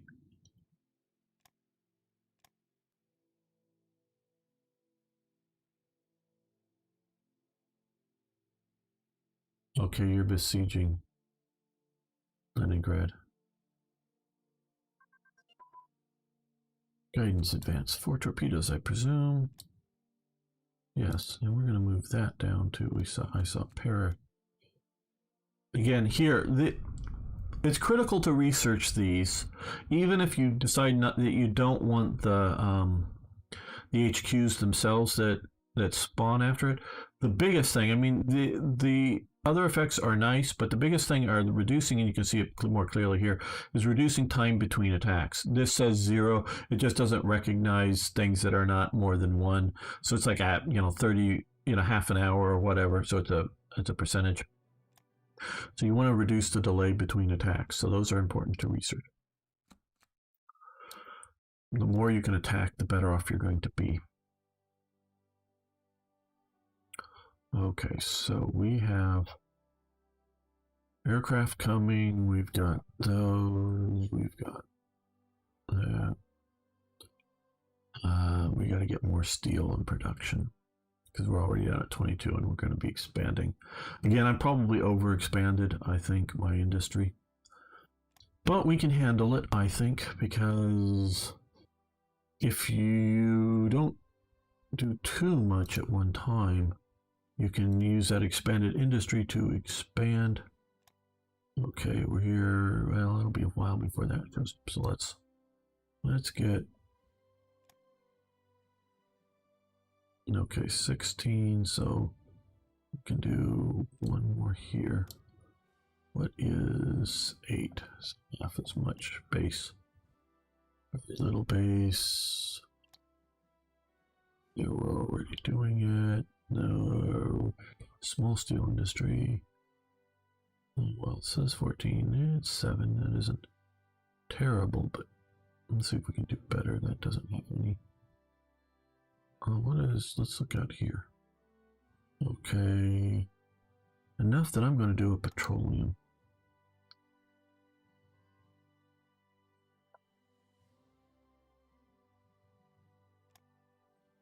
No steel. Okay, I guess it's just going to continue. What are we doing in Berlin? Okay, 8. Yeah, I guess we'll throw in more there.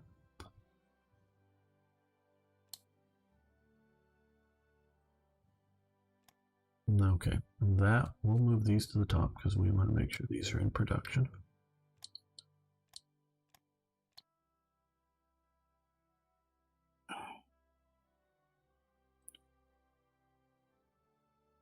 Okay, we're going to need to. Right. Okay.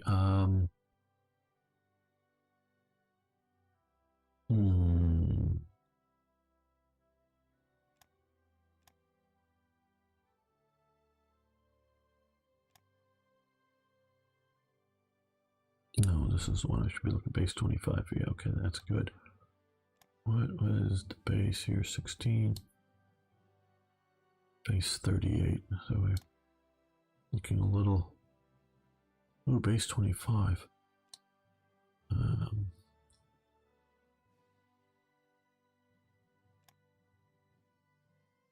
that's already maxed out. Let's go over here. Ooh, base 25. Okay, we'll do that. We'll make sure those go to the top. Okay, that will help with the steel and the coal. I don't know if it solves the problem for the time being, but it will help. Now we can try to, let's come over here and does Britain, well, yeah, we can see if we can sell more supplies to Britain. Okay, they have, let's see, let's keep it under, there we go. I'd rather keep one steady than burn it out. Just France, they've got money, they need supplies. Do they like me enough? No, they're not going to buy supplies, they don't like me enough. Can I sell more to the US of A? Not sure. Yes, very good. Okay. 36. So I don't think it is a money problem for them. Yeah, let's go to that.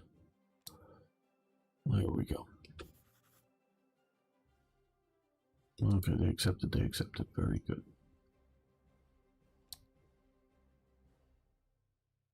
Study for level 1 HQ is finished. Yay.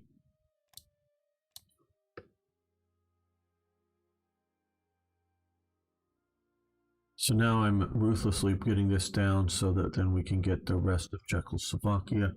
I wouldn't mind getting it early. Advanced training centers, advance. Sounds like a marching command.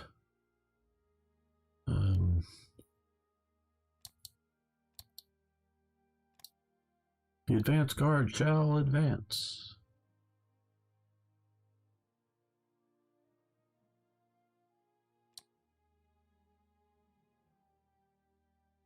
Yeah, I knew this was going to be coming too. Trying to keep up.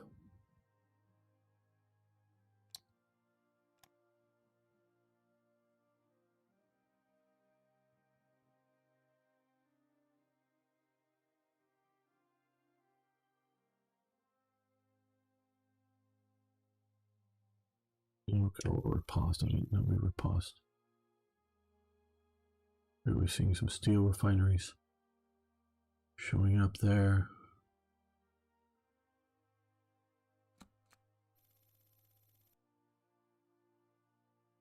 Italy, money for rare materials, certainly. Finland, money for rare materials, certainly.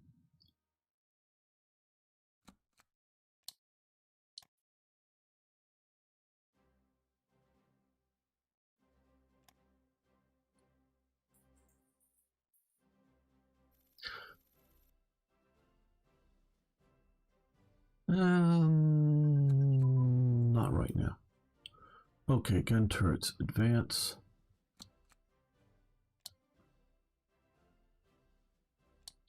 $1939.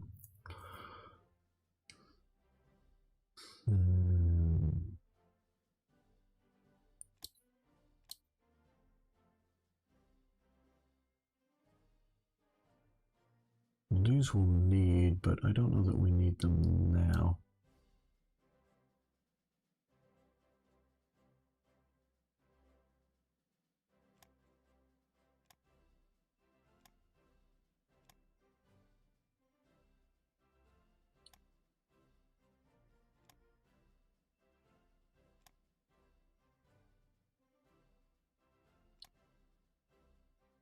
Okay, what I think... No, you know what I'm going to do? Is this. Let's reduce this down. I always intended, as we get closer and closer to the war, I would like a more than 110. I mean, only registers up to 110 that's useful, but we're going to convert more over to officer training as the war gets near. Okay, party congress. Well, before I click that, I want to see my current... Oh, we're back down to 4. We're now at negative, and I didn't change any of these. Dissent minister from dissent. Okay, well, here will cost us supplies. We'll lose that, but we'll get national unity until September 39. And 6 more industry, which is painful sort of in a moment, but yes. Now let's wait for the clock to go over to the next day. Okay, and now I want to look here. Oh, good. We're at 13%. Very good. Internal factors, events, power hungry demagogue. I don't know. Now I'm going to have the hit my personal or my version of the ministers, and that's one of the things we got to rework with the science minister. It's going to take some rework for Germany. Again, if anybody who I can help teach some of it, help me recode up and refigure stuff out for TRE, I am looking for help on that. That will help motivate me and get things going sooner. Okay, twin engine airframe research. Let's just, it's probably grayed out. Yeah, there we go, grayed out. Because we're reducing down and switching over to officer training.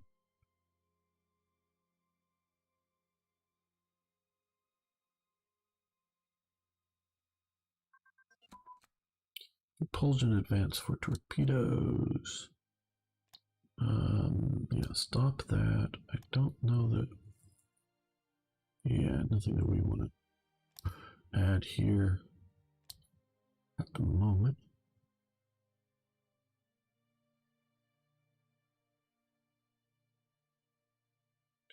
Okay, good. We're here. We have a huge budget surplus because people are buying our zinc or whatever it is. And we're not buying anything else.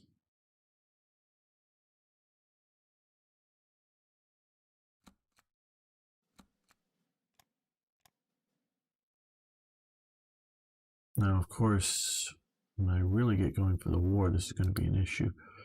The Dominican Republic wants a Messerschmitt wing. Okay, you can have a Messerschmitt wing.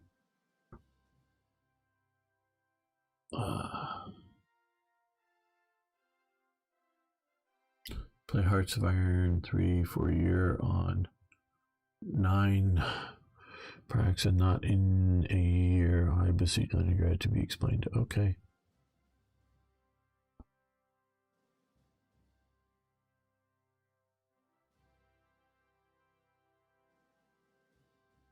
Okay, we've got to buy more steel.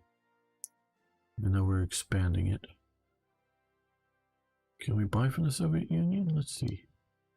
I'd rather buy from the Soviet Union at the moment.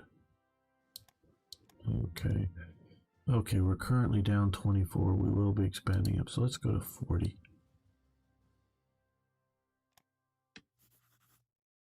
Just because I know there's some things coming that should need it. Bombing sites have advanced. No, it's under here. Stop that.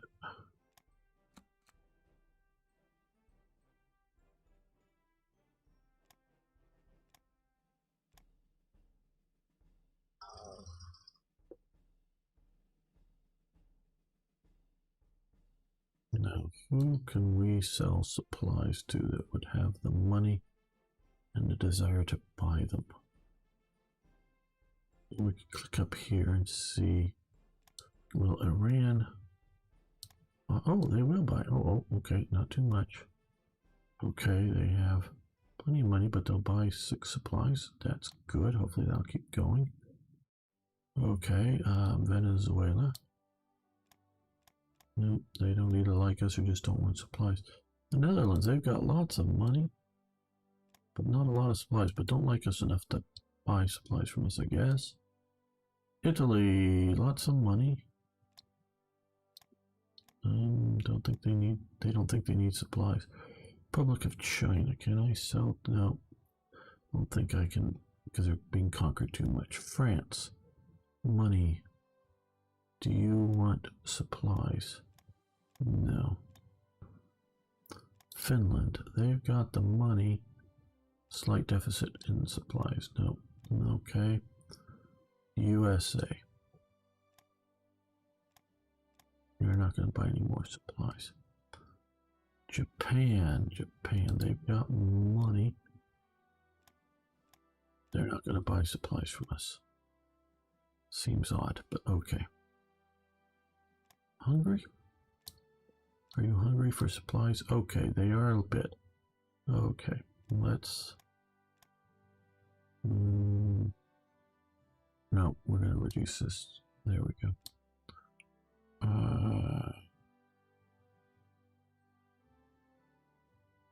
There we go. That may be enough. I don't know. No, it won't be, but we'll see what happens. Okay, well, I think just with what's going on here and the lack of being able to sell more supplies, we need to come in and look at rare materials and more extraction thereof. No, that's a little better, but I wish it was easy to see what the percentages were of something like this without having to click on everything. Maybe there's a way and I just don't know it, but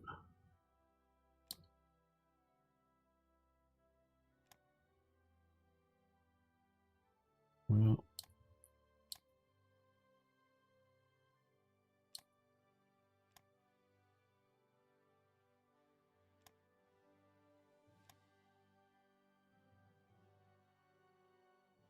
okay, I guess some of these that are sort of at 5 we should do.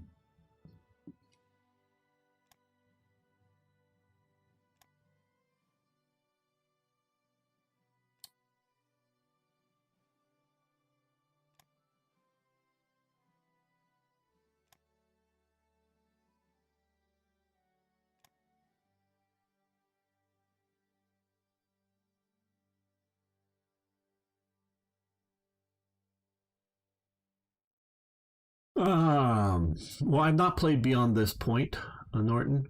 Not sure if you play. You can get away with not taking. I don't know why I wouldn't want to take it. Because I think it's generally a good thing, unless it's changed or something that I'm not aware of. I've always thought it. Yeah, there's a cost to it, but I've always thought it a good thing to do is to take the Soviet-German commercial agreement. I don't see a good reason not to until you're ready to invade, and then you invade and you try to conquer them as fast as you can. You try to make sure you have as much reserves of resources that you can have to last as long as you can until you start needing more.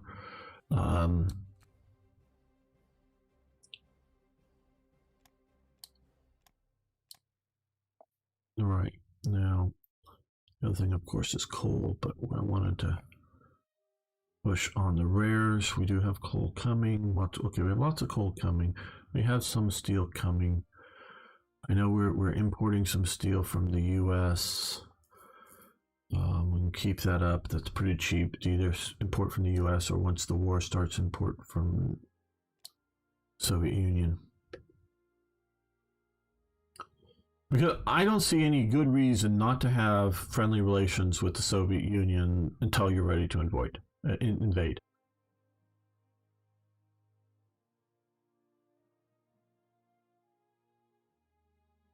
That's just my take on it, but okay, well, I can lose down to 20,000 or so or more here without feeling a pinch on money. So I'm just going to let this drain off for a while unless somebody goes, "Hey, want to buy supplies?" And then I'll go, "Sure."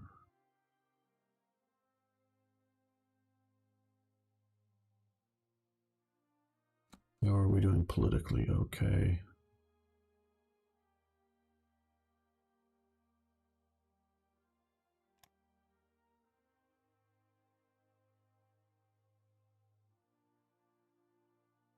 And we're not going to get that money. Oh, goody.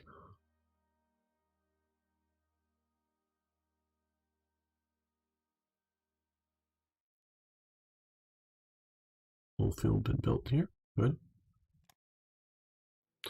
Whole field there, the 36 is going to be maxed out there.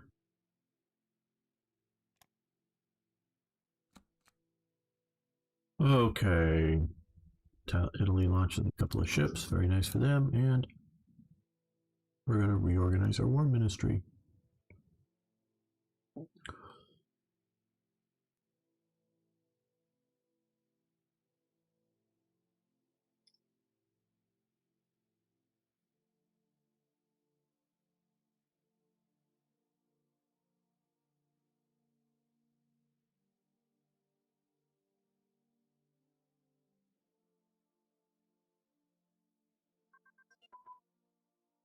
Planes can now have radios. Yay!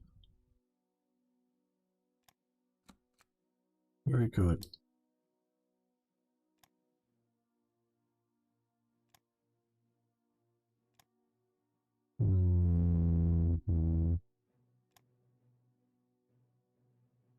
There we go. We're going to do basic torpedoes.